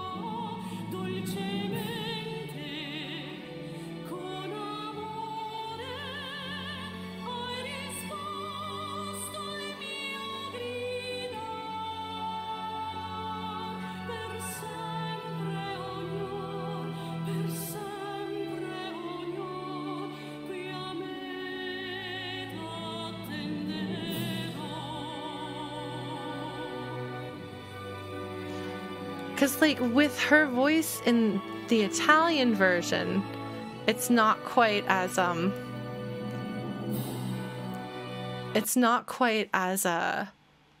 it doesn't feel like a full, all-out operatic singer performing at the height of her power.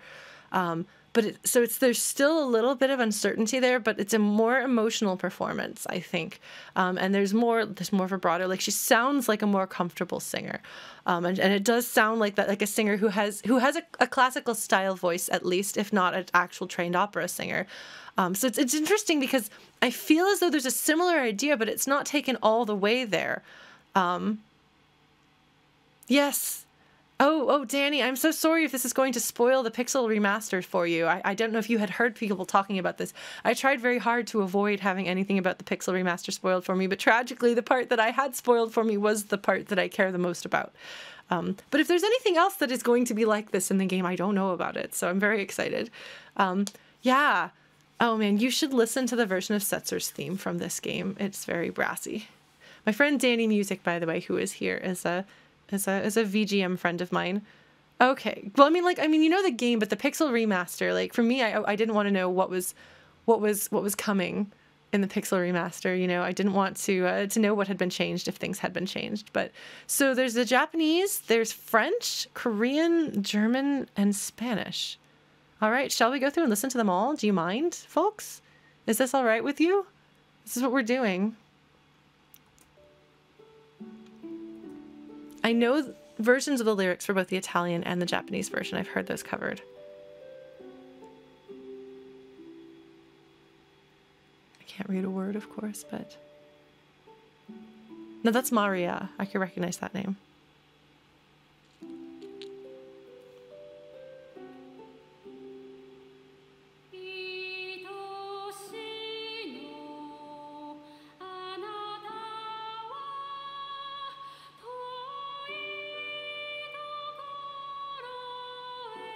it's the same exact direction.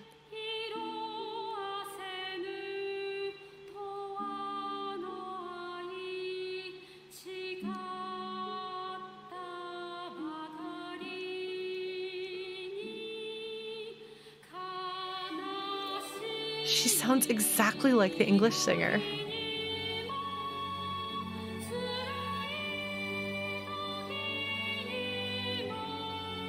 That's some clear direction.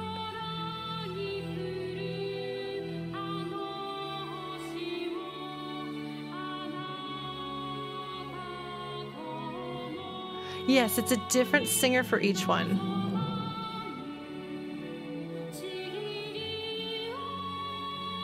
These two sound very similar, but the Italian one was definitely a different singer.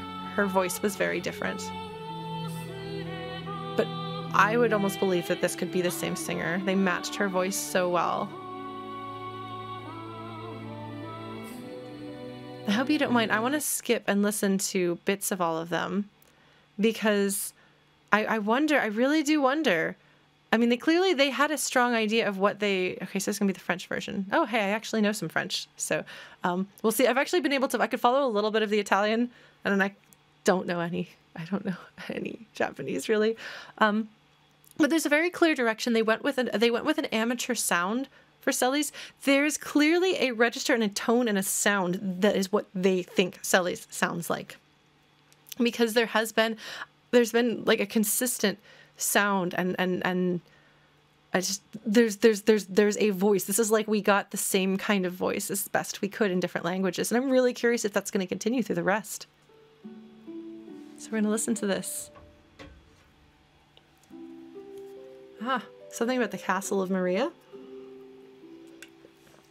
Obligated to marry Raus, the prince of the army of the east, she thinks always of... Sorry.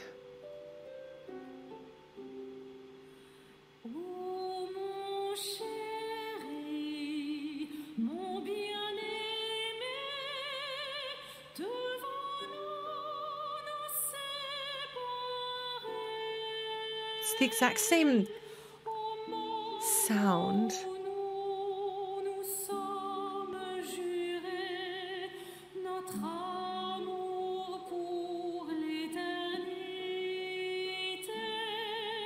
But she's using too much vibrato to match the other two.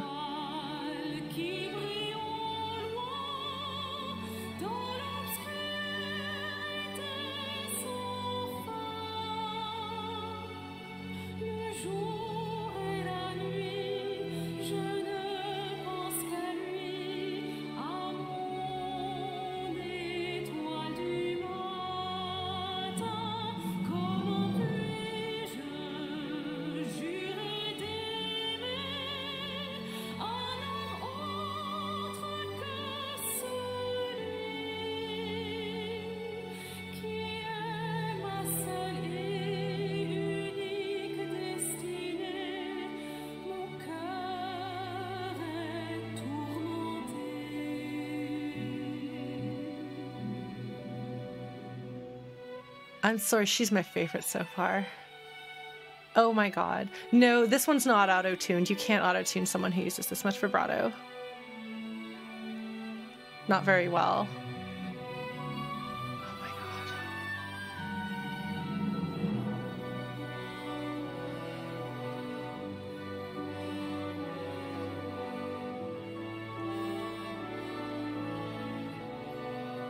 No, when they cast them, they had a particular tone they were looking for.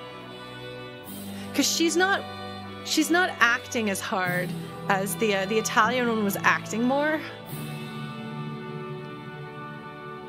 This one is just enough.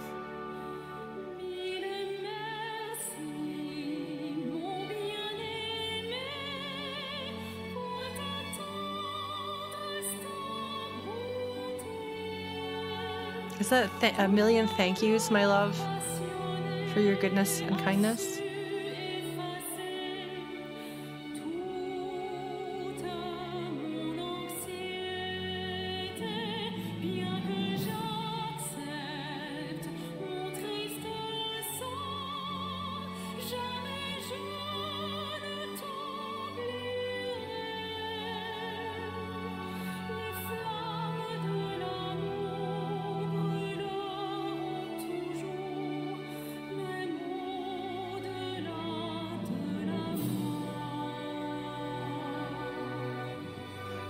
think I'm a little in love with her French singer.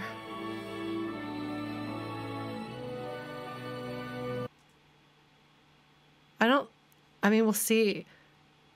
I love her take on the character, too.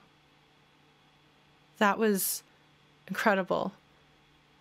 And I'm wondering if there's like some, I don't know, like cultural expectations of what singing would be that might affect some of these.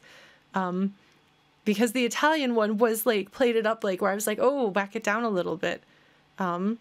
It does feel as though the English and the Japanese received a particular voice direction of you will sing less singerly, you will not sound professional, you will not sound like an opera singer, and the others don't seem to have gotten that, which is a very interesting choice, and I'm not sure why that would be. Yeah, Danny, have you heard the English singer? She sounds like an amateur singer stepping up into a role that she doesn't have the training to do. And she's trying very hard to make sure she hits all the notes and sustains everything. But it's clearly an intentional stylistic decision to make it suit Celes and the situation that she's in. And the Japanese one had the same kind of sound, which is really interesting.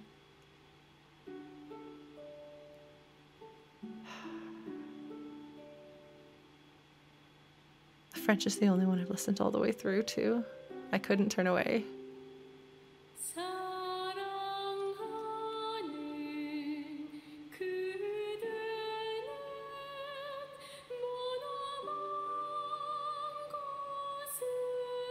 She's holding her voice back.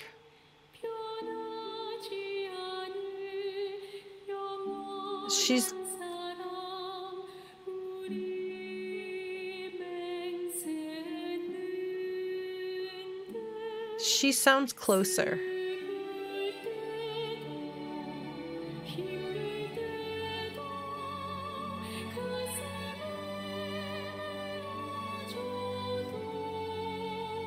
Her voice is really sweet.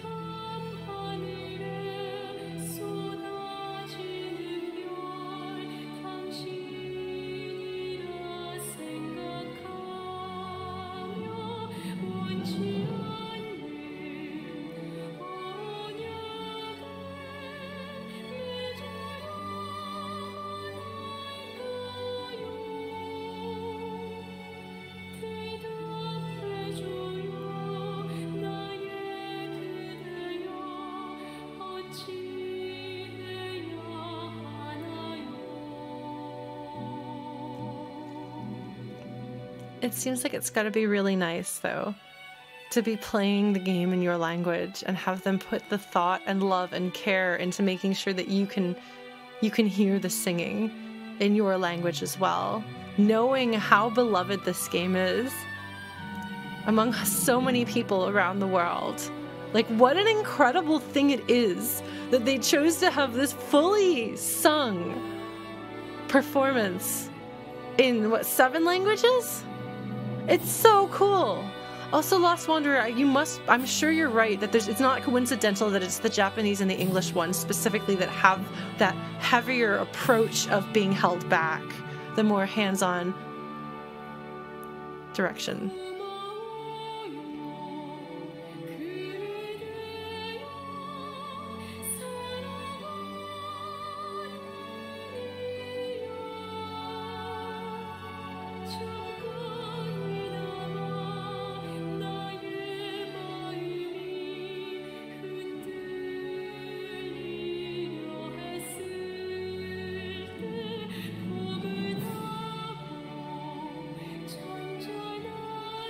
Because she sounds like she's holding her voice back.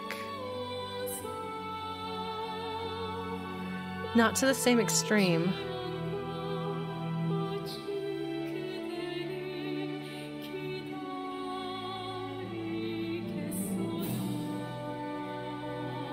But it feels like she was given the direction. Really, the only one who hasn't seemed to follow that direction at all so far was the Italian one.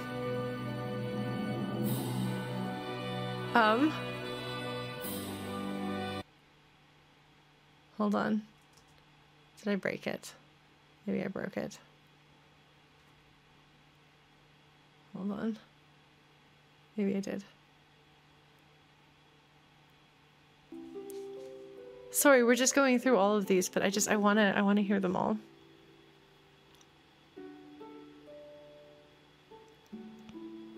So German and Italian culture both have, like, that's like where like great operas, like,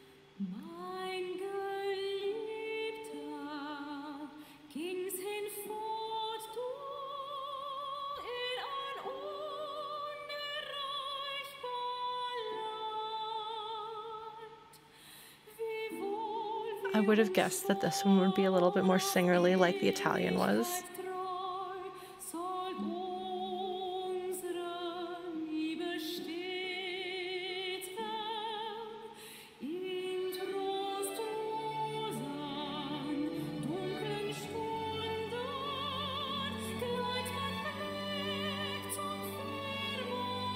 And I wonder if that's because culturally those are the homes of opera, so to speak. If that makes sense. I've known like 3 words in this one. I mean, I know that because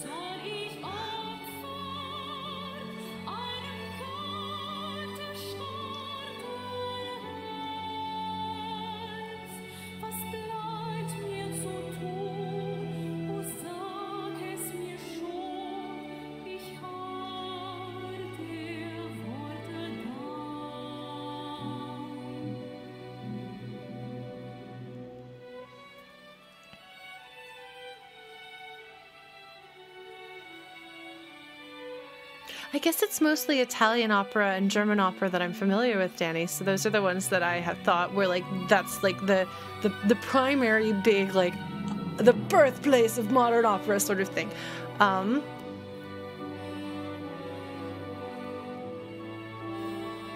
Because it does seem to me like specifically it's Italian and German that have the most operatic singers in this version.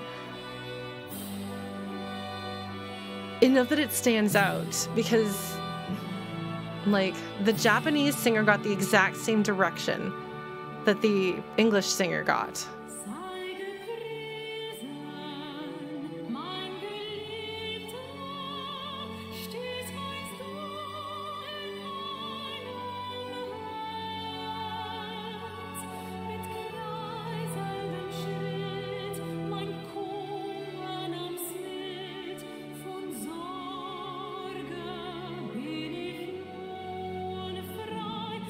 Spanish.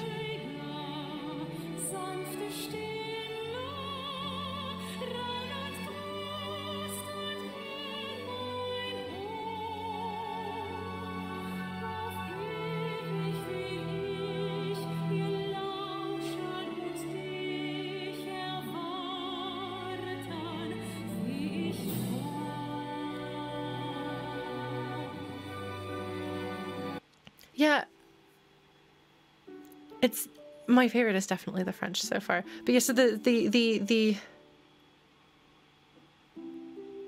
thing is the Italian and German singers don't overdo. Like, they're not to the degree of overdoing it.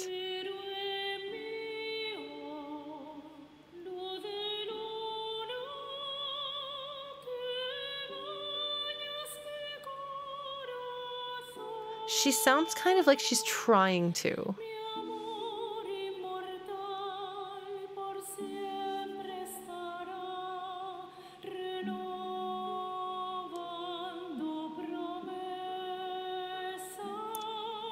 She's trying to fight her tendency to have vibrato.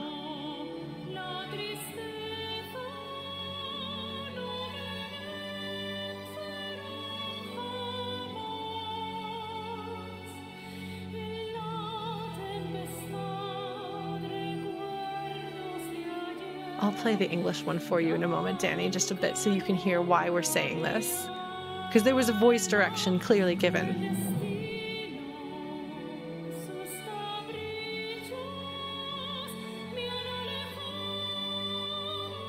She almost sounds like a Disney singer, the way she...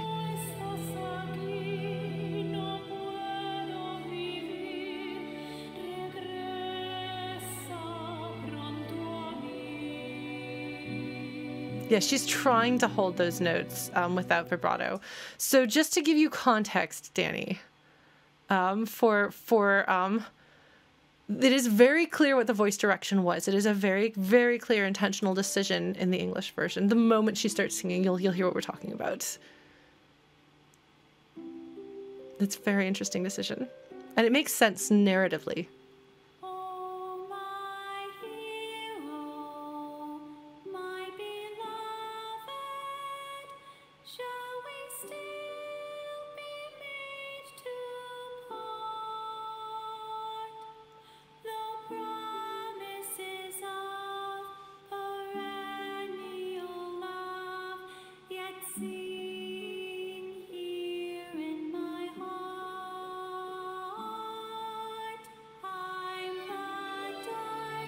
I figured out why I don't like this one as much.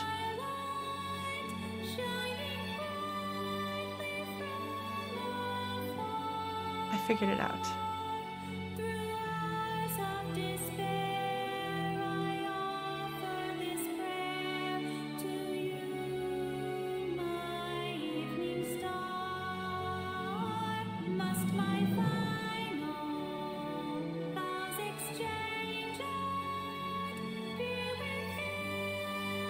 Drink some water, because I'm going to talk in a moment.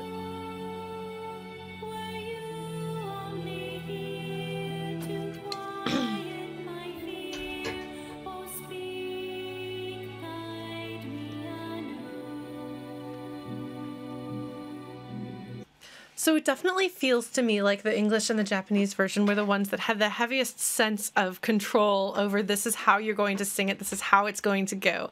And you must sound like an amateur as much as you can. And whereas I think the others had a lot more, which is interesting because I would imagine that they would have that direction and they would be that particular if they, I don't know. But my problem with this is not their decision to make her sound like she's an amateur singer. It's the fact that they've given her a voice like this. And the other singers don't necessarily have a voice like this. And I can't quite tell for sure because I don't speak the other languages, so it's possible that I'm just not picking up on the fact that they put on a cute girl voice. But Celes, in this version of the opera, has a cute girl voice, which is a voice that in the 90s and early 2000s, when you were in high school, if you had the cute girl who sat at your lunch table and watched a lot of anime, she would put on this voice and talk like that. And this singer is not quite to that extreme, but she sounds more like that than like a grown woman singing a song. Do you hear what I'm saying?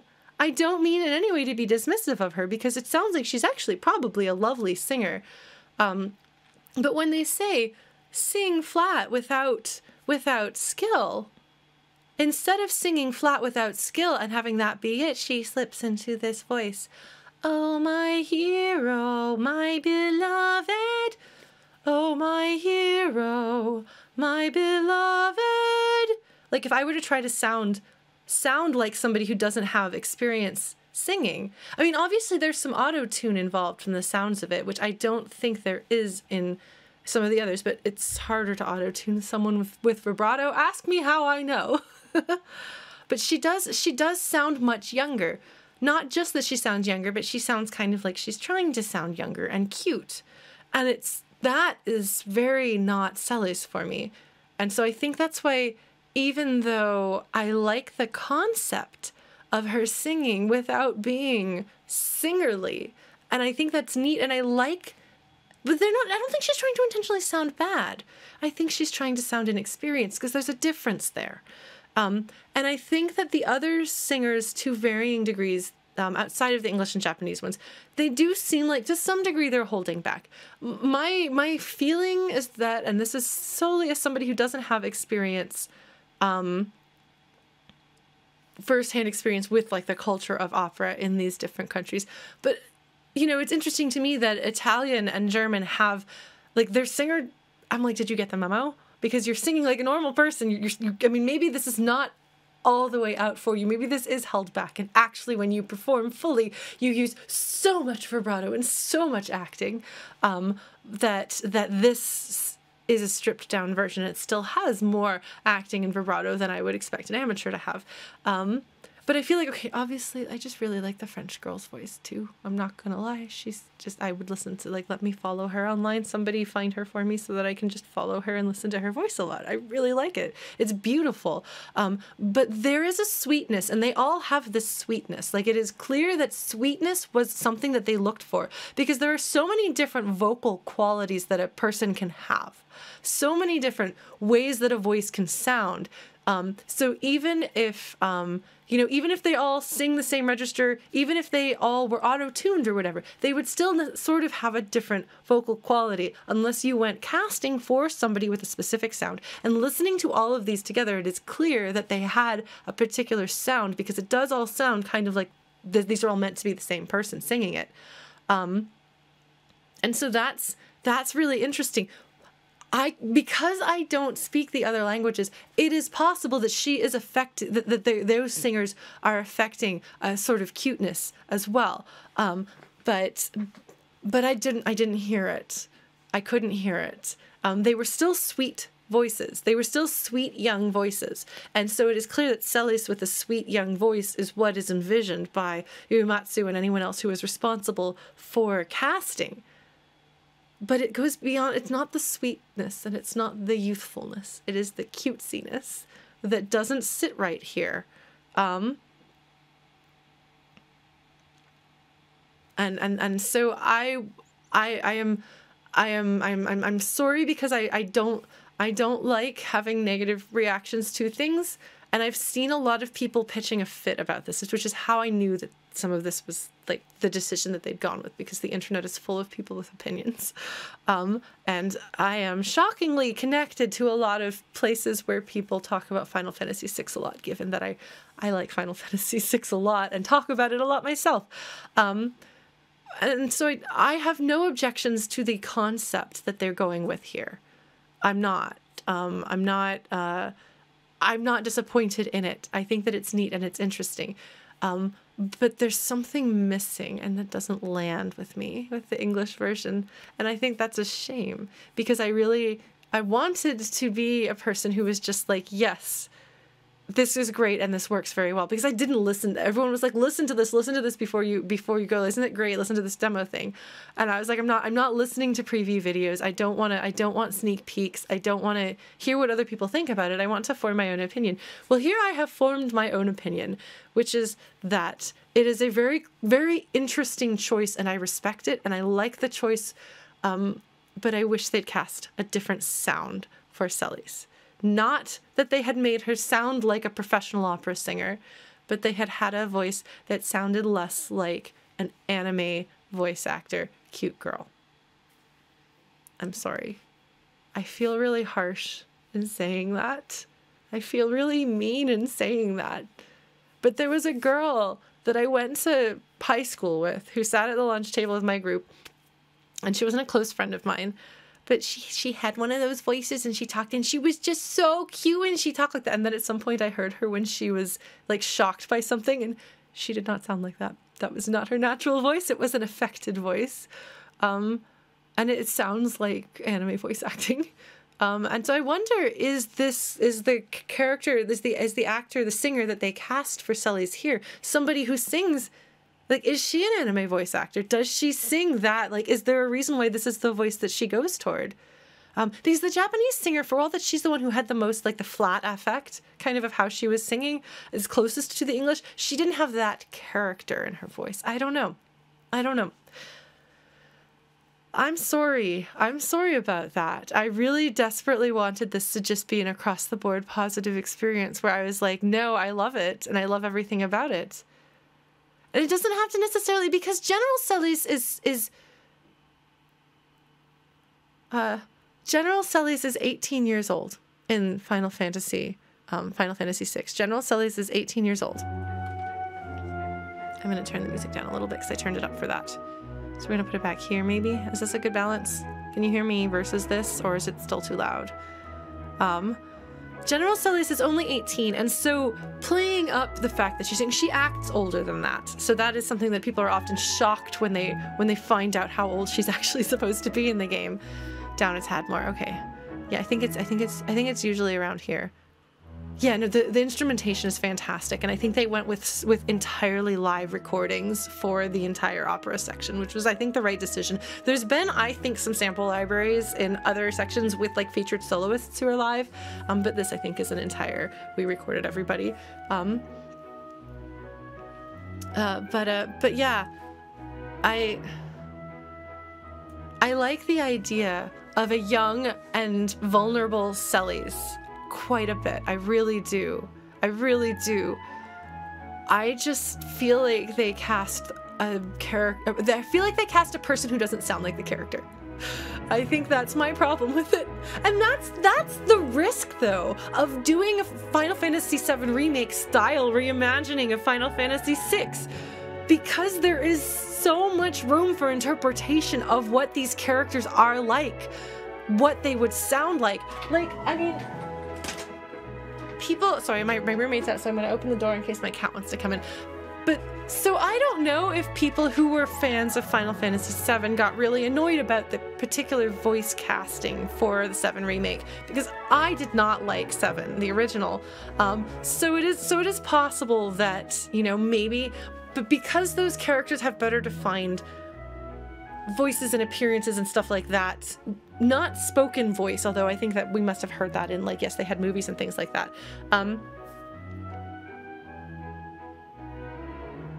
Yeah, well, I mean, the thing is, Danny, they've straight up said, there's an interview with Uematsu in which he says that they made an intentional choice to have Celes sound amateur. Like, that is clearly the direction that they've gone with, and people are mixed about whether they think that that's a good idea or not. Personally, I think that's a fine idea, and I like the way it's executed a bit better with some of the other singers that they have who didn't quite hold on to the who clearly were not as held back with such careful direction, because they have more vibrato and more singerliness to them. I don't know vocal techniques quite well enough to identify exactly what it is that some of them are doing that sounds more like a professional opera singer, but it's definitely, that's what they did. And I know why they did it, and it makes sense, and it's something that fans of Final Fantasy VI have talked about, is how does Celes know how to sing an opera convincingly enough. So Uematsu has answered that question for us. The answer is, she doesn't, she can't. Which is kind of neat. The other versions had more vibrato and more like acting and things like that, to some degree, but the English and the Japanese were very, very pared down in that. I wish that they had cast somebody that sounded more like I think Celes should sound, with more dignity that I think Celes should have, with more strength and less cuteness. For me, Terra should sound cute, and so I have actually cast people as these characters, and I have directed my Terra to sound a little cute. And so she puts on a little bit more of a cuteness, not all the way to cute anime fangirl, but a little bit more cuteness as an intentional directed decision. Whereas like my Celes has a kind of like darker, deeper voice. Not like a deep voice, but she's got a bit more like roughness and darkness to it, because I feel like that fits her. And that doesn't have to be the direction that they take. I just am a little puzzled by the direction that they did take, because it is not in keeping with her. It sounds like an anime voice dub. It does. And so I do wonder, has Celes's voice actor, is she an anime or JRPG actor? Because I feel that modern JRPG acting frequently is in line with anime voice acting. Like there's like a style and a feel of that. I mean, I think the Final Fantasy VII Remake voice actors are incredible. Like, they brought so much life to those characters. Like, I can't imagine them sounding any other way now. I mean, but again, I didn't have that prior attachment to the characters generally. They did change one voice that I knew from somewhere else, and I found that very jarring, because they made that character sound much younger than I was used to that character sounding, and it was a strange decision that I wondered about.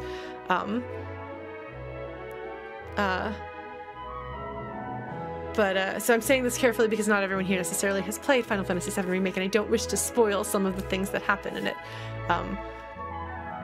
But yeah, so So Final Fantasy VI.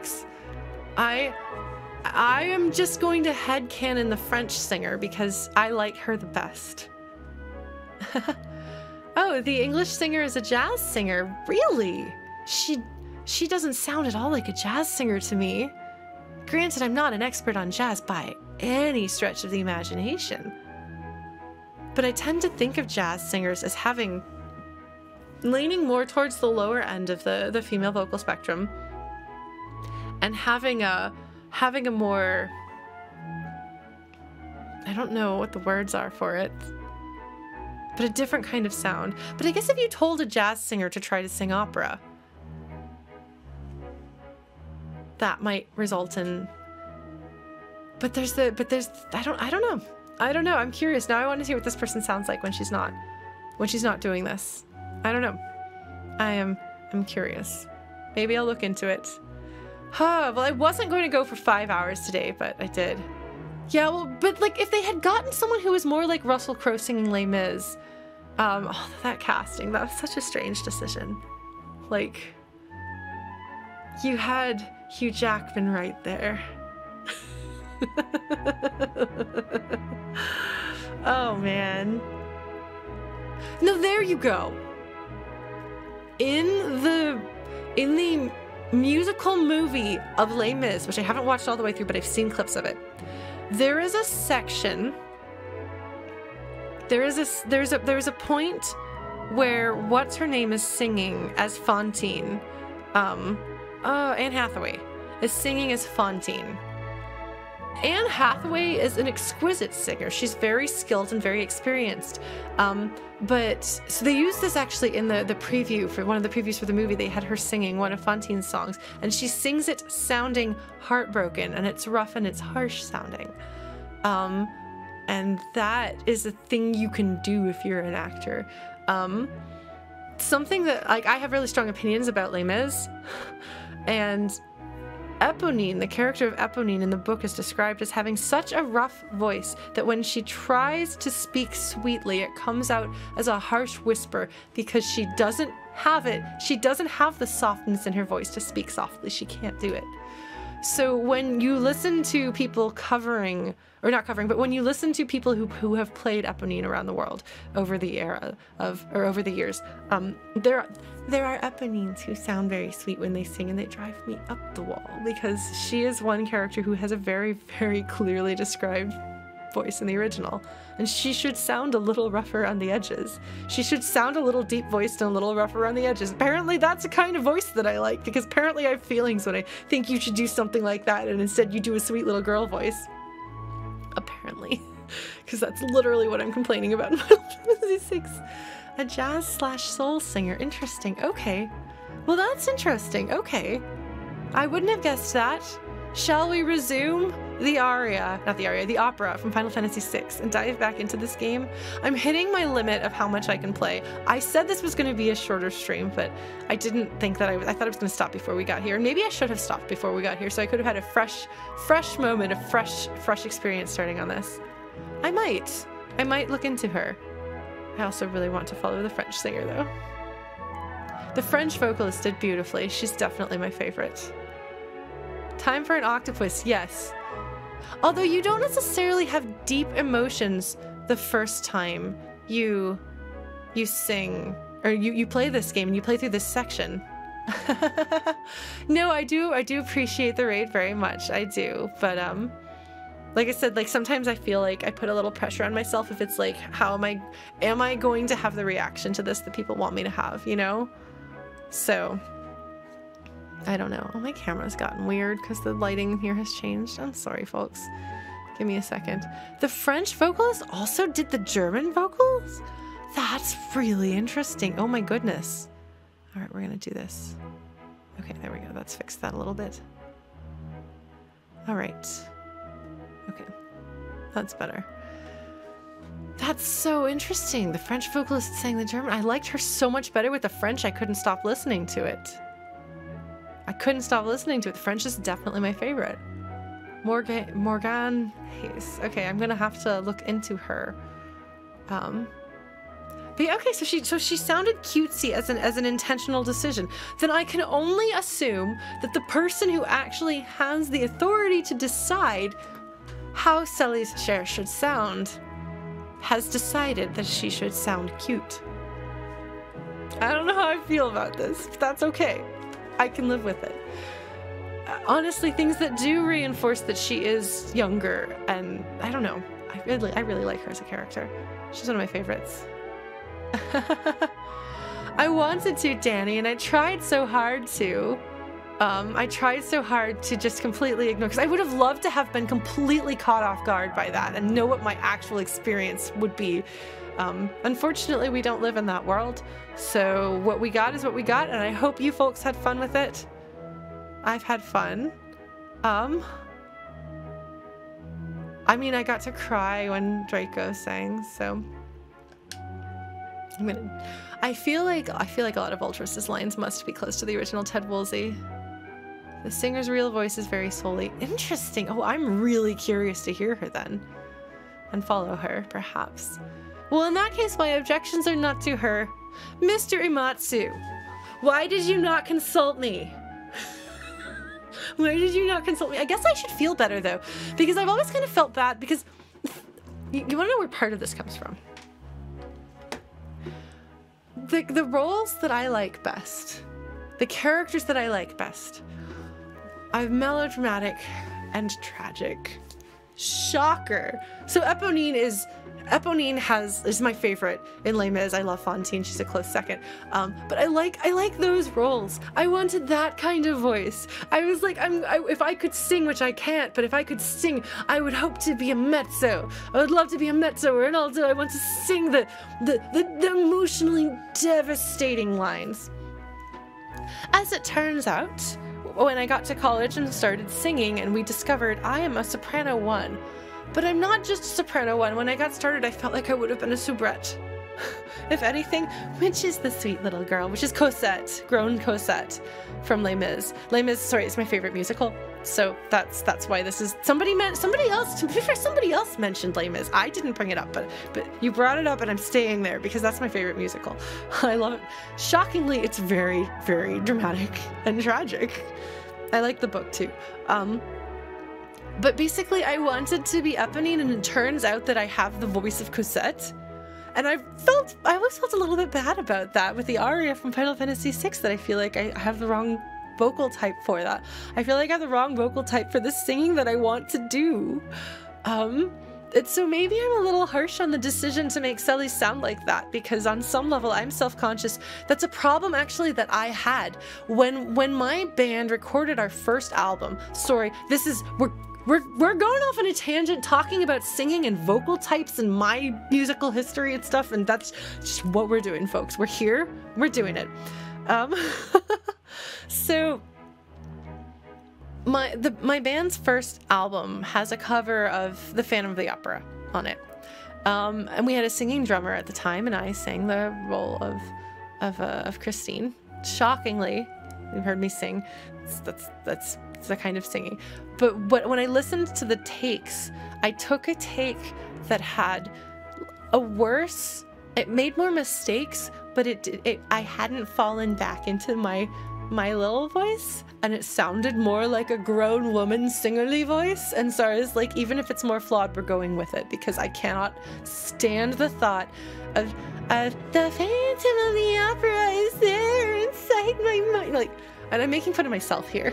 So, as is so often the case with human beings, I am most critical of something because it reminds me of the things that I'm critical of in myself. And so I've been told that I have a Disney princess type of voice, and so I'll sing songs like Pollyanna, which are very sweet little songs, and I keep trying to sing songs that aren't sweet. But the things that fit me best are sweet little girls, and I don't want to be that, and Celes shouldn't be that. But okay, you know, maybe Celes and I are both cursed with sweet little girl voices, but inside we have the tortured dramatic soul of a tragic opera heroine. That's my official assessment of the Final Fantasy VI vocals. I don't know if I do, actually. Yeah, anyway, follow me if you want to hear me sing those songs. Oh no, I feel so almost embarrassed now. It's like my true self has been revealed. Right, well, Magi, thank you for following. Is the second part of your name a reference to the War of the Magi from this game by any chance? Better tell the Impresario. There's not only is your opera about to be interrupted by a wandering gambler, but also a talking purple octopus is on the way. Oh, it doesn't have any flavor text for that. I'm sure I've tried to do that many times in the past. God, this is such a loud controller. It's like click, click, click, click, click, click, click, click.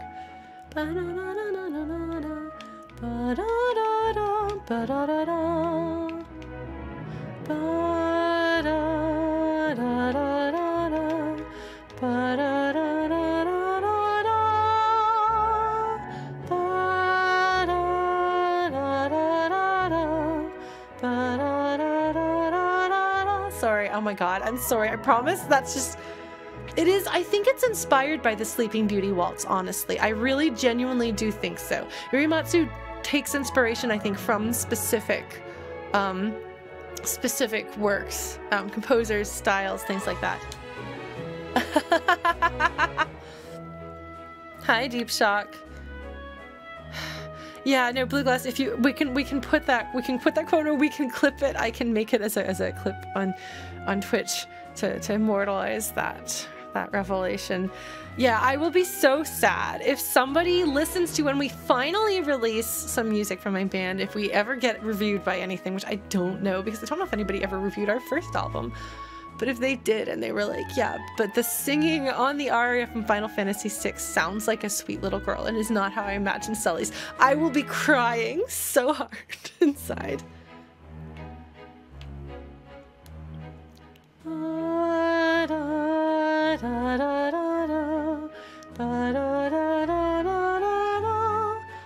Maybe I'll take a look at that, Danny.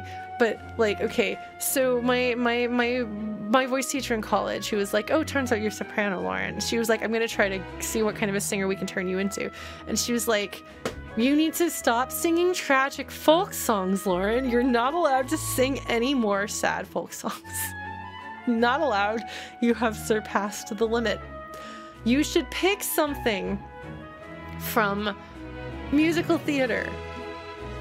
And I was like, what about Greenfinch and Linnet Bird? Because I don't like Sondheim, but I like that song, and I know you like Sondheim. And she was like, can you sing something happy? And I was like, no. And she was like, you're going to sing all that jazz. And I was like, oh no.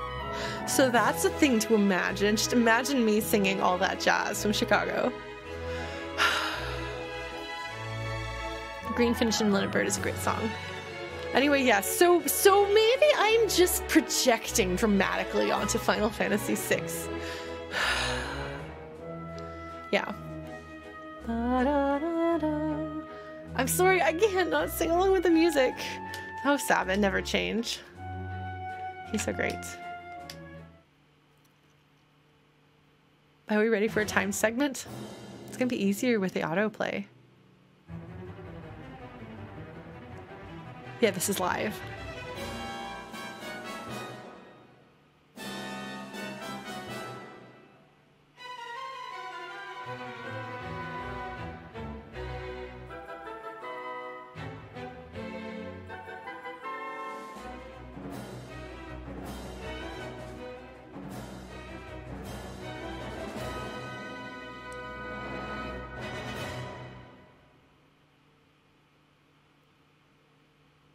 Oh.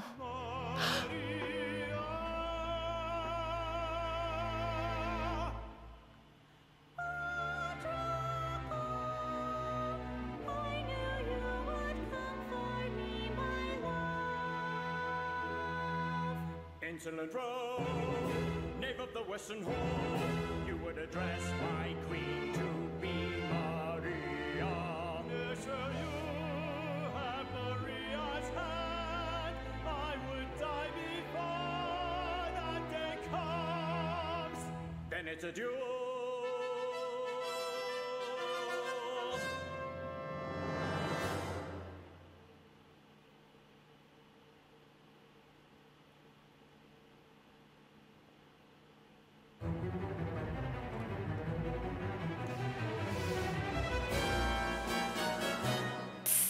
drama. Actually, Chrono, you can, in fact, watch how the show is supposed to end. There is a full version of this. I think it's like 20 minutes long. It exists, and I believe that Uematsu wrote it all, so... Oh, is it on the third Black Mages album? Okay.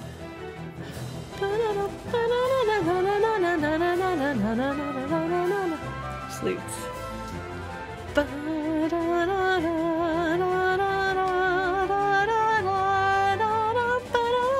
It's how she does her vowels. It's interesting. It's clearly an intentional decision. It's really interesting. Oh my god, oh my god, oh my god. What, Chrono?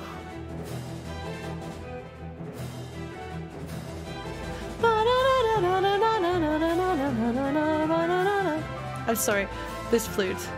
It'll take me 5 minutes to push this thing off, oh my god.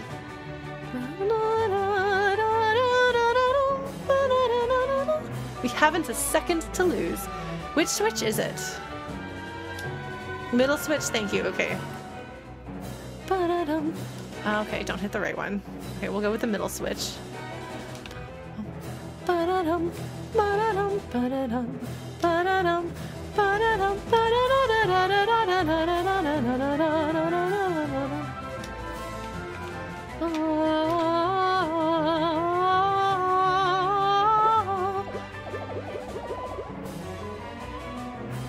Oh my god, the sound effect. Maybe we shouldn't do that. Alright, so the far right one.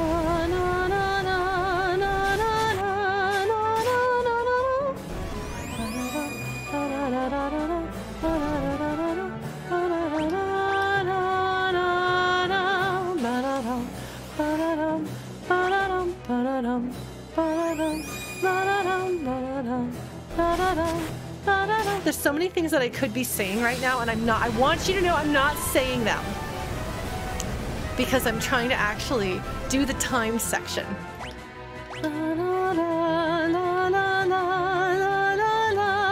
Oh, right, I can run.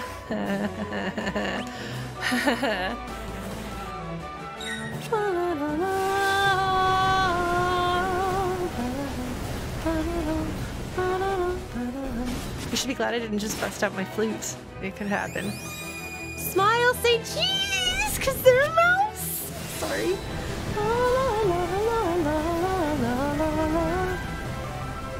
God, it's such a good song.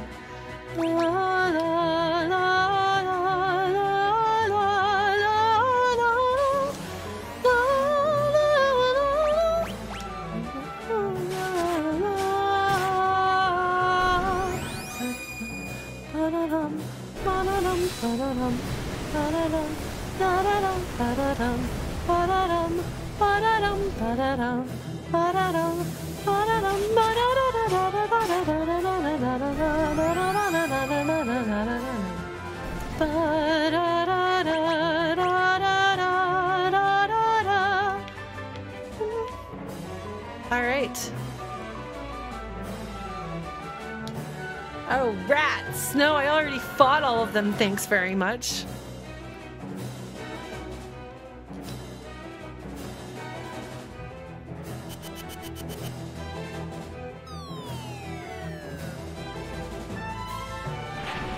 Music got louder because we're now on stage for just a second. Oh my god, oh my god, oh my god, oh my god, are you ready for it? Are you ready for it? Oh, it's dramatic. Oh no, this will never do. So I'm not actually able to act, but I can act as someone overacting. This is a skill that I have. We learned this on our last Horizon Zero Dawn stream. If something is supposed to be badly acted, I can do great. All right, let's do it. Oh my God. How can this story possibly continue? It's great. Oh my God, Locke. Come on, come on, come on! It's gonna be spoken dialogue, so we won't get to hear his voice. He made a sound effect.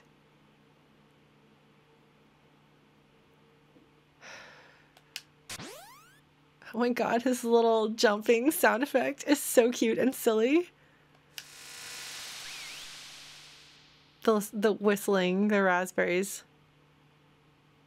No, I can't get between Locke and Celes. I just need to find my own Celes. Oh man, excellent. Silence, knave, you stand in the presence of octopus royalty. I'm pretty sure that that is exactly the Ted Woolsey translation. I don't know if a low-born thief like you could never defeat me is from the Ted Woolsey translation, but I do know that you stand in the presence of octopus royalty is familiar. Challenge you to a duel, and then they bust out their Pokemon. Man, here it comes, here it comes, here it comes. Are you ready for some low brass? If this is not incredibly low brassy, I will be disappointed. Okay, well, we got a timpani. Excellent. There we go. Yes!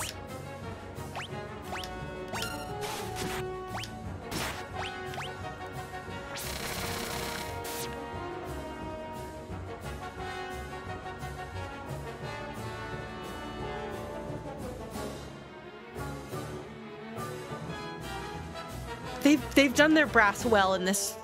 You're gonna love it, Danny. You're gonna love it.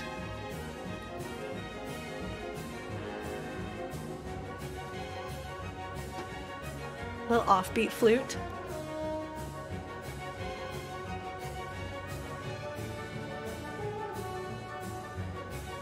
For some reason I had thought that that timpani part was tuba for some reason, but it's obviously timpani.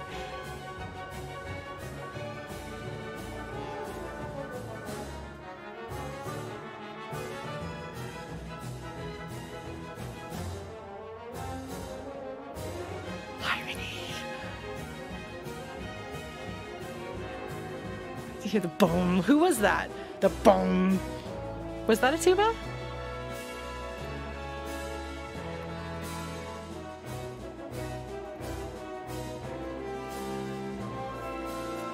There's the piccolo. If you think you hear a flute in an orchestral performance, it's probably the piccolo tricking you into thinking you can hear the entire woodwind section. That is the role of a piccolo. Sorry, this is really good. This is really good. I knew it was gonna be. That's why I was getting all excited. It's so good.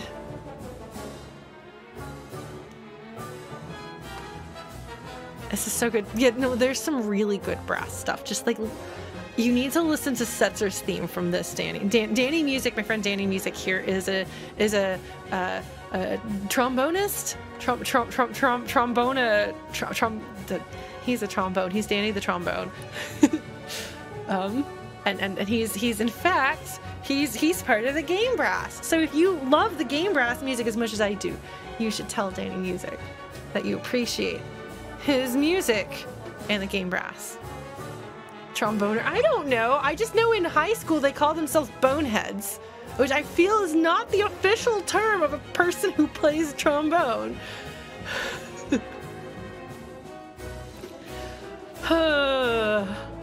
Yeah. All right, let us oh, that's true.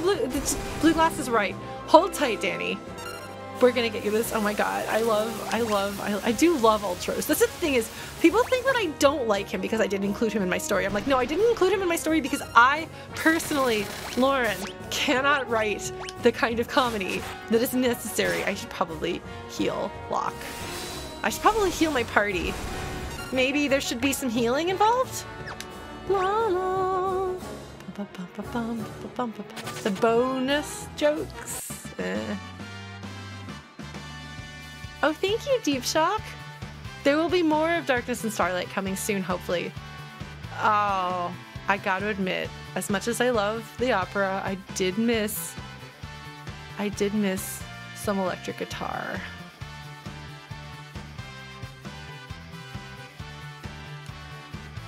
It's the best version of the victory theme from any Final Fantasy, and this is an incredible arrangement of it. I love it enough that I was about to swear about how much I love it. But I caught myself because I'm on stream and I don't swear on stream. Mostly. Alright, here it comes, here it comes, here it comes, here it comes! Here it comes, are you ready? Are you ready? Are you ready?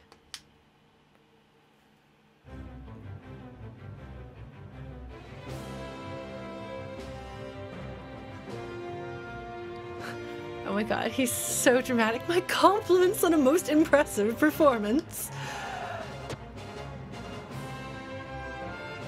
I told you.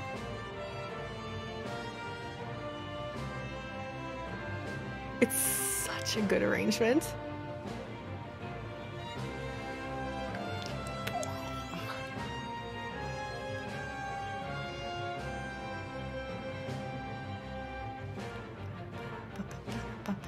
Oh, Setzer definitely goes on the drama queen scale. Yes, he is our I feel that it makes sense for him to be a disaster bisexual. That's all I'm saying. Setzer in Kingdom Hearts 2 is basically a different character with Setzer's character design.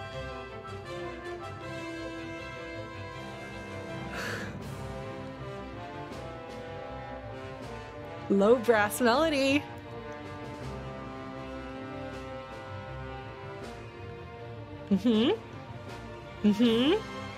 I told you! That was actually when I first heard it. I was like, my friend Danny needs to hear this.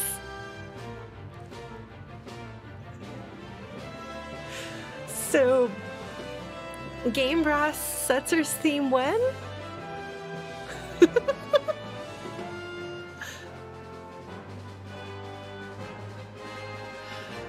I will say Kingdom Hearts 2 Setzer gives me context for understanding how, like, Aerith in other extended media is not actually Aerith, because that's not actually Setzer.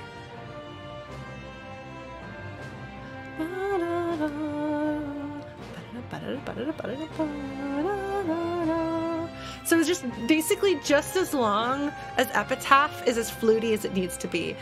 You brass can have this one. It's such a good arrangement.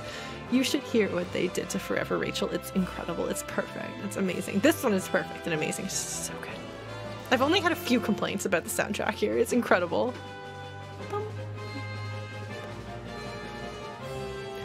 Anyway, for context for anyone who doesn't know, low brass is very supporting, but they don't often get the melody.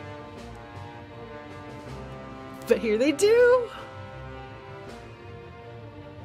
It's great. I'm a man of my word, Impresario. I'm taking Maria.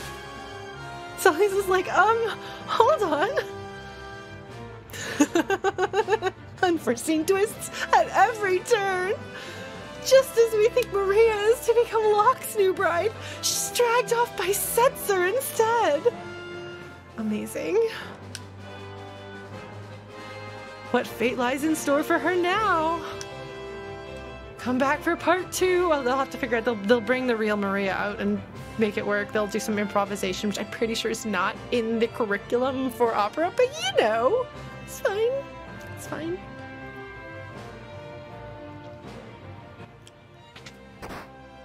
Oh, and then there's the volume thing.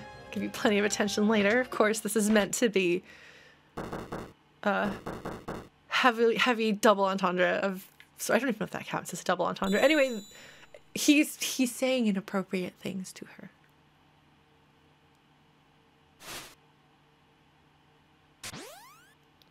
Boing. That sound does sound kind of silly compared to the way the arranged music sounds. You're a great fake actress. Oh, man.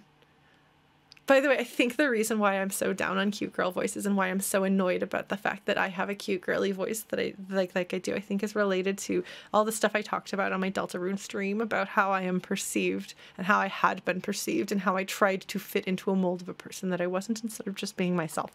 That's what I didn't say as I was singing along with the music, fighting rats. But that is a thought that occurred to me.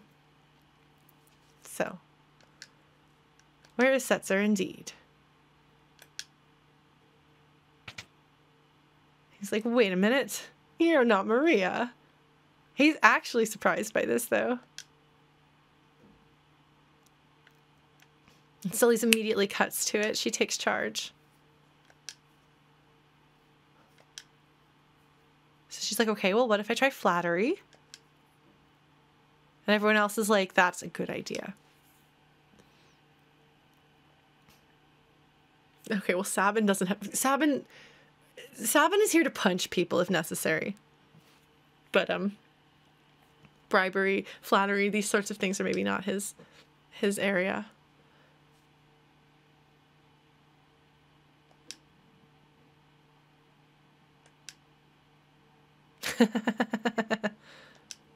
Yes, no, subtlety's not Sabin's thing.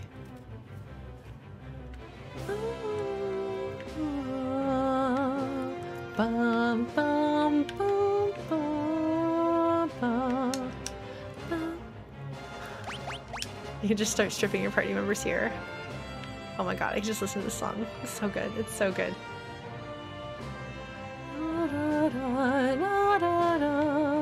I love what they've done with the sprites. I love the little subtle changes with the lighting and the I always forget the word, particle effects. That's the word.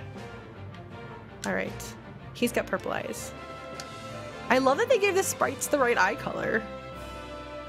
Business has been awfully slow lately thanks to the Empire. That's the accurate translation as opposed to what Ted Woolsey did, which is completely inaccurate, by accidentally writing the exact opposite. Because in the Ted Woolsey version, he's like basically war. Maybe he says war is bad for business, but he does say something about the Empire has been good for me for business or something like that, which is not truth. It's not what he's supposed to say. War is bad for business for this. So here Celes is like, yes, technically war is good for business, but perhaps war is bad for being able to be a fearless, freewheeling gambler, taking to the skies, getting rich people to like come on your airship and gamble and stuff. Like maybe that's hard to do. So here Celes is driven and passionate. She is like, we are going to put a stop to bad things. Like this is how like there are people who seem to think that Celes, like, they're like, oh, I think actually maybe she is planning to betray the Returners. I'm like, do you know she's not a good actress? We have just witnessed her being bad at acting. Here, she is like you get her started, and she is just like, war is terrible. We need to stop this. We need to put a stop to what the Empire is doing. It is destroying people. This is unacceptable and terrible. Yeah. Bad things. Because I think that this, like, Ted Woolsey was doing something with the translation of that line, because so this is a good, this line, I don't know that this is in the Ted Woolsey version. This is particularly interesting and noteworthy because if you will remember, Sabin's big conflict, his big driving thing is a pursuit of freedom. It is his pursuit of his own freedom that causes him to turn his back on Figaro. He wins his freedom by winning Edgar's rigged coin toss. How ironic then that Setzer loses his freedom because of Edgar's rigged coin toss. But Setzer is very all about freedom and being his own man and being free to explore and do what he wants to do and live his freewheeling life. So this is actually a perfect line here because it is pointing out something thematically important to both of these characters. And it's a very good point, but it's also feels very much in keeping with Sabin's voice, but I sure don't. You know, that sounds like something Sabin would say. Setzer's like, they are making convincing arguments.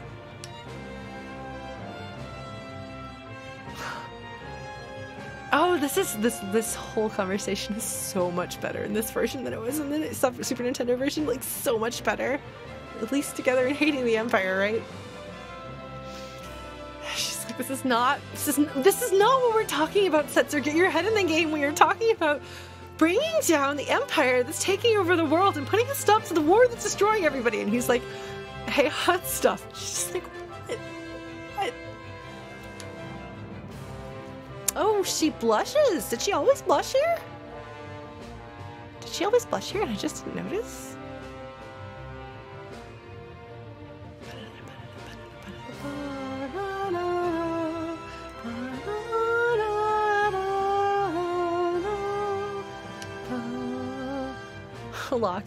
Locke is upset on multiple levels. Not necessarily levels that he's all willing to acknowledge at this point in time. But he's upset. I mean, it's a crazy, terrible thing. He's upset about it. But also there's that little bit of, And she's like, okay. And he's like, hey, excuse me, what?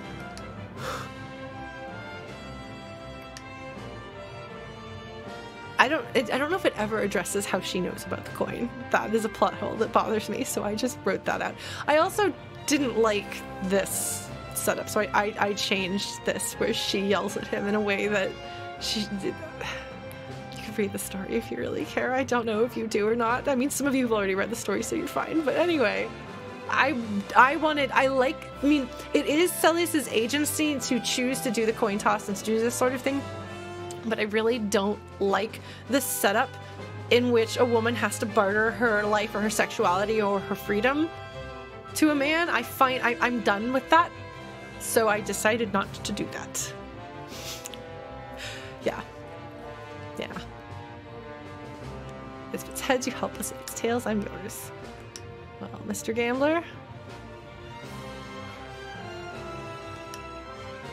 But here she reads him. She knows that he's gonna go for this. If you marry him, and she's like, it's fine, relax, Locke, I've got this. And he's like, oh my god. Poor Locke. Music gets quiet. Heads, I win. Guess you're gonna join us.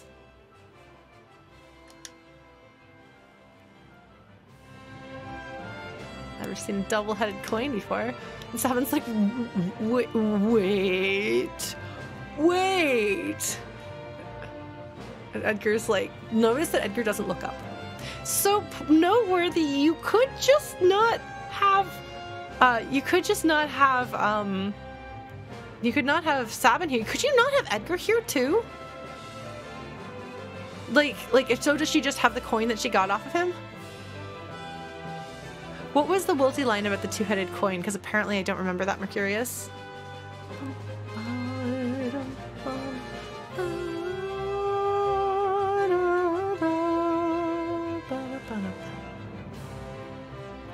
He appears if you don't have him. Does anybody know? Oh, you're right, Mercurius! I remember! He says, ha, two-headed coin, how low can you go? I love it. He says, I love it after that. You might be right then, Mr. Spaghetti Zone. Okay. But I like how, like, none of us wouldn't have Edgar in our party anyway, so none of us know. Oh, you could have Cyan and Gao here. Oh. But why would you? When you could have the Figaro Bros. Ah, here we go. How low can you stoop? I love it. Okay, so that line does remain here. I mean, this is a great character fighting line. Like, it sells you so much. Like, you like immediately know Setzer. He's like, how incredibly, you know, like how much of a cheat can you be? That's fantastic. It's really good. Oh, Setzer, you got some problems, buddy. He's got some problems. La, la, la, la, la, la, la.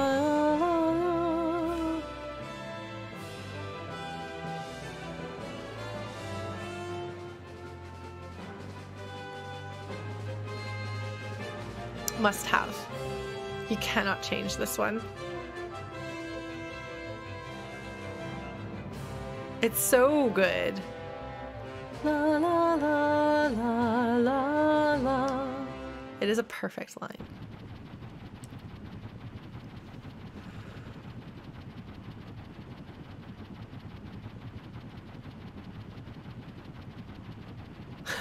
Locke is unimpressed. It does kind of make a clunky old thing noise, doesn't it? When things fall, they fall. So Setzer, life's a game of chance. You play your cards and fate plays hers. Ah, sort of nihilistic a little bit. Doesn't take much to push him over the edge into depressed alcoholism in the world of ruin. I mean, granted, to be fair, the world of ruin, a lot has happened, but still. Yes. This eyesore.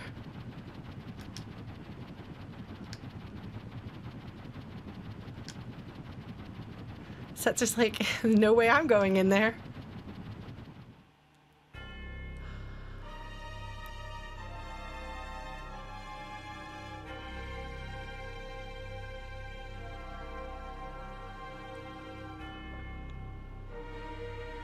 The tuned percussion.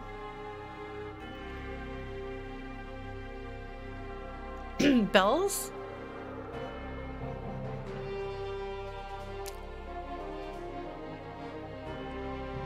Choir.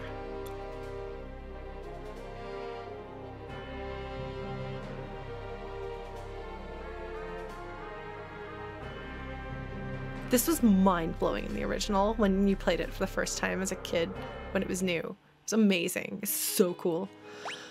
Okay, I need to shut down because I said I was not going to go 5 hours. I went 6, and I've got things to do. I've got work I need to do. And I might go see a friend.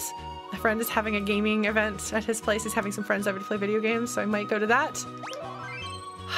My goodness. I can't even, like, close... I don't know, folks. Brief announcement, Chrono. Okay, hold on. Chrono has a brief announcement, everybody. Oh, good, Danny. I'm glad to hear that.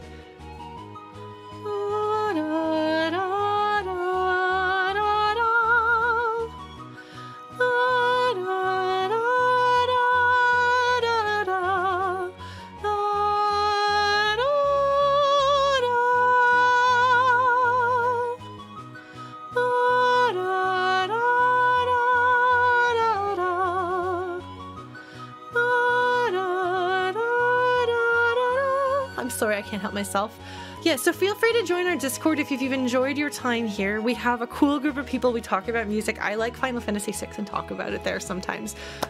Thank you all for joining me. For everybody who has been, you know, tuning in for like months or years on end, thank you. I always appreciate your support and seeing familiar faces. For the folks who dropped by for the first time because you like Final Fantasy VI, I hope you wound up enjoying your journey through my take on Final Fantasy VI. My streams, I realize, are kind of weird and atypical compared to how most people stream, but I appreciate you sticking around and hanging out, and I hope you enjoyed yourselves. Anyone who rated us and is still here, thank you so much for coming along. I hope you had a good time. I will be streaming Tuesdays our Horizon Zero Dawn, and I've never played, like, that's a first playthrough. Thursdays are Hades, also a first playthrough. Every Saturday at noon Eastern, I'm playing this game. They hopefully won't be going this long, but I couldn't cut off the opera. You know how it goes. And again, on April 10th in the afternoon, there will be a video game music concert hosted on this channel. So if that sounds like a good time, if you would like to see me play some video game music and see some of my friends who are fantastic musicians also play some video game music and maybe some other things, please tune in. Again, I've been Lauren the Flute because I am Lauren and I play the flute. I really appreciate your company. I know you could spend your Saturday afternoon doing many things. Thank you for choosing to spend it with me. Take care, and I will see you later. Bye.